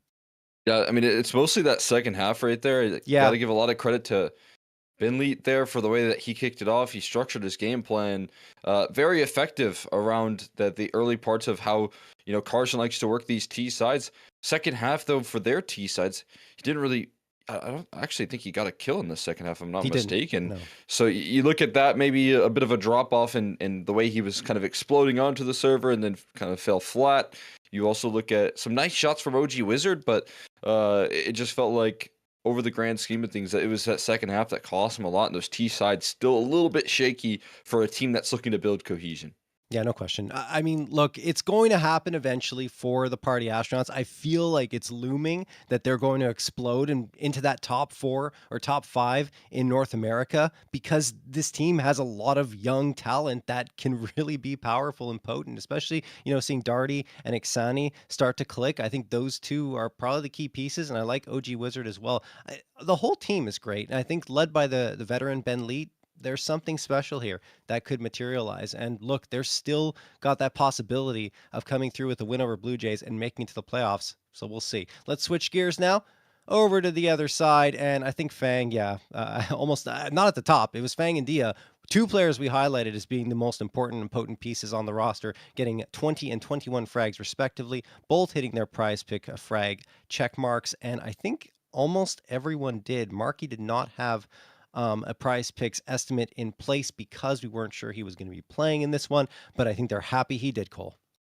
Yeah, I'm happy he did as well here again. Looking at what Marky can do for this roster, it just completes the puzzle pretty effectively. I see again that there's still a lot of strength in the duo of Carson and Fang as they work off of each other unbelievably well when it comes to Carson opening up space and Fang capitalizing on that space. I'd really think that's a impressive duo for me to keep an eye out for in the future. And then Dia and that second half takeover, get him on the CT side hopping. Actually, did lose out in 2 head-to-heads in that second half to OG Wizard, but when that happened, his teammates rose to the occasion, managed to find ways to impact it, and I got to give him a lot of credit right there. It's got to feel good that when you're constantly going for aggressive duels, if you eventually get punished, that your teammates can still show up that well behind you. Absolutely. No, and it gives you the confidence to keep going for them, like you were saying.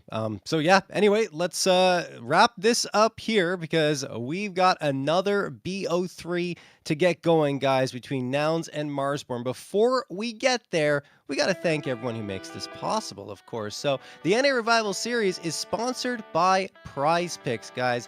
The best North American Counter-Strike players are competing right now, and you can win real money while watching them play. Join Prizepicks to get in on the action. It is super easy to get started. All you have to do is select 2 or more players and choose more or less on their stat projections to build your lineup. Then sit back and watch your lineup stats rack up. For a limited time, click the link on the panel below or use code REVIVAL when making an account and playing a $5 lineup to receive $50 whether you win or lose. It's a guaranteed win for all new Prizepicks users. Thank you again to Prizepicks for partnering with Complexity and Mythic League to host the NA Revival Series. The Prizepicks NA Revival Series is also partnered with Mythic League. Players are always asking for a premier solo queue matchmaking experience without cheaters, and Mythic League has been providing this for over 6 years and is now free to play for FACEIT ranks 1 to 5 in the Silver Division. All players are required to have and use their microphone. The support staff is always available to help out in Discord for live matches, and Smurf accounts are banned swiftly.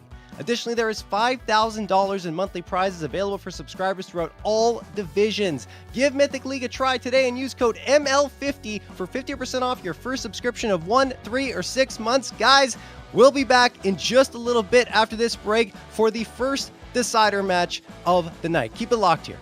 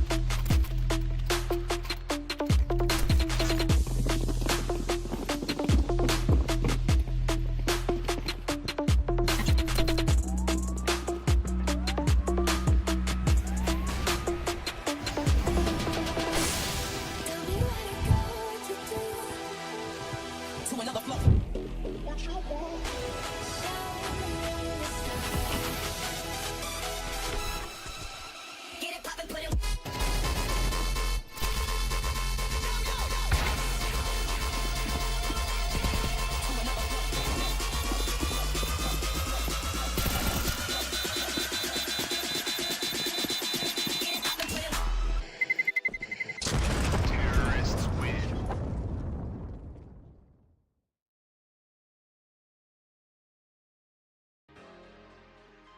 Hello, everyone in the Complexity family, and Happy New Year 2025. I'm just going to take a minute to drop some news on you, some you might anticipate, and probably a few surprises for you this year. First and foremost, we are going to enter what we lovingly call our throwback era. And by throwback era, I mean we're throwing back to the OG logos for at least 6 to 9 months while we develop a modern variation of this that we think will probably take us into the new decade. But really looking forward, we're very excited about developing the new logo, but we're also super excited about the throwback era, and you will see everything Complexity reverting to the red and black starting immediately. This week, we also have our Counter-Strike announcement coming up that I know many of you have been waiting for, Halo roster announcement, and of course, Rocket League. Can't forget about you. I can share now that our Rocket League team will be competing in North America this year. The team has already been in Frisco training and getting ready to go. Super excited about that. Of course, Apex is headed over to Japan for their major. We can't express enough how much we appreciate your support through the different eras of Complexity, including the one here at the Star. And we're very excited for what this year has to bring all of us. Katie and the team are cooking up a whole bunch of cool things for the community, different interactions, different ways that we can share with you what we're up to, and you can engage with Complexity and the continuing legacy that we have here. Thank you very much again for your support. It means the world to us. Happy New Year 2025, and stay tuned always for more action.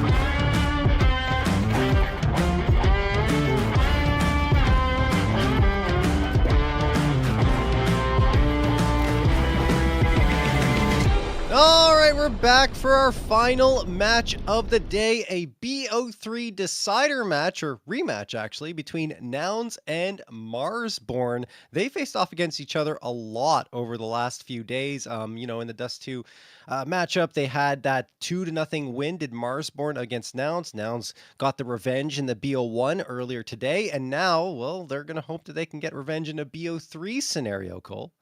Yeah, gonna be a little bit tricky in doing that. And obviously, again, if you look at Nouns, they've been trying to officially sort out their roster as well in terms Yeah. of who they're bringing to the table. So in those best of threes, they played with a couple of different players, but Yes. it's good to see here again that there is more trust in the future of. Well, I guess in this case, another team leaning on some Swedish talent, but some talent that has really been tearing it up in North America, at least, and players that I've been really impressed with. So looking forward to getting a glimpse on this Nouns roster, playing with some really good pieces, an IGL that I really trust in Cryptic, and quick turnaround in the systems that they have to build. Yeah, I mean, honestly, Nomiz and Magi looked really good in that first BO1. It was pretty solid performance from them. Actually, ended up losing that one. I completely slipped up on that in the beginning in the pre-show. But I mean, look, it was so close. I was so impressed by what Magi and Nomiz did that for me, it was like, okay, well, these guys are legit. They're here to stay. And if they, I mean, I'm assuming they're there to stay because for Nouns, they seem like upgrades in every way over the previous players that were already there. So I think that's fantastic for them. And they're my two players to watch, honestly. Like, just, circle them, highlight them. Nomiz and Magi. They're the ones that I think are going to make the most noise right now for Nouns. I'm right there with you, man. I think I've been really impressed with the combination here. They made some big splashes in North America at that Dust 2 Cup, so it's kind of good to see that now they're getting rewarded with that in terms of what they can bring to the table here, right? They're getting rewarded with trust by this Nouns roster, who I mean, obviously you talk about these two, and they're gonna take a lot of attention, being that they're the new pieces and they're already kind of hitting their stride with this Nouns roster, but you still have players like Junior that can back you up. You have Calasia, who obviously I think has yet to really capture his full form, but when he has his maps in games, he can be a huge powerhouse. And Yeah. Cryptic, of course, who again I said is an IGL I can trust in terms of the gameplay and the system, but is also underneath a big challenge right now, right? He's a fragging IGL, but I think is going to now have to lean in on giving his new teammates a little bit more resources. Just I think unfortunately took a big loss in terms of the coach that stood behind him as well, and a trend. Kind of sad to see that pairing Yeah, uh, yeah. go because I mean obviously we know that the complications with the nouns proposal, but my expectations is maybe that also allows Cryptic to kind of free flow it a little bit more and get back into a very comfortable style. It is kind of disappointing knowing that he had the best coach that he's ever had in his career, and didn't really reach the heights in that combo effort. So hoping that he can come through with this team and still be able to impress. Yeah, and I think a little less pressure perhaps on Cryptic's shoulders to frag out because of the additions of Magi and Nomiz. I feel like they can kind of deal with all of that and allow Cryptic to focus more on the calling. So I think that could help him. I agree with you, Cole. What a shame, that Adren is no longer there. It's obviously due to all the financing issues that are Yeah. happening right now for the team. But let's hope that they can come out and still prevail. And I talked about this earlier. I'm not sure if it was off air in the green room with Phi, but the fact that Cryptic goes into this project with an entirely different mindset than what has happened here, than what has materialized, right? He's like, oh, I'm going to come in, we're going to get salaried, everything's going to be fine. We have this roster already set. And now it's a completely different look, right, to the team. So anyway, look, we'll see how it goes. Let's switch gears now to the other side. And of course, talk about this Marsborne roster. I think Minus is always a player to keep an eye on. He's been really good as of late. Grizz had his slow maps over the last couple of BO1s, but Minus has always really been there as like a stable force to really power them forward. So for me, I don't think I'm going to change too much in the way I'm predicting. It's going to be Minus and Grizz that are the players to watch. Yeah, I'm right there with you, right? These guys, kind of young talents that are super explosive for both these guys. They kind of took some time off, and I'm so glad that they're back and playing at full force here. This Marsborn roster, on top of that, here has an incredible system built in, and this is a team that's building cohesion and improving, I think, with every series that they play. So Grizz and Minus going to be two key pieces. But I don't think there's anyone that goes missing when this team thrives. When they're playing at their best, it is a full team effort. They can shut down with just every last piece. I've watched Wolfie play some incredible games, especially in that MRQ with Marsborne. When the pressure was on, I felt like Wolfie was able to rise to the occasion. And now this is a best of three with a lot of pressure. You lose this, you're going to be missing out on playoffs, and not a position that you want to be for either one of these teams. No, definitely not. We'll see how it goes down. Marsborne have had Nouns' number, but it feels like with the new additions that it's going to be a lot more difficult in this BO3 for Marsborne to have a firm grip on all the maps as they have previously. Let's check out the maps that we're going to get as we're blabbing along here. It's going to be Ancient, picked by Nouns, Nuke by Marsborne, and Anubis as the decider. How are you feeling about this, Cole? Well, I do feel confident in Noun's map pick here to open things up. I think Ancient going to be a fantastic way to start things off with two of those riflers that we mentioned in the pregame. They're talking about Magi and Nomis. They can bring a lot to the table on this map when it comes to the explosive capabilities. My big point here though for Nuke is how effective Marsborne have been systematically on this map. Man, I love the way that they play their CT sides. Watching them versus NRG, at least on train, it looked like they got a little outclassed. But when you're up against this level of competition, I think they can handle this Nouns team on that map in particular. And again, it comes down to Wolfie playing so well on this map rotationally. I think he's always where he needs to be as an opper. So I think Junior could have his hands full, but I do think he's going to have some tough competition there on the other end of the server to deal with there. So that head-to-head is going to be really fun with this veto. Absolutely. And my feeling is looking at these maps, the records for each team on them, I think we're going to map 3. I think it's going to come down to Anubis, and that's actually better news for Marsborne than it is for Nouns, who haven't really been able to find any type of rhythm on that map over the last 3 months. Yes, you have some new pieces there, but I'd say that makes it even more difficult, right? Because Yeah. like you have 2 new guys who don't know the system, who don't necessarily know the strategy, especially on your T side. Rotations are going to be a little more difficult because those are extremely important on the CT side. They're very long rotations that you have to get. So, yeah, I don't know. I feel like if we get to a map number 3, Marsborne might have the edge. So perhaps a win condition for Nouns is ending this in 2, which is also an exceptionally tall ask. This is going to be a bit of a brawl coming through here between these 2 squads, Cole. Yeah, I'm excited to see how this Nouns team kind of handles that as well. With that being the understanding here, it has to be some good performances. I think Junior can be a bit of a nuke specialist as well if we talk about their win condition for map 2. Yeah. If he can really step into form with that CT side start, that can be a huge asset for this team. And that can be part of the way that they do what you just said right there. Try and close it out in 2 and deliver in the opening 2 maps. But in for definitely their hands full here when it comes to the Marsborne roster and what they bring together. We'll see what they can do here on Ancient to kick off the series. Again, winner makes it on into playoffs. Loser going to be eliminated earlier than they would have liked. But the pressure kind of lifted off of this Nouns roster. I do think with the roster changes, we'll see what they can bring to the table.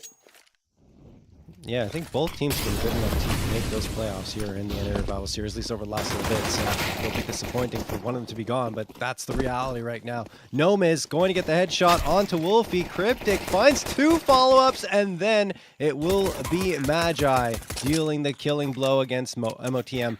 Minus last one standing with the USP in a 4v1. Very unlikely he'll find victory, but already a very explosive start here for Nouns on an Ancient that they are 11-4 over the last 3 months. It is their second best map behind Dust 2, which is a 19-7 record. Minus, not long for this world, will eventually fall, getting some killing blows on the way there, but that'll be that. Junior was looking to make some money right there. He got his knife out. Yeah. Wanted to go and hunt it down there.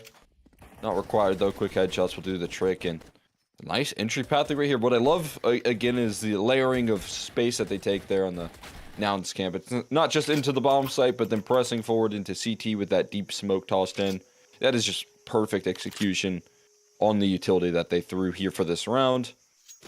And that'll lead them up to a nice pistol here. Full eco on the other end of the server here for Marsborne. Not going to put a big priority on getting a force buy here.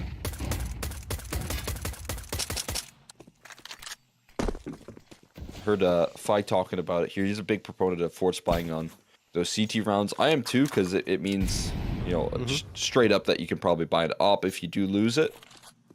But Marsborne playing it pretty safe with the economy here. and hoping to I'm do as much damage as possible. I'm generally a proponent of force buys throughout the entirety of of an MR12 match because there's just been so much wild action we've seen throughout since the beginning of CS2, where the pistols and all of that chaos can actually benefit you, right? It looks like it's going to be pretty straightforward here in favor of Nouns. But yeah, I don't know. I think force buys need to be employed a little bit more. Some aggression needs to come through faster because, you know, the rounds stack up quickly. Yeah, and right now what I'm seeing a lot of teams do is just stack a bomb site there, and you kind of get 2 bites out of your force buy in that case. If Yeah. they hit the wrong bomb site, or if you gamble on the wrong bomb site, it's, you know, 5 or 4 players probably just calling a save and getting an eco going, and then you can try and run it back in the next round and do a more standard setup if you want. Exactly. That's been super popular in Europe at least, and Oh yeah, I saw it in all of the recent European matches that I've covered. Very much going into that force buy and doing exactly what you just said. MOTM going to get the opener here and the follow-up onto Nomis. So Marsborne, after losing the first 2, are immediately getting right into the swing of things. Great mid-aggression. Grizz finds 1. But Clasia and Junior are going to come back with 2 surprising ones. And look at this. Grizz down to 30 HP. This is very winnable for Nouns. Even more so now. Oh, Clasia finds the shot onto Chop, even though he takes the dink. instantly dismissed right there. Takes a headshot for his troubles, but now it's a 2v2, and Nouns just do such a good job of not giving up on that mid fight. Junior and Glacia arrive a little late on the scene, but they sure do punish, and Grizz is on the opposite side of the map right now for his teammate on 30 HP. Could finish off the job on a Glacia pretty comfortably with this MP9, but oh, it's a game of timing at this point here. One that he might not work well. He does at least claim the kill. Avoids Glacia's crosshair for now. Junior takes a little bit of damage for his troubles. Puts him on notice, 50 health or so. Versus the Wolfie long rotation right now. And he's loud. He's running. And he's been hurt. Junior registers this.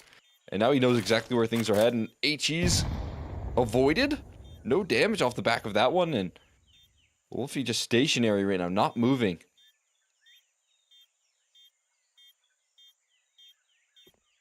Right in front of him, but he claims a kill. He catches Junior right there, perfectly timed. That's patience from Wolfie right there, and a great way to start things off for the IGL Marsborne.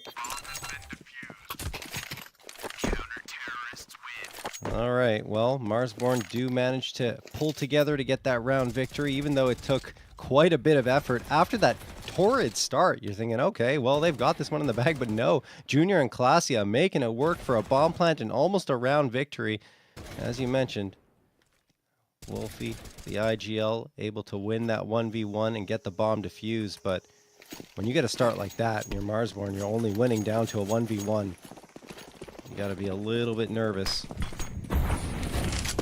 next rounds that are coming up. And as I mentioned, I feel like Nouns are going to have the edge here on Ancient, and it's already kind of been the case. There it is even more so, as Magi will find that frag onto Grizz. Now they're going to go back into mid and try to pincer on down in the direction of Minus and MOTM. Oh, MOTM eats the util. That's going to help here, but it's still a crossfire and a lethal one that Cryptic walks into. Now they know the crossfire is in play at least, and that might actually trigger them to try to go for a B hit. But there's also Wolfie and Chop getting some timely aggression coming through here. Unfortunately for them, it does only lead to a trade coming through, so still the numbers aren't even. Wolfie hangers around, and he manages to get a 2K. Magi and Junior gone. Only Gnome is left standing.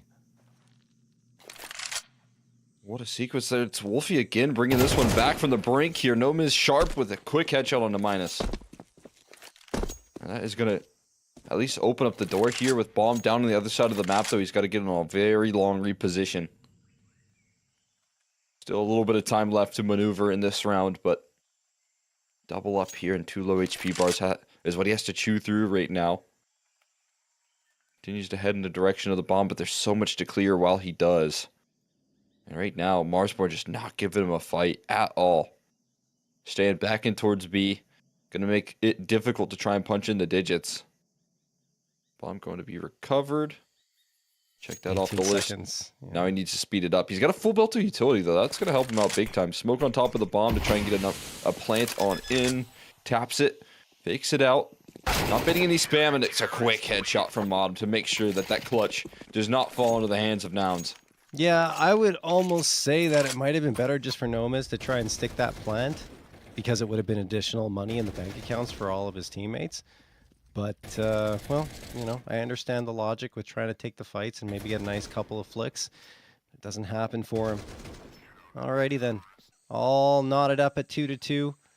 Marsborne now going to be facing off against a hero AK and pistols for the rest of the players. They do have the upgraded armor for 3 players as well. Here comes that util set for mid. Marsborne decide to fall off after tossing it, though. They don't get aggressive. Both players hunker back down in towards Donut as Nouns are making their push up A main.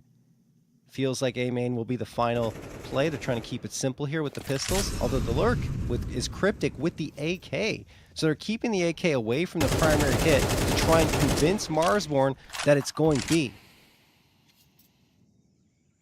Doing a lot to sell this attention right now. Popping his hands, getting loud. Cryptic looking for some shots, looking to put the round to the palm of his hands here. No fights given. Cryptic doesn't win a duel though, and then taking Donut control. Classy with a big follow-up deagle shot. Is going to gather that space, and they're in CT spawn already. Wolfie might just overlook this. He certainly will. And the flank kill comes through. No miss with an easy one and a back turned. Nouns managing to make something happen with very little here. The hero rifle from Cryptic bought into. Manages to find a kill, but most importantly sells a lot of attention and chops off to save. Nouns planted their flag here with a half buy. It's a wonderful call from Cryptic, though. I mean, look, that hero AK 1-2, bringing it towards the B site to try and attract attention. And even though it doesn't do much, it still makes Marsborne kind of turn their heads and wonder, okay, what's happening here? Why are we hearing all this towards the B site? An AK of all things when we expect pistols to be on the other side. So it's enough then Nouns explode in towards Donut to find themselves a couple of frags, and that is the real shift in the round. And right here, Wolfie just didn't expect Nomas to be in that spot. Wonderfully done from Nouns to retake the lead in their favor, and now it's on the other end that Marsborne have that lone AK around what will be actually full investments. They're going to force buy. Realize the economic situation isn't that favorable even if they go for a full eco, so they're going to try and go for that force buy and yield another round victory. Minus and MOTM. Set up that crossfire again here at mid, which can be quite lethal. I'm just surprised to see them not getting more aggressive, especially considering it's MP9s and 5.7s. You can really get lost in those smokes, right, to your favor against the Ts and then catch them off. But they're choosing to be more cautious. There's no red room smoke right now. That's at least going to draw out a little attention. Okay, it's finally tossed in. Chop looking for a timing on the spam maybe, or looking to plant his feet on this defense, but it's a great scale coming through initially from Maggie and opens up the round there effectively. Classy will follow it up. With another one. Wolfie tear down as well. Chop's hunting these frags, but won't be able to find too much right there eventually. Taken care of. And Nouns will scale forward with another one, punishing the force buy and looking to take control of the server off the back of that. Yeah, just not enough aggression, honestly, from Marsborne in a round that could have featured it and should have featured it. So when they get cautious like that, you're kind of playing into the hands of the Ts as they slowly but surely, methodically take control of mid. Match going to be paused here. Timeout called. Looks like we're having a technical timeout. Not sure what the issue might be. But looking over at that economy for Marsborne, right, I mentioned it. It's not going to be pretty into this round because they decided to force up. And it wouldn't have been great either way. So I do understand, taking the chance in that previous one, seeing what they can do, especially with the saved rifle. But here, now it's going to be zero investment and a stacked bomb site, more than likely. Just gamble, hope they go there, and if they don't, well, I guess it doesn't really matter. You can probably try to hunt, but in that situation, just keeping that kill bonus away from the hands of the Ts is also a benefit.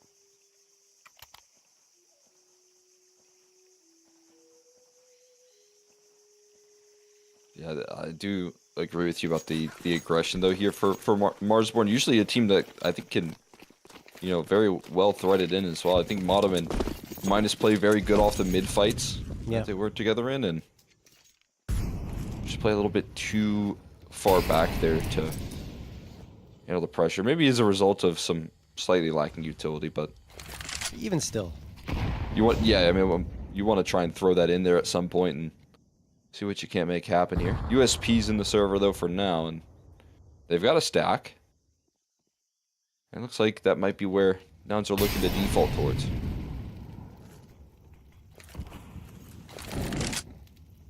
Oh yeah, going into the stack at the very least, and you never know what can happen.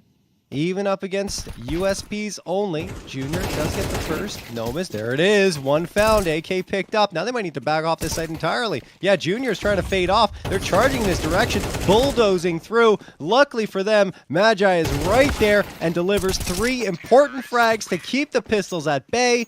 And Junior will get the last. Nouns find a 5th, even though there were some scary moments there.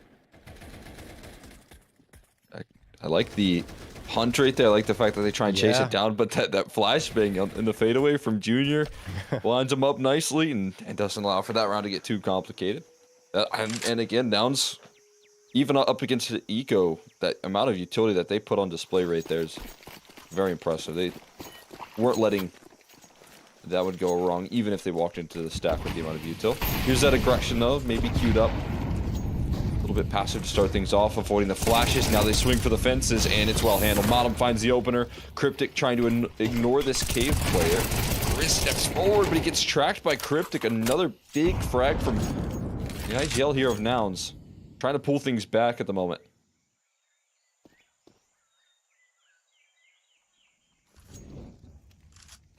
Before Cryptic and Glacia very low in health. Gnome is trying to help their cause by finding a frag here and giving them the man advantage. Great Molotov thrown that puts Chop under, under a lot of pressure. Manages to get the smoke off, and he's got Wolfie supporting him now. Nobis goes through the smoke, gets the first on MOTM with the nade, but can't find Wolfie. 3v3 now, health bars much lower on the Nouns side.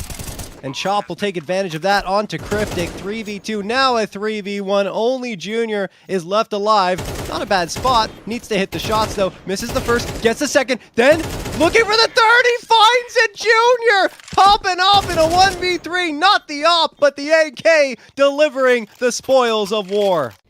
And left into a clutch just at the very start of this game versus Wolfie. A little 1v1 that he just narrowly missed out on. Comes up big time here in a 1v3 and completely changes the tides of this round. Quick headshots rolling out and handles the pressure beautifully. Isolates the duel somehow. Some fashion, he managed to make it happen. And Junior's clutch factor here, in a lot of these rounds, obviously, you know, not going to go for a save in situations. That wasn't an option for him, but he has been going for so many more clutches nowadays. It's a completely different look from his game right now. Whereas you look at the way he was playing last year, with this Nouns roster, constant saves, playing a lot for his holding on to his AWP, but I was watching him again throughout this year, and I just love the fact that he's going for more clutches and then winning them. And that right there is more confidence as to what he can bring to the table right there. Definitely. In the late rounds. Absolutely. I mean, to be honest with you, in the previous BO1 that we watched him in, it felt like he was still falling back into that save pattern and wasn't really trying for the clutches, but I agree that also in that, you know, he has been stepping out of his comfort zone a little bit more and trying to make things happen, and in that situation, just brilliantly done. Chop. Charging out here. No, that's heard. No, see you later, Chop. Stab him. Moving on to the A site was Cryptic. That is just a ruse. That is just trying to convince Marsborne that something's going in that direction. They are stacked there. And now they're going to realize very quickly that Nouns are heading in the opposite direction. It is just the pistols and the MAC-10, but the body armor, kind of important. Might want to keep that alive. Not to mention the pistols they upgraded to. So just saving here wouldn't be the worst of ideas, but I do also understand the argument of, hey, look, we've got money to buy up in the next round. Why not try for something? We'll see what they decide. Bit of a coin flip here.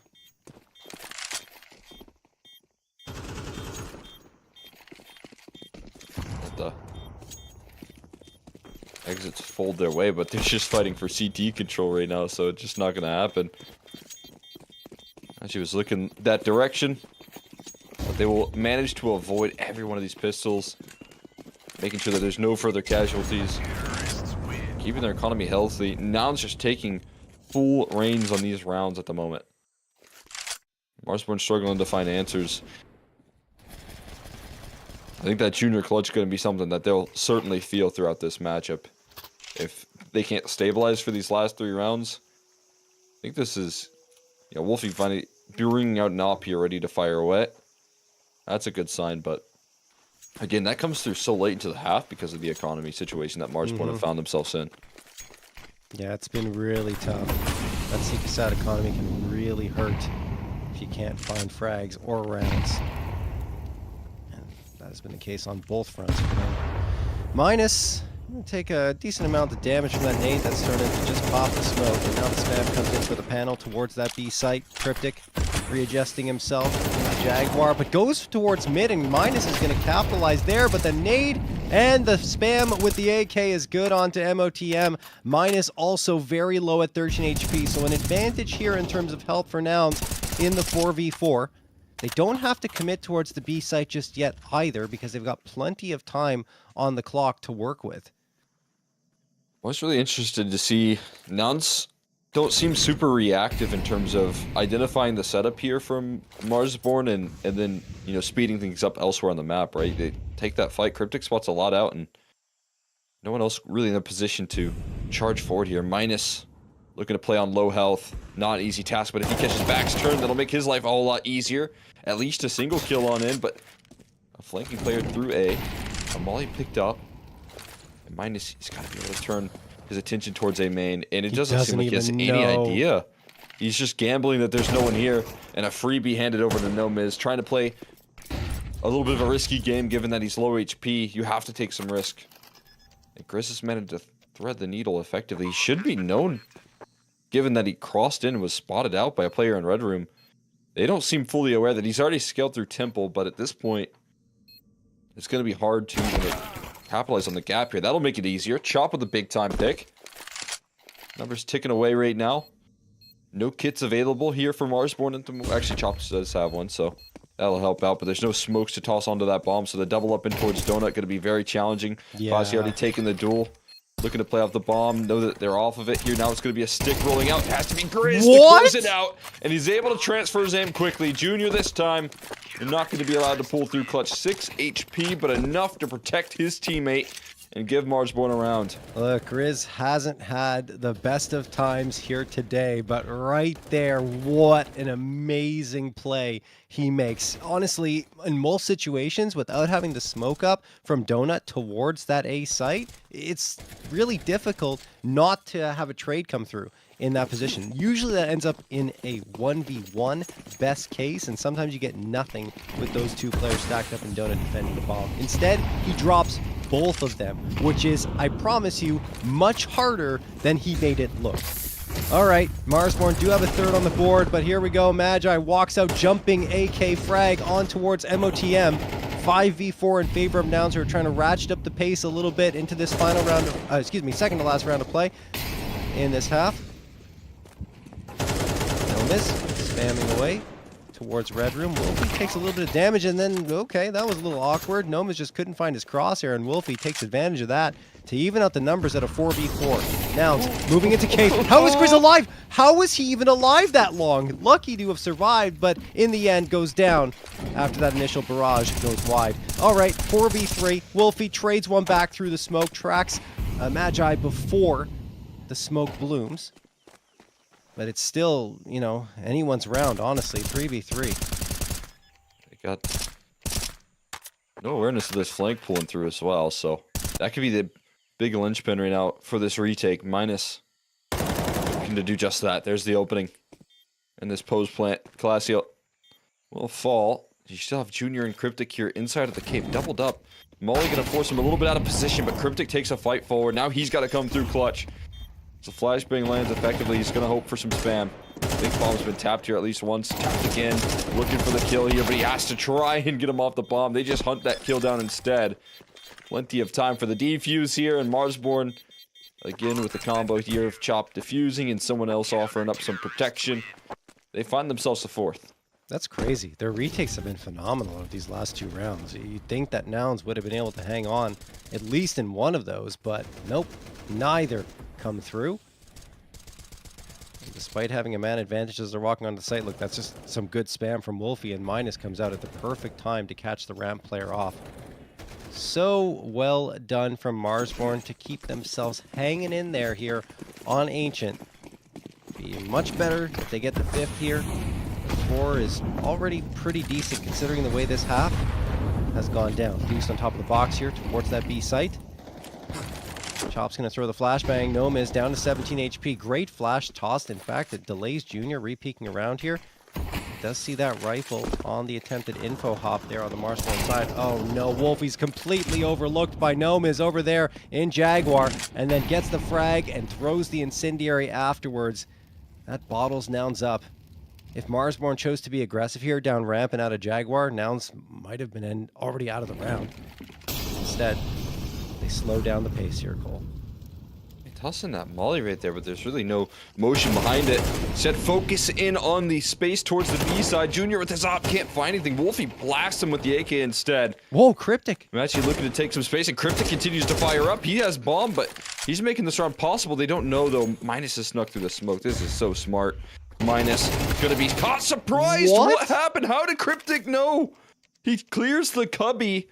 The gaps being shored up by Cryptic, and now Modem left into a 1v2. He was spotted out earlier. Cryptic has the line, but he can't catch the kill. He can't complete the mission, not just yet. Instead, it's on the shoulders of the new man, and Magi comes through with the close here. A big-time play here for Nouns to cap off the half. I feel like Magi had an inkling that someone was on the site, right? Because he throws that flashbang, and he's like, guys, I don't know. Maybe, and I believe that's the reason why Cryptic clears it. Because the flash was thrown, maybe Magi communicating something, and he looks towards Cubby, and they find Minus. But I agree with you, it felt like his spot would have been the difference maker in the round. Just doesn't happen.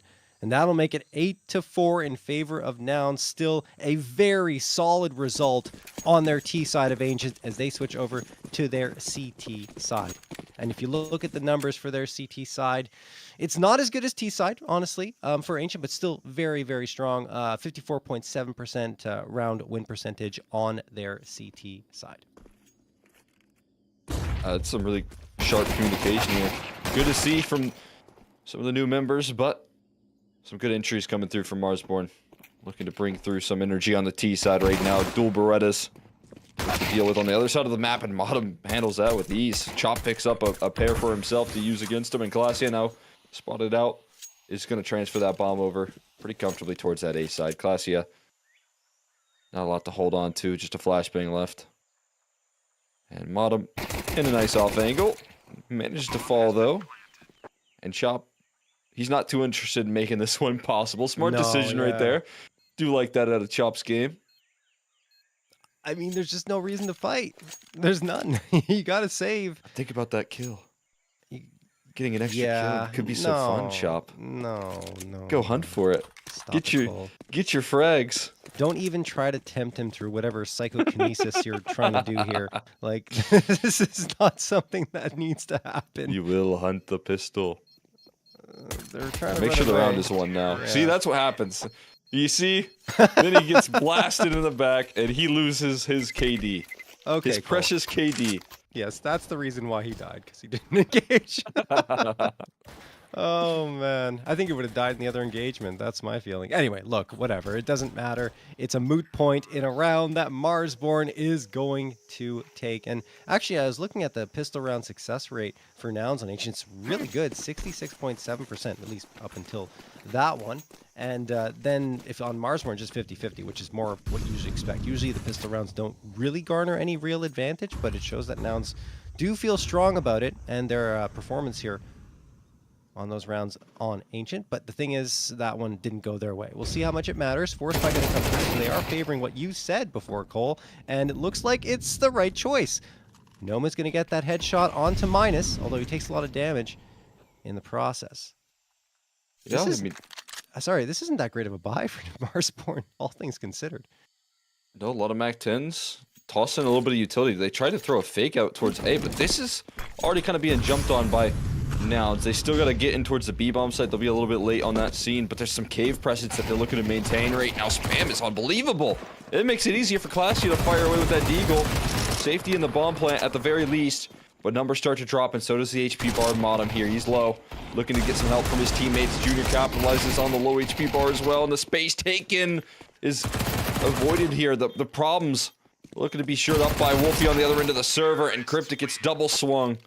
He'll save the round right there in the end. Chop a safe pair of hands alongside Wolfie to keep things in Marsborne's favor. That's such a good play from Marsborne, honestly, because they were about to get isolated one at a time. They say, okay, let's time it, swing at the same time, and they both overloaded that last player standing of Cryptic. So Marsborne hang on despite a ton of adversity in that round. They cut the lead down to only 2 rounds, and Nouns, well, they're on the eco this time, although there is a quote-unquote hero MP9. I don't know if I can call it that, because Nomis still has 1250 in the account. Botgammer bought up as well. I mean, he'll be okay to buy in the next round, I guess is my point. Regardless, nice nade. That's a chonky one. Chop finishes the job onto Cryptic. And Classia left with only 26 HP. Nice way to kick things off. Again, utility can make it a lot easier. Classia, poor guy. He's just laughing that one off right there. Nice shot right there from Zero. Things a little more complicated. Need more damage here. Another kill coming through, but Nomiz with the hero MP9, as mentioned earlier, wins the duel. Minus gets leveled out. That's at least $600 to his name. And a Galil. He's going to go ahead and call it. Run away. It looks like the camera's out of frame, and I can't really fully tell. But it feels like his neck posture, at least with the camera out of frame, looks like he's like bending it as he looks at his screen. Yeah. I think it's just the angle. I don't know. Yeah, it man. must be. Yeah, it definitely is. Now that I'm giving it more of a look. Yeah. At first, I thought he was like twisting his neck to look at his monitor. He had some weird setup, but no. Just a quick note, guys: don't ever have your setup in a position where you have to twist your neck. It's not advisable for any type of long-term neck health, so to speak. You know how you sleep on your neck the wrong way and it feels really good the next morning? You should just do that with Counter-Strike. No. You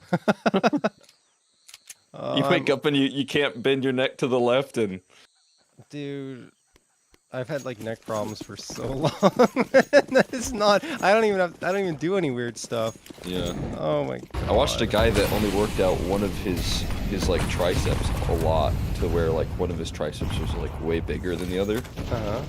He just did it for a bit, but it was pretty crazy. Either way, into his middle, we got some good control being taken again. Now the two Swedish duo holding it down there, offering up some nice opening picks, putting it into a quick little 4v3. Got themselves a decent advantage for now, but looking to maintain that right now with the junior op that does come out in the first gun round. Much different approach than what we saw out of the Marsborne CT side. This is a priority right now for Nouns here, but no sightline granted here. That smoke effective, and a fake even more effective right now, shifting up the positions. But look at this decision. Nouns instantly rotating a lot of their presence right now to cover mid. Yeah, and well, not enough. Wolfie catches Classia, but Nomis lines him up, knocks him down. Wolfie and Grizz are both gone, and Chop is the last one standing in a 1v3 without the bomb on his back. Does get the first on Cryptic, but I mean, it's not possible. He knows it. He backs off. They save the AK. 35 seconds left to burn off the clock. Well done from Nouns there in the important engagements. Like you said, adapted towards mid. It looked like for a moment they wouldn't have the firepower needed, but Nomis comes up with a huge 2K, 3 on the round in the end, but those 2 that he got from CT in towards Red Room were the key. Yeah, I mean, that double up is so huge right there. Yeah. Managed to line him up. I thought for a second there that Nouns were going to read into the aggression and the way that they took a priority on covering up the mid control for just a split second, but that timing didn't work out well for Classy. He got sidelined. Just no miss, making up for the missed opportunity initially off the back of that timing, and making up for a lot in this round. Keeping mid control effective, and then stabilizing here with that multi. Completely shatters the round at that point, and now just going to put themselves up to 9 here as soon as they get the weapons out.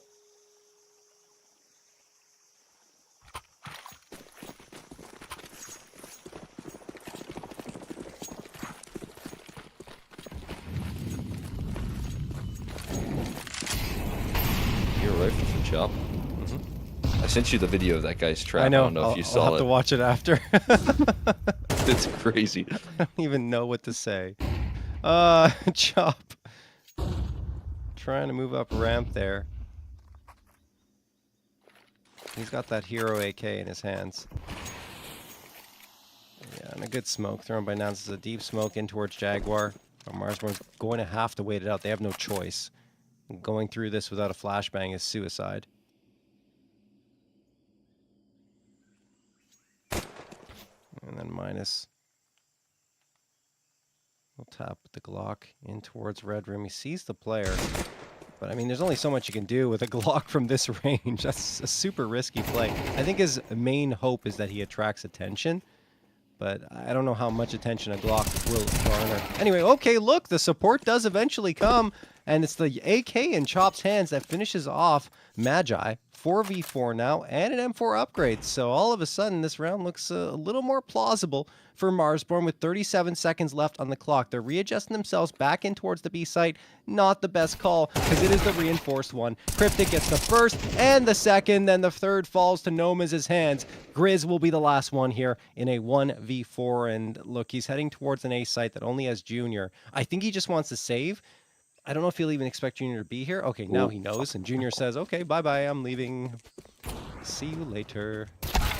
And Grizz just eventually walks into Glacia. That'll do it, 10-7 for Nouns. Yeah, lovely work right there. I like that Junior makes sure that he's not losing on his AWP as well there. Making sure that he can hold on to that for as long as possible by darting out of there.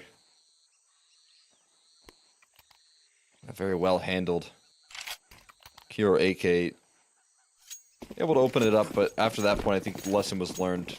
And, I mean, you talked about it. I was with you. You know, Cryptic, it looked like maybe it was going to take a little bit of pressure off, but he's still playing very aggressive. It almost looks like they just have more aggressive pieces now when you talk about Nomaz being a part of the puzzle with Magi, but can't quite track the kill there while blinded up. It's going to be a nice opening pick right there for him, and Grizz and Cryptic on a knife's edge right now. Neither one of them seeing, oh, there's the visual, and Cryptic going to come out on top in that exchange here. Has backup as well. Glacia, he can't provide the coverage, and Modem punishes severely. Round looking to spiral out of control if it wasn't for Junior on the scene, and still Magi holding off towards middle. They think they have leg room into this round, but it's getting shut down at the seams now, and the doors have shut in the face of Marsborne here. They can't make it through just yet. Junior had a big frag there into cave. He knows that there's firepower coming in his direction. The util sailing in. Wolfie just trying to get that plant down. Great incendiary toss, and that'll do damage to Wolfie at the very least, but he does manage to get the plant, hits the wall bang, pulls out the pistol, but can't take down the low MOTM, who's at 10 HP. Maybe Magi is up to the task. MOTM cycling back on for the ace in the round. If he gets this last one, and he's forcing Magi to hunt. He throws the smoke down towards ramp. It forces MOTM to go for the fight, and MOTM falls short of the ace and likely the round. It's a full 10-second defuse, but yeah, Magi's got time. That will do it, 11-7 in favor of Nouns.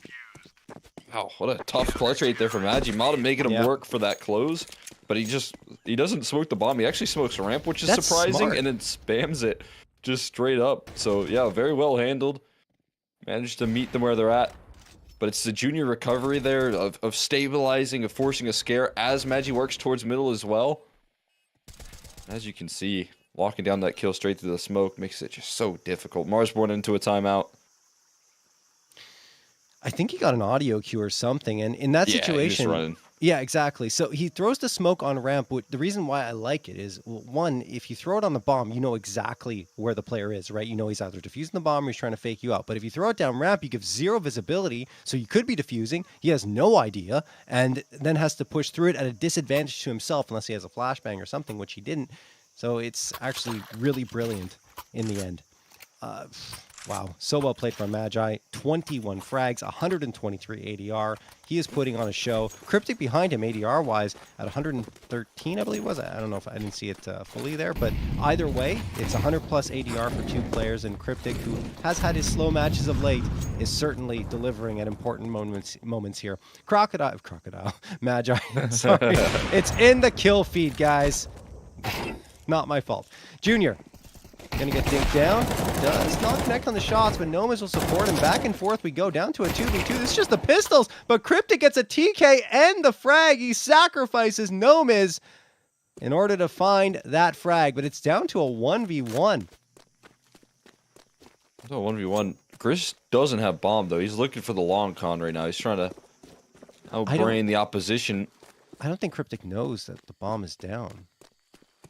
Yeah, which I don't think would necessarily lend itself to Grizz's favor here, given that fact, right? Yeah. Very loud about the positioning. You'd think eventually he's going to hit the shift key, start to walk things out at this point. Cryptic didn't seem to get a register on that sound cue either. But no matter what the case is, I think Cryptic putting himself in the best position right now to quickly transfer over into whatever bomb site that is. That does allow, though, Grizz ample time to punch in the digits and then position himself in a good spot. It's all about where he goes, though. If he walks in towards Donut, that could leave him vulnerable. Yeah. I'm wondering if he's going to take the time to clear out A main. I'm not sure if he's going to have that opportunity. Oh, does he go B? Oh, no! No, Grizz. Oh, my goodness. He outthought himself. Cryptic. A sigh of relief there. You see it. He's happy, smiling now, but that was a pretty intense situation. He didn't realize the bomb was dropped on site, and if Grizz had just planted the bomb A, he would have had a very good chance of coming out with victory. Instead, he thinks that Cryptic is, I think he thought A main, because that's the only place he didn't really have the chance to clear. Wow. Tough read right there, but I mean, again, Cryptic finding himself in a nice spot. There we are. Look to see what can shape up here for the final round. I mean, there's every reason for Cryptic to breathe a nice sigh of relief. Locking in that 12th round and avoiding an eco catastrophe is a huge asset. And already, it's another opening pick. It's actually been a huge part of Magi's game here so far is just finding an opening duel towards middle in some form or fashion, even if it's traded quickly. And now Nomiz springing into action off the back of it. Add another one to the tally. Let's keep it going. Why not? Keep it rolling here. Grizz falls as well. And now the chase down is through. It looks like the Swedes are ready to close things out as quick as possible. And Wolfie, not going to be long for this world either, as they just completely shut that round down. 131 ADR from Magi as they call curtains on Marsborne on their map pick. That's absolutely wild. And just imagine Nomas again. They did this before in the earlier BO1, but getting all 5 frags combined. They play so well off each other because we can't forget they were playing together on Daku before joining up with Nouns, which again, we don't know for sure, Cole, if this is a permanent addition, but I don't see why it wouldn't be, given all of the issues that Nouns have had in terms of their roster and finding someone with Rush stepping down and Adren as well stepping down from the squad. They needed 2 new players, and these guys must have impressed them when they played up against them in the Dust 2 tournament. And, you know, there you go. They've already looked fantastic. Magi lit up the scoreboard in this one to help Nouns take Ancient. A map, again, they've already been strong on in the past, but it's just good to see these new pieces activate immediately. It's awesome, right? Again, you have that combo effort right there working incredibly well with a system that we just don't even know how much time they've had to put into on display. And for Nouns, it didn't seem like they had anything too crazy. I talked about it not being super reactive, not super quick in terms of the reactions on the T side. They were very much so like grouped up as a full team. Defaults were a little bit standard, but it got the job done, and they do it in an impressive fashion. Then that CT side, it almost feels like, hey, we're going to let off the reins. We're going to let you guys do your thing in towards the middle, what you guys feel comfortable with, you guys can get away with. Go for it. And it did lead to a lot of success, which for Nouns, again, that's something they've been needing here is some confidence to be built up and you know, having to replace a player like Peeping and obviously the experience like Rush, it's a huge task. No question. All right, guys. Well, let's check out the stats here at the end of it and see who hit those Oh, actually, wait. No, is that yet or is that after the next map? I got all crossed up from the BO1s, Cole. We don't have stats yet. those are waiting until the second map. So that means we're hitting the break. When we come back, we'll have map number 2 for you guys in just a bit.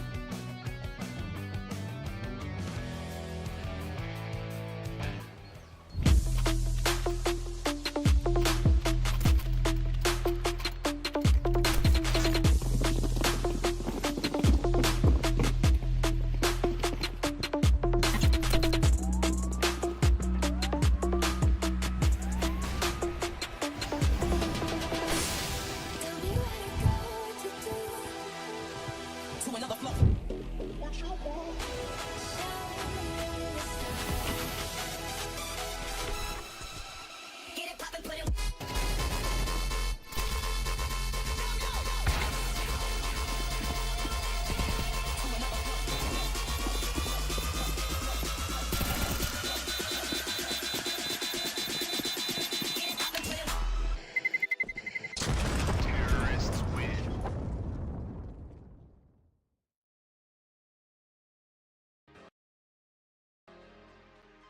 Hello, everyone in the Complexity family, and Happy New Year 2025. I'm just going to take a minute to drop some news on you, some you might anticipate, and probably a few surprises for you this year. First and foremost, we are going to enter what we lovingly call our throwback era.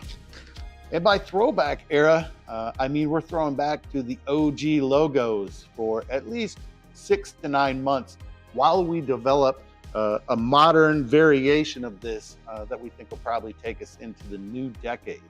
But really looking forward, we're very excited about developing the new logo, but we're also super excited about the throwback era, and you will see everything Complexity reverting to the red and black starting immediately.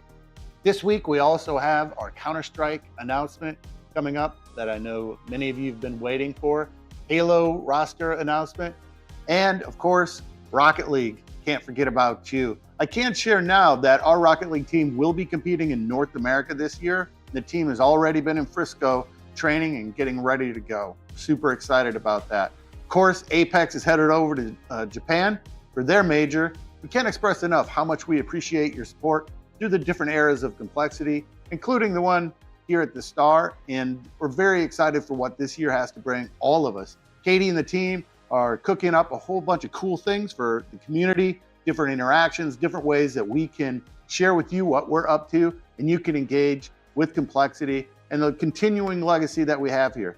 Thank you very much again for your support. It means the world to us. Happy New Year 2025, and stay tuned always for more action.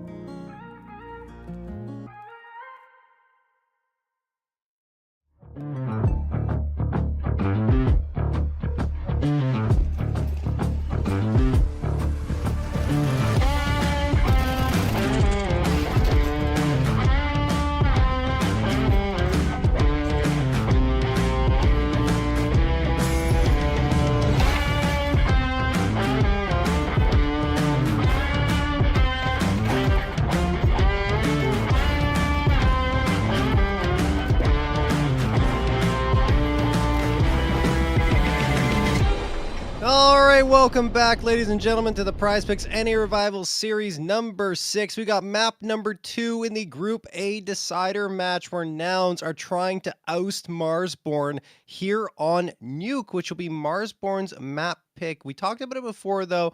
I think Marsborne are a pretty strong Nuke team here, Cole. But actually, before we get to that, let's actually look over the stats because we're going to look and see how things went on map number 1, Cole. Yeah, they went really well for Nouns here, not only in terms of the the impact out of the two new guys, but the clutch factor that they bring to the table as well.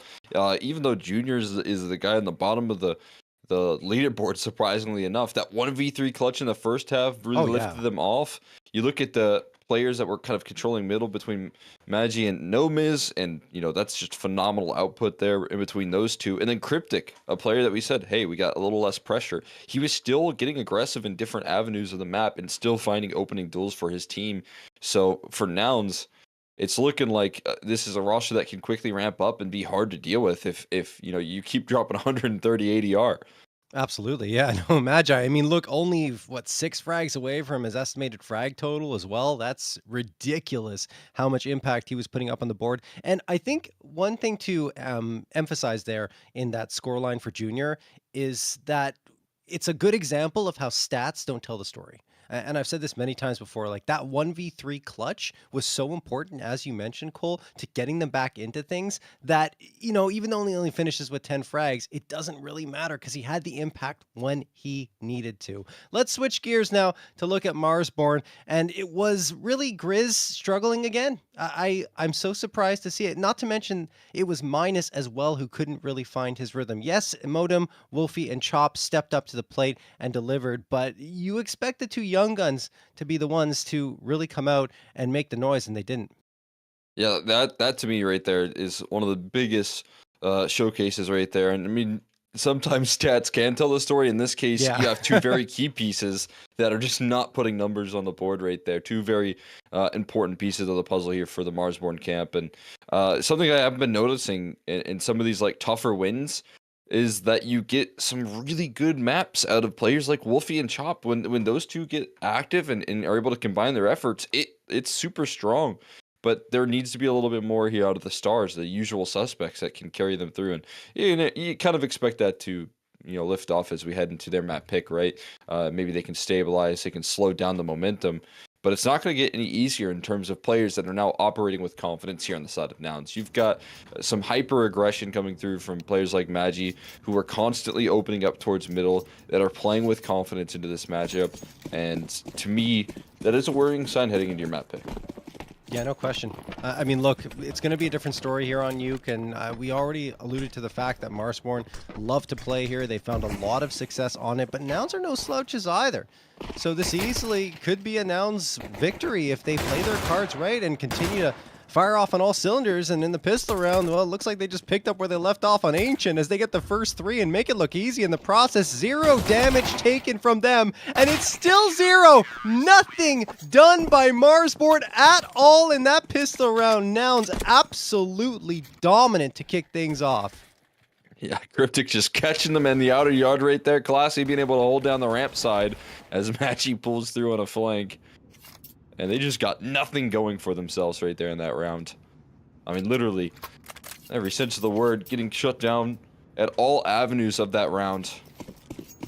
Again, you can see it in the smile on the face there of Cryptic. They know that they just kicked this map off is going to be a little bit scary for Marsborne. We got USP armor kit for Junior. Didn't buy a gun. He wants to get that op out as soon as possible.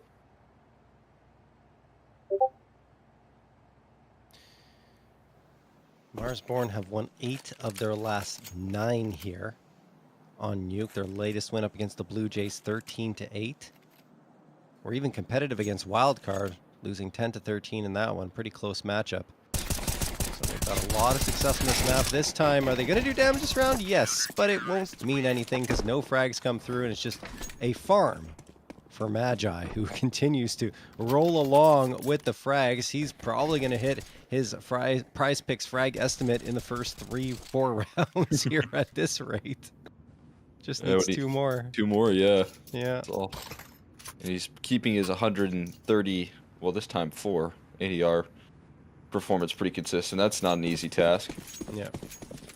Continues to roll out the impact here for his team. One thing I wanted to mention, Cole. Oh, we're going to have to wait. Here they come. Nouns engaging with Marsborne. Thought they were going to get aggressive. Okay, we have a moment. 4-game win streak right now for Nouns on Uke. Not to mention NRG, one of the teams they beat here, 13-8. Then they beat Party Astronauts, same scoreline. Blue Jays 13-7, and then Getting Info 13-8. These are all really good results against teams that, you know, are at their levels. So I feel like Marsborne is still going to have a very tough task here on their map. I'm not sure what just flashed in front of our screen. I don't know what that was. Yeah, that was ghosts are I thought I was appearing. seeing demons right there. I'm Yeah, glad you saw right. it too, at least. Yeah, I just want to reassure you and myself that I'm not seeing things. Oh my god. Yeah, that's bizarre right there. See, I mean, the only people seeing demons right now seem to be Marsborne Magi. How does he get a kill out of this?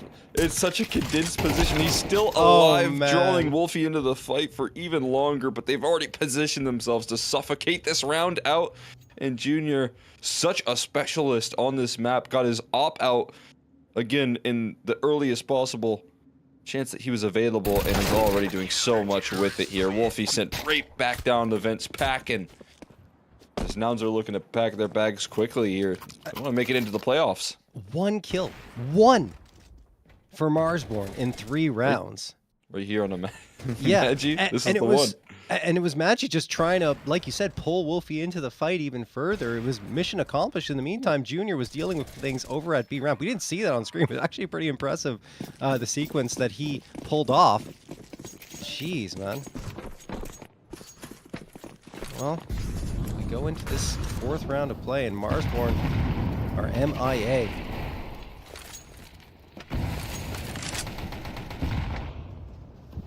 Nothing lifting off right now. See the frustration in that last round of Wolfie's face as he knows that they're dealing with a difficult team right now. And they're not giving them any space to work with whatsoever. Cryptic's got a scope of his own now.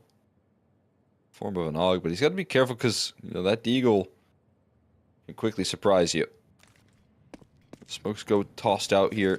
Probably going to be given, but he instantly dismisses Minus. Doesn't let him get away with anything.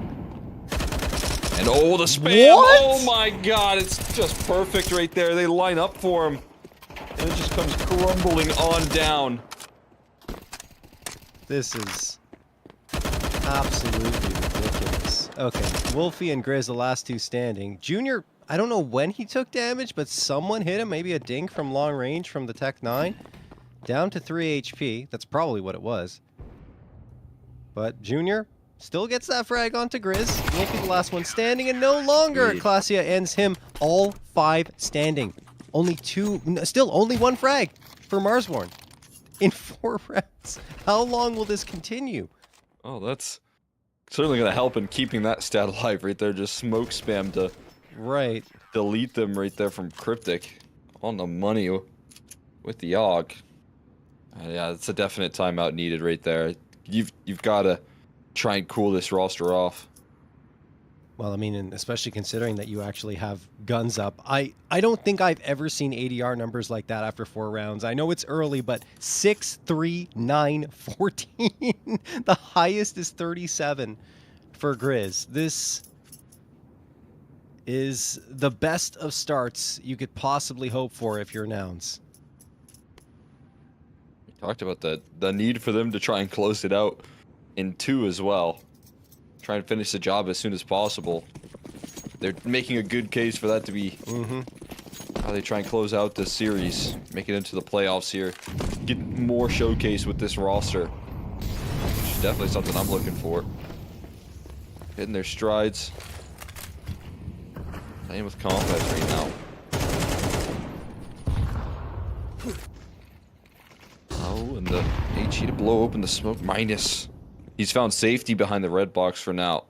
And Clasia in the danger zone. Caught in the perfect timing right there. Thought he was safe with that smoke, but not treated as a wall in this case. They managed to at least gain some space, get themselves another kill here. Now they want to take control of the lower site. Oh, it's good to see them finally activate a little bit, looking more convincing this round than they have in the previous 4. Magi still hiding in the smoke, and Cryptic has been really effective here. Magi's gone, Cryptic's alone, and he misses the spam there over on Wolfie. Wolfie's probably going to get him here on the repeat. No, Wolfie actually goes down. Minus ready to strike against Cryptic. Should get the flank here with all that chaos, and absolutely does. 4v2, Junior and Noma's not really in a position to go back into this B site, but with the bomb not planted yet, maybe it'll tempt them to have a look. I doubt it, though. I feel like they're just going to save. Your economy can never be too healthy on CT side, and there's no reason to go for hero plays. Yeah, not much legroom here when a B side is capitalized on and post plants are established. It's so hard to uproot. Good decision making here. AK off to be held on to. Not a bad way to lose around, at least for the CT side, knowing that what happened right there felt a little bit toughly timed there for Clasia, trying to turn his attention away. That's definitely something, though, that you need off the back of a timeout, being able to capitalize on some space, identify at least some point that you can maybe press upon. When you think about the only vulnerability here and Nouns being Clasia on ramp for their only rounds, it's not comforting to say, hey, we want to try and press on this part of the map. We want to see if we can consistently best Clasia in an aim duel, but they finally do it in this case. Yeah, and Grizz and Minus are the ones dealing the blows, right? We talked about them being the important pieces that have to activate, and they were in that round. All 3 frags going their way. And now, well, they'll have to do it again. Nouns have plenty of cash available to them. So the buy-up comes through. It's a full one. Cryptic favoring the AUG. You don't really see it that much anymore. But Nuke is a map, I suppose. You can still make it work because there's a lot of long-range engagements, so it's kind of like a mini-op in a lot of ways. And Junior will get the opener on Grizz this time. Playing aggressively next to that squeaky door. Now we'll drop down into the vent and likely take cover towards the B site because it's not being watched. Cryptic, oh, it continues to work! The smoke spam again. I think there was a smoke pop in the mix there from a nade, but still, 5v3. Nomiz smoking the hut. Didn't expect Chop there, but reacts quickly and is still able to get the frag. This is looking like another dominant Nouns round. It is. Oh, Wolfie.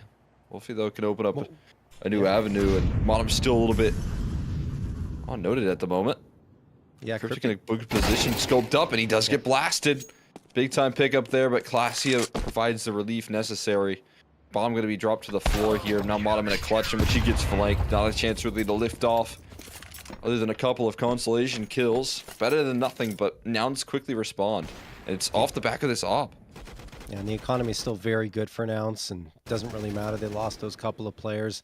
Love the op from Junior, and you talked about it already. He's a specialist on this map. I remember one time when Junior got a wallbang shot from like near T spawn with the AWP into ramp. It was ridiculous. I can't remember the exact spot, but we had a chance to speak, and it was with Mike and I think it was during the playoffs in ECL at some point, and we had a chance to speak with him, and he told us that he'd been practicing that shot on Nuke repeatedly to try and see where he could hit the wall bang, right? On the player in ramp that hides behind box. Yeah, it was insane, man. And yeah, I guess it just goes to show that, you know, saying that he's a Nuke specialist is not something that we're just talking about. It's true. He loves to play this map, and it shows with the amount of frags he's able to get. Speaking of loving to play this map, Cryptic on Garage has been ridiculous with that AUG.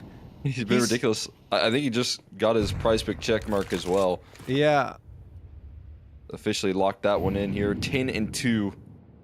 As we look on map 2, already showing the same levels of success. Execution in towards this A bomb site looking good. Maggi trying to hold off, but he's got to worry about a couple different facets now. And as he falls without nothing, up to Cryptic to provide it from the heavens. He strikes. He's already in heaven somehow.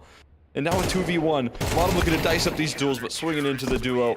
Not going to be able to get away with much here. Nouns, again, just close it out, and Cryptic continues to find these fights. It's crazy. I mean, we don't see the AUG deployed that much at all anymore, like I was saying, but he's making a case for it to be utilized as the primary weapon towards Garage as you get that ability to spam. Usually you see the Opera there, right? You know, trying to get some shots off, but an Op can only fire one at a time versus the AUG that can just spam away through the smokes and, of course, also give you that advantage if you decide to scope in. So another timeout being called by Marsborne here. They're second already, and Cole, I mean, for good reason, right? Because they are getting decimated right now by Nouns. You see on the faces of Marsborne minus, not looking great, everyone. No smiles to be found.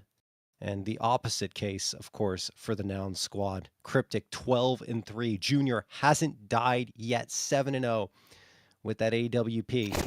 And everyone else doing the work. Match has actually slowed down considerably. He got those 5 frags really quickly in the early goings and has stalled out, one away from the Prizepicks checkmark, which obviously feels like an inevitability. I thought it was going to happen that previous round. He just got overloaded a bit right outside of Squeaky. And he also admittedly is in a tough spot playing outside of Squeaky in second vent. Yeah, greedy IGLs keep taking his kills. Yeah. He's in a tough spot because Cryptic's taking all of his frags right now. on these gun rounds, and yeah, I mean that's a good problem to have. I will say that much. Cryptic's got to do a little bit more though, and again, it's Nomis in this position towards Mustang once more. Molly's fantastic. Oh, and Cryptic continues to fire away. He is so good with the AUG, looking for another one. What's happening? Lands it. Actually, it's Maggi looking to take some space back there. He says enough is enough. Cryptic, haven't you had enough at this point? And I believe with that kill, Maggi looking to block the Prizepicks check mark as well. He's got it. Maggi with the Prizepicks check mark. No questions at all there. One from the ladder. That's not the easiest of shots to hit. And then afterwards, well, just continues to dominate there right outside of Squeaky. Well done that time. Had a bit of trouble getting there, but there you go. Magi confirmed. Prizepicks green check mark has come through. 7-1. Nouns might have a check mark of their own, making the playoffs here in the NA Prizepicks Revival Series number 6. Marsborne needs to stop it, man. Yeah, it's crazy. Let's see, we got Cryptic swinging in the outer yard right now, but there's an op for Wolfie. And there's one scope that can handle the AUG pretty effective right there. A little bit of a heat check for the AUG towards the outside, and Cryptic will fall, so will no miss. He got leveled out on that A side as well, so a little bit of room here for Marsborne to maneuver. Some relief here for now. Maggi tries to thread in a kill. He landed it on Modem somehow inside the flames, but only a 1-for-1 is definitely something that they can afford right now when they need some space. That felt like he almost would have had a second there if it weren't for the amount of bodies that were just facing off against him. Unlucky for Magi, despite a very ballsy play coming through that Molotov. Junior and Classy are the last two standing. Junior's towards the B site, so he can't really do anything about this take. Oh, no, he goes into vents. Wants a peek. Oh! Almost got a haircut there. Dips his toes in that Molotov, but it's done. Round's over. Classy and Junior just on for the save. Good take from Marsborne. I needed that one right there. Very cohesive, opening things up, using Wolfie's scope to try and provide some leverage in this outer yard duel. I mean, I like the fact that they just don't smoke anything, and eventually they're going to just wait for a swing to come through from Cryptic. They know that the hot hand is going to look for a duel. They're going to look for a fight without question, so eventually catch Cryptic going, and No Miz as well falls towards that A side at the same time, so well handled. Good positioning to trade to capitalize on the closing. Terrorists win. But every time Nouns do lose a round, it's always the op being held on to and the extra luxury of having a rifle. So when you talk about, again, survival here in the economy, as you're already building up such a lead, it's a good way to kind of nurse your lead throughout this half when you're up 7-2 to make sure that you get as many gun rounds as possible. Absolutely. And I think they might have to make an adjustment here, though, for Nouns. And speaking of that off, put it towards Garage. You know, get the AUG in the swap positions with Junior, essentially, to see if Junior can win that fight up against Wolfie, because the AUG's going to probably lose it more often than not. But they don't. They continue to go to it. Junior's over in Mini, and Cryptic's just holding more of a passive angle. Did Wolfie spot him? No.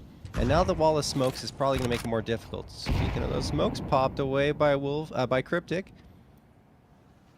Wolfie's really aggressive here. He doesn't want Cryptic to continue having impact with that AUG, so he's looking around, trying to see if he can find him. Kind of exposed himself, though, in this position, so needs to be careful with how long he stays up here, and eventually, yeah, has to go down because he just paints a target right over his chest the longer he stands up there. Yeah, they're hoping that Cryptic makes the same mistake twice here. Yeah, I don't think that's going to happen, though, right now. You've got a player, specifically Junior, covering off Secret with the AWP.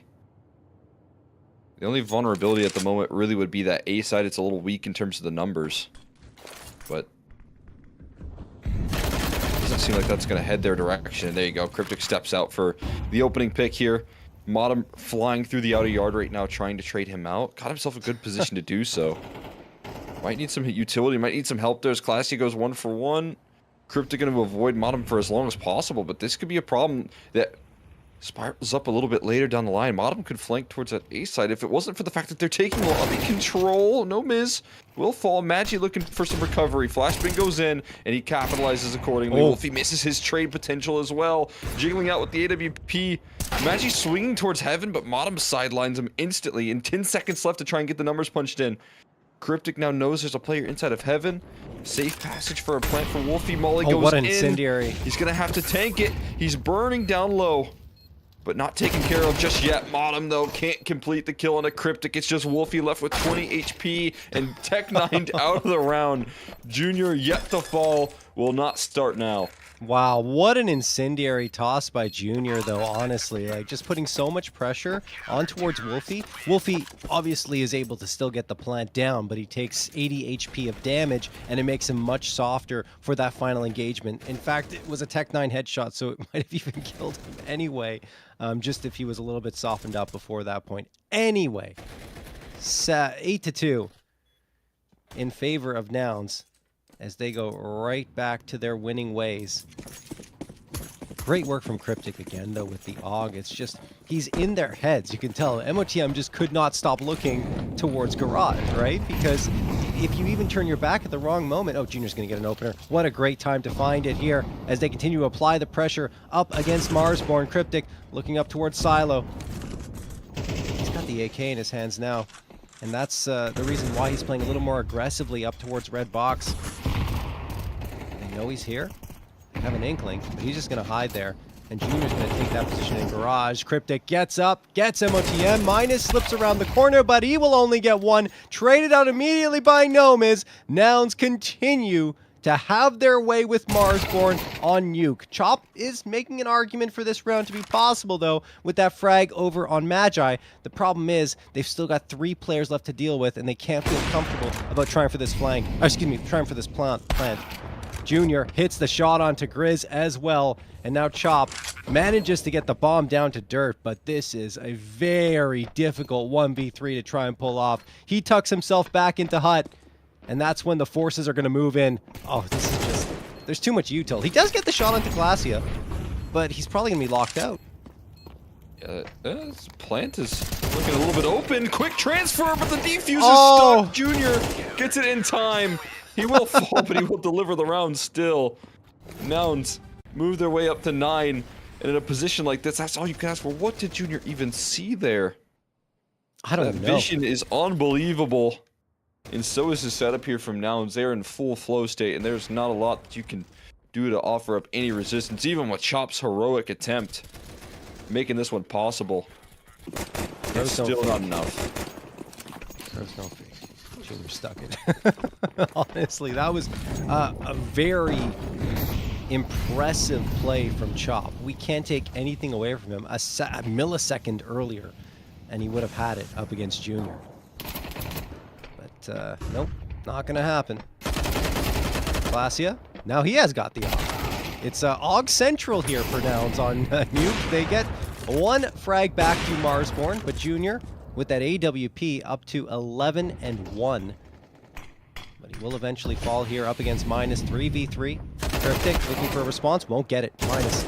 Delivering blow after blow. Marsborne may finish this half off with a bit of a bright spot. Gnome last one standing in a 1v3, and he will fall to Cole. Wolfie ends him. 3rd round indeed found for Marsborne, but it still was a struggle. They're going to really have to lean on this CT side, being able to bring it back here now. And it's kills and sequences like this from Minus that make it you believe it can happen. Be very well handled from him. To offer up a little bit more success, shutting down the hot hands of Nouns. Right when need be. A couple dual Berettas bought out by Wolfie here.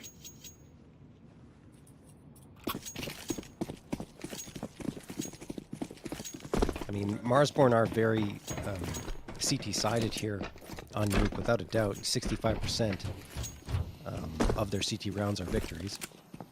But still, like, they usually get more than 3 on their T side, so this is going to be interesting to see how this one plays out, especially if Nouns win the pistol round. Trending well with the opener, but Chop gets right on back to an even number situation with the frag for himself. Grizz against Glacia. I feel like Grizz will have the edge if he looks the right way, but it's all falling apart for his team as he's the only one left now, and Glacia jumps down on him. Goomba Stomp with the Glock. 10-3 for Nouns. And they just get suffocated out of this one. Quick headshot out of Nomis to start it off. Sure, the trade's nice, but the positioning here, they're getting shot in the side, they're getting shot from above, they're getting shot from behind. I mean, Nouns, they funnel them into hell. And Marsborne, yeah, that's what they've been doing all game, I guess. Yeah. That's the experience right now for Marsborne that they've played in this series at the moment. Just hellish.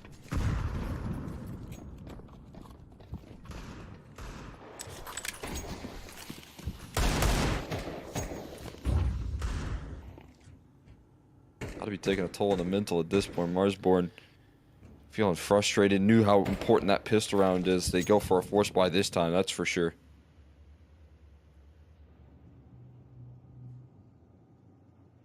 And that was the hell position, right, that they got slaughtered in on the map. So, oh my goodness. Cryptic gets the opener here for Nouns. Marsborne don't have much. Cryptic, oh, actually does get traded by Minus. That's just the lurk, though. He's trying to attract attention towards that B side, and he keeps Minus there. MOTM playing top hut. I gotta get a move on here. The rotates are gonna start to join up here. Past the smoke, though. They've already made it past that utility. So, Modem not able to find too much, but what a headshot right there. Looking for extras. Couldn't get the second. Needed that follow-up here. Desperation smoke spam does some damage, though. Capitalized from the heavens. Just Minus left standing and his position revealed here already makes it difficult. Looking locked out of this round here. And can't quite get a visual on Nomiz. Gonna be Nouns moving on up to 11 here at this point.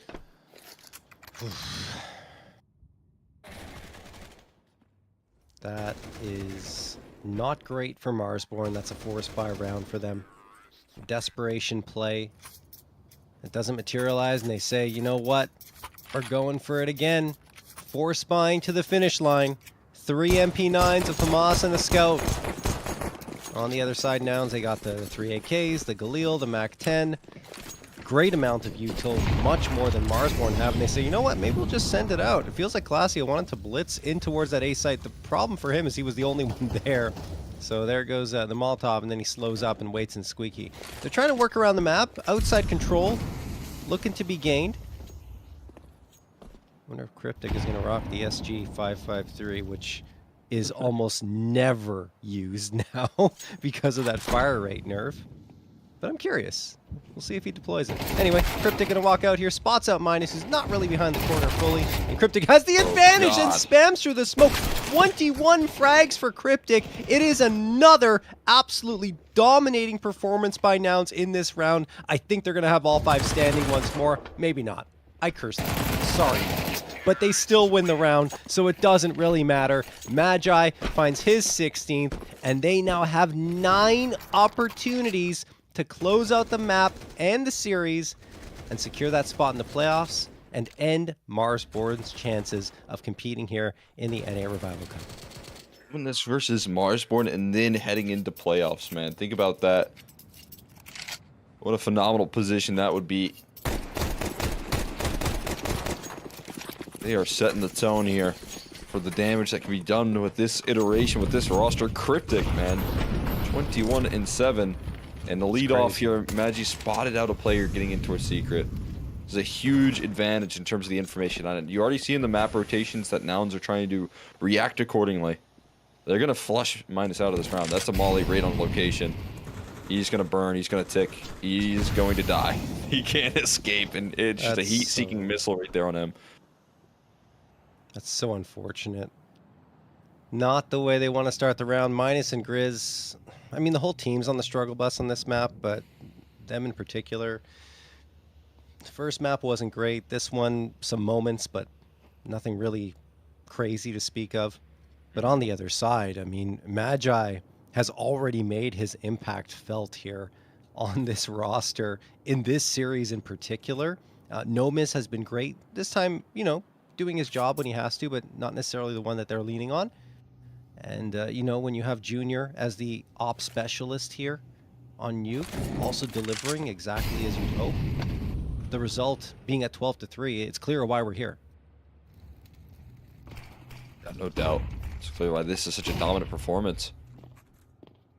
Chop. Getting a couple of flashes heading his direction. Cryptic is doing it again. He's selling one hell of a fake right now.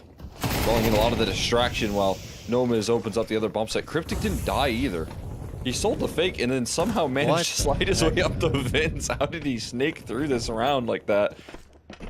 Inside the vents. Yeah, it's just curtains here. Wait a second. Grizz could save it.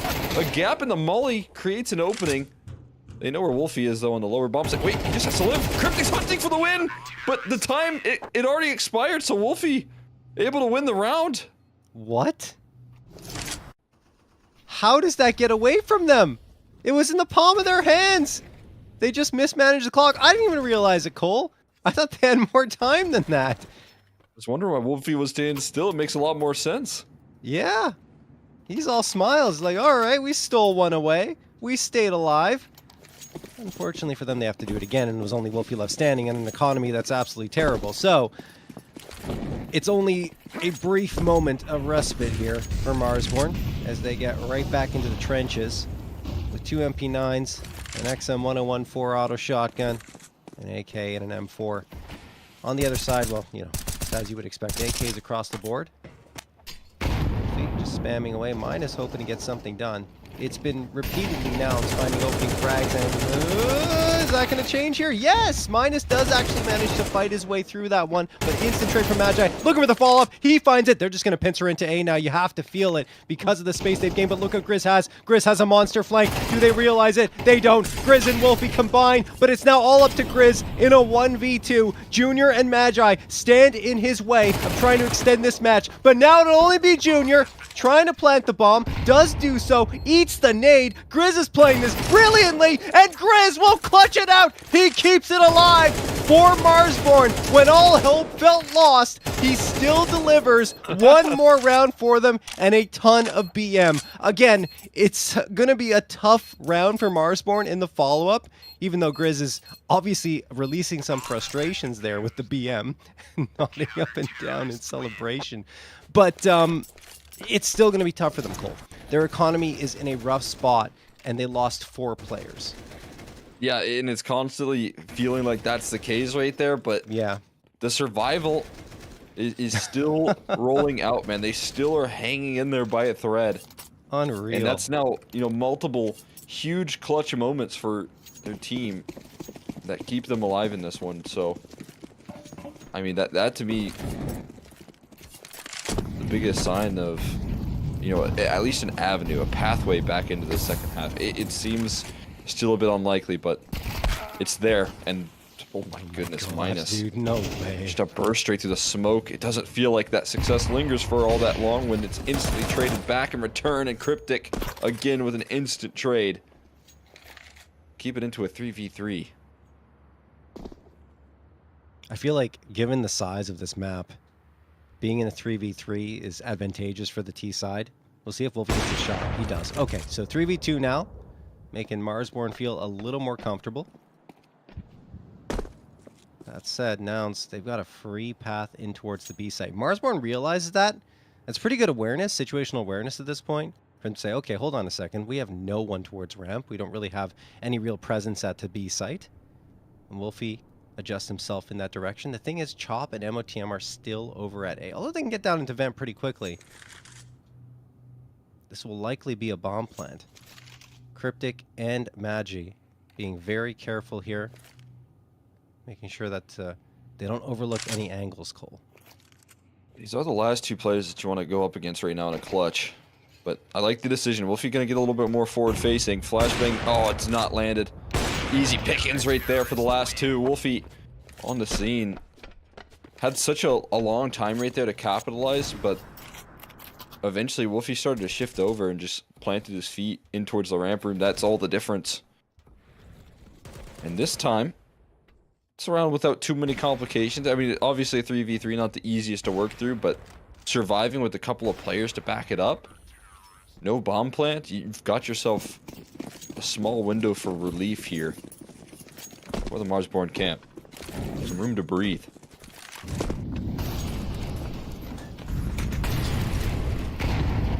Al's going to be kicking himself if this one goes all the way to OT. Because they had the chances, Cole. They could have finished that one off. Okay, is this going to be the round? Is this going to be it? Oh. Magi gets the opener. Cryptic, another one. 4v3, Minus taking damage, but he does manage to get one. Although Classy is spamming away, and he connects on MOTM. Looking for a follow-up, swinging back and forth with that Tech 9. Has so much accuracy on the move. Minus still doing damage, but he's down to 6 HP. Oh, there's the nade, and it works. 2v1, although Minus is on life support. And Chop can't really support him that much from the position he's in. There it goes. 1v1. This was just the eco round for Nouns, and it could turn into the map point and victory. Chop has the element of surprise here right now. That's the big advantage. Magi doesn't know that this is a flank formulating behind him. He's following in his footsteps right now. Crazy decision-making from Marsborne. Chop. Don't try to knife him.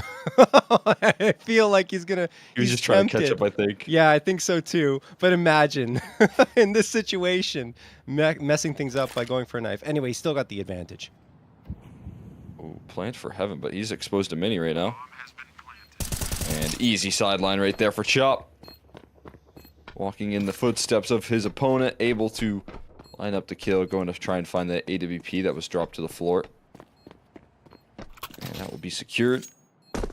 And you have time to move in with the kid as well, so. Whew, Marsborne hanging in there. It's another clutch required, though, man. I mean, you can call upon rounds like these. You can survive them. For how long can you keep up this clutch factor when called upon? Yeah, it's not something that can be repeated on a consistent basis. You need those clean round victories. You can't keep having clutches because the chances of continuing to find victory time after time go down. Although we've seen it before. I mean, we've seen teams get clutch after clutch after clutch and push it to overtime. It's just so very difficult to maintain that level. All right. 20th round of play. Can't even believe we're still here with the way Nouns have played so far, but Marsborne got their claws dug into the cliffside, hanging on for dear life. Magi, opener. It's expensive, though. Lots of damage done by minus once more. They spotted out the op, though, early on in towards ramp, so you can see Cryptic immediately plants his feet into big garage at the moment. Because when you find that kill in the outer yard, you then know the space is there for the taking. There's no one else really to offer up help. Only so many resources you can put on the map.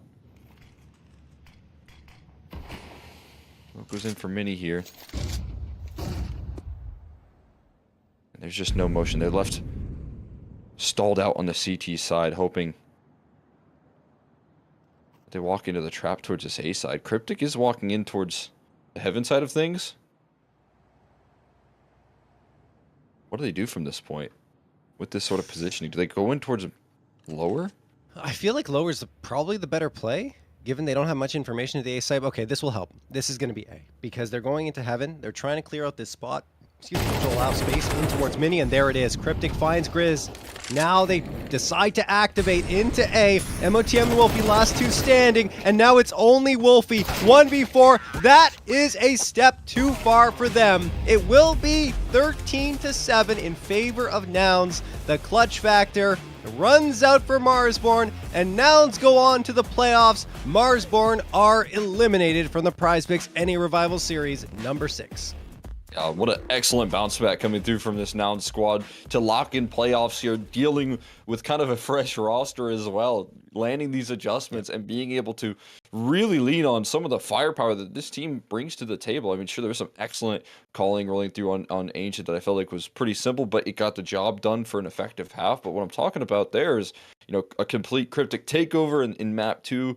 You saw a lot of moments there from Magi in terms of the opening duels on both the T side of Ancient and the T side of Nuke as well. And like you said, it was only so long that they could survive that. Absolutely. I mean, you talked about Cryptic, and I do want to highlight him again. We're going to see the stats come up in a little bit, but with the AUG over on CT side, he didn't buy another gun when he had the chance in the gun rounds. It was always the AUG he was going into, and it was working. There is a case for teams to analyze the way he played this and actually utilize that AUG a lot more on Nuke. I know we've seen it before, just not as much as he was deploying it. He was committed to the bit at that point, and it worked out so very well to spam through the smoke, everything. I loved what we were seeing from Nouns throughout the entirety of Nuke. Yes, we got some special stuff from Marsborne in terms of the clutches they pulled off. Grizz in particular, you know, coming out with that 1vx clutch. But at the end of the day, clutch factor is supposed to be there for maybe 2-3 rounds at most. You need to actually have a convincing round victory eventually, and it didn't come through for Marsborne. So that's why they find themselves on the outside looking in here on the Prizepicks NA Revival Series. Anyway, let's check out those numbers. I think we'll have them right about now. And here they go. There they are for Nouns. I mean, look at the ADR call for Cryptic and Magi. Absolutely ridiculous. They destroyed their Prizepicks frag estimates. Absolutely demolished them. Yeah, destroy them, man, completely. That's what happens when you drop 120 ADR. 2 players above that mark right there, which is just incredible. And it's going to lead to a very dominant performance. You have 2 aggressive pieces working sometimes in tandem. If we talk about Nuke, they were working towards the outer yard together in a lot of those rounds, and you have two of these aggressive pieces dropping these sort of numbers, it is simply unlosable for them. That is a dominant performance here. A lot of excitement for a player like Magi, who we knew was very capable of Yeah. dropping these big numbers, but we didn't know how it was going to translate with this team in particular. New environment. I imagine, with that Deku roster that they were playing with, it was pretty much anything goes. Do your thing, let it slide. If you're the IGL there, but in Cryptic system, I feel like without, with a little bit of a looser structure, given that Adren no longer on the team, it might just be the perfect fit for the way that they look to make things happen and for the Magi to fit into this roster as well. Yeah, I'm very curious to see how things will go as everything progresses here in the revival series, in particular up against maybe an NRG, right? Like, I don't know Hmm. what they'll be able to do. Maybe they can upset the dominance that NRG has brought to bear, and not forgetting that Nouns did defeat NRG on Nuke before Magi and Nomas were even here. So a lot to think about moving forward. Anyway, before we go uh, off for the night, let's check out Marsborne stats, and this is. Yeah, less to celebrate. Wolfie just barely misses hitting his prize picks frag estimate with 31 frags, but outside of him, there wasn't really anything significant going on. Yes, we got some hero plays from Grizz and even Chop as well, but I don't know. It was disappointing on the Marsborn side, unfortunately, here tonight. Yeah, I'm with you. I've had high expectations for Marsborn, and I think I give them a lot of credit in terms of, Yeah. the calling and the structure and the T sides that they can bring to the table. But it wasn't there today. The T sides in particular were a little bit trialsome there for this roster, which is a big disappointment because that's what they usually thrive in. Obviously, I think this can be maybe a bit of an off series for them. They can wipe it clean from their memory, but what it does mean is that they miss out on playoffs, and Yeah. that to me is a lot of missed opportunities for this team to continue to show what they're made of, to continue to do damage like they have been in the past. And in points for VRS, right? I Yeah, mean, yeah, you're missing out absolutely. on that as well. So anyway, I mean, for Nouns, they're probably really happy about the result here, being able to make the playoffs and compete with the Final Four. That being said, I don't know if we have our fourth team decided yet, Cole.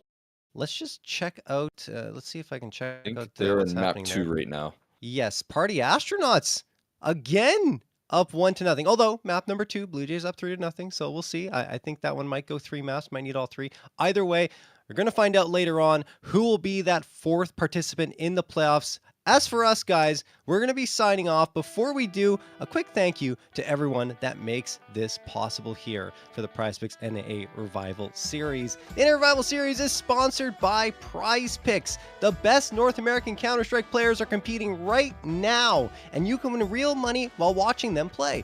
Join Prizepicks to get in on the action. It is super easy to get started. All you have to do is select 2 or more players and choose more or less on their stat projections to build your lineup. Then sit back and watch your lineup stats rack up. For a limited time, click the link on the panel below or use code REVIVAL when making an account and playing a $5 lineup to receive $50 whether you win or lose. It's a guaranteed win for all new Prizepicks users. Thank you again to Prizepicks for partnering with Complexity and Mythic League to host the NA Revival Series. The Prizepicks NA Revival Series is also partnered with Mythic League. Players are always asking for a premier solo queue matchmaking experience without cheaters, and Mythic League has been providing this for over 6 years, and is now free to play for FACEIT ranks 1 to 5 in the Silver Division. All players are required to have and use their microphone. The support staff is always available to help out in Discord for live matches, and Smurf accounts, they're gone swiftly. Additionally, there is $5,000 in monthly prizes available for subscribers throughout all divisions. Give Mythic League a try today and use code ML50 for 50% off your first subscription of 1, 3, or 6 months. Guys, this is us signing off on the mainstream for now. We'll be back tomorrow at 3 p.m. Eastern, and if you want to watch that last matchup, you can head over to Flom's channel to catch the action there. Myself, for Exner, we're off. See you tomorrow.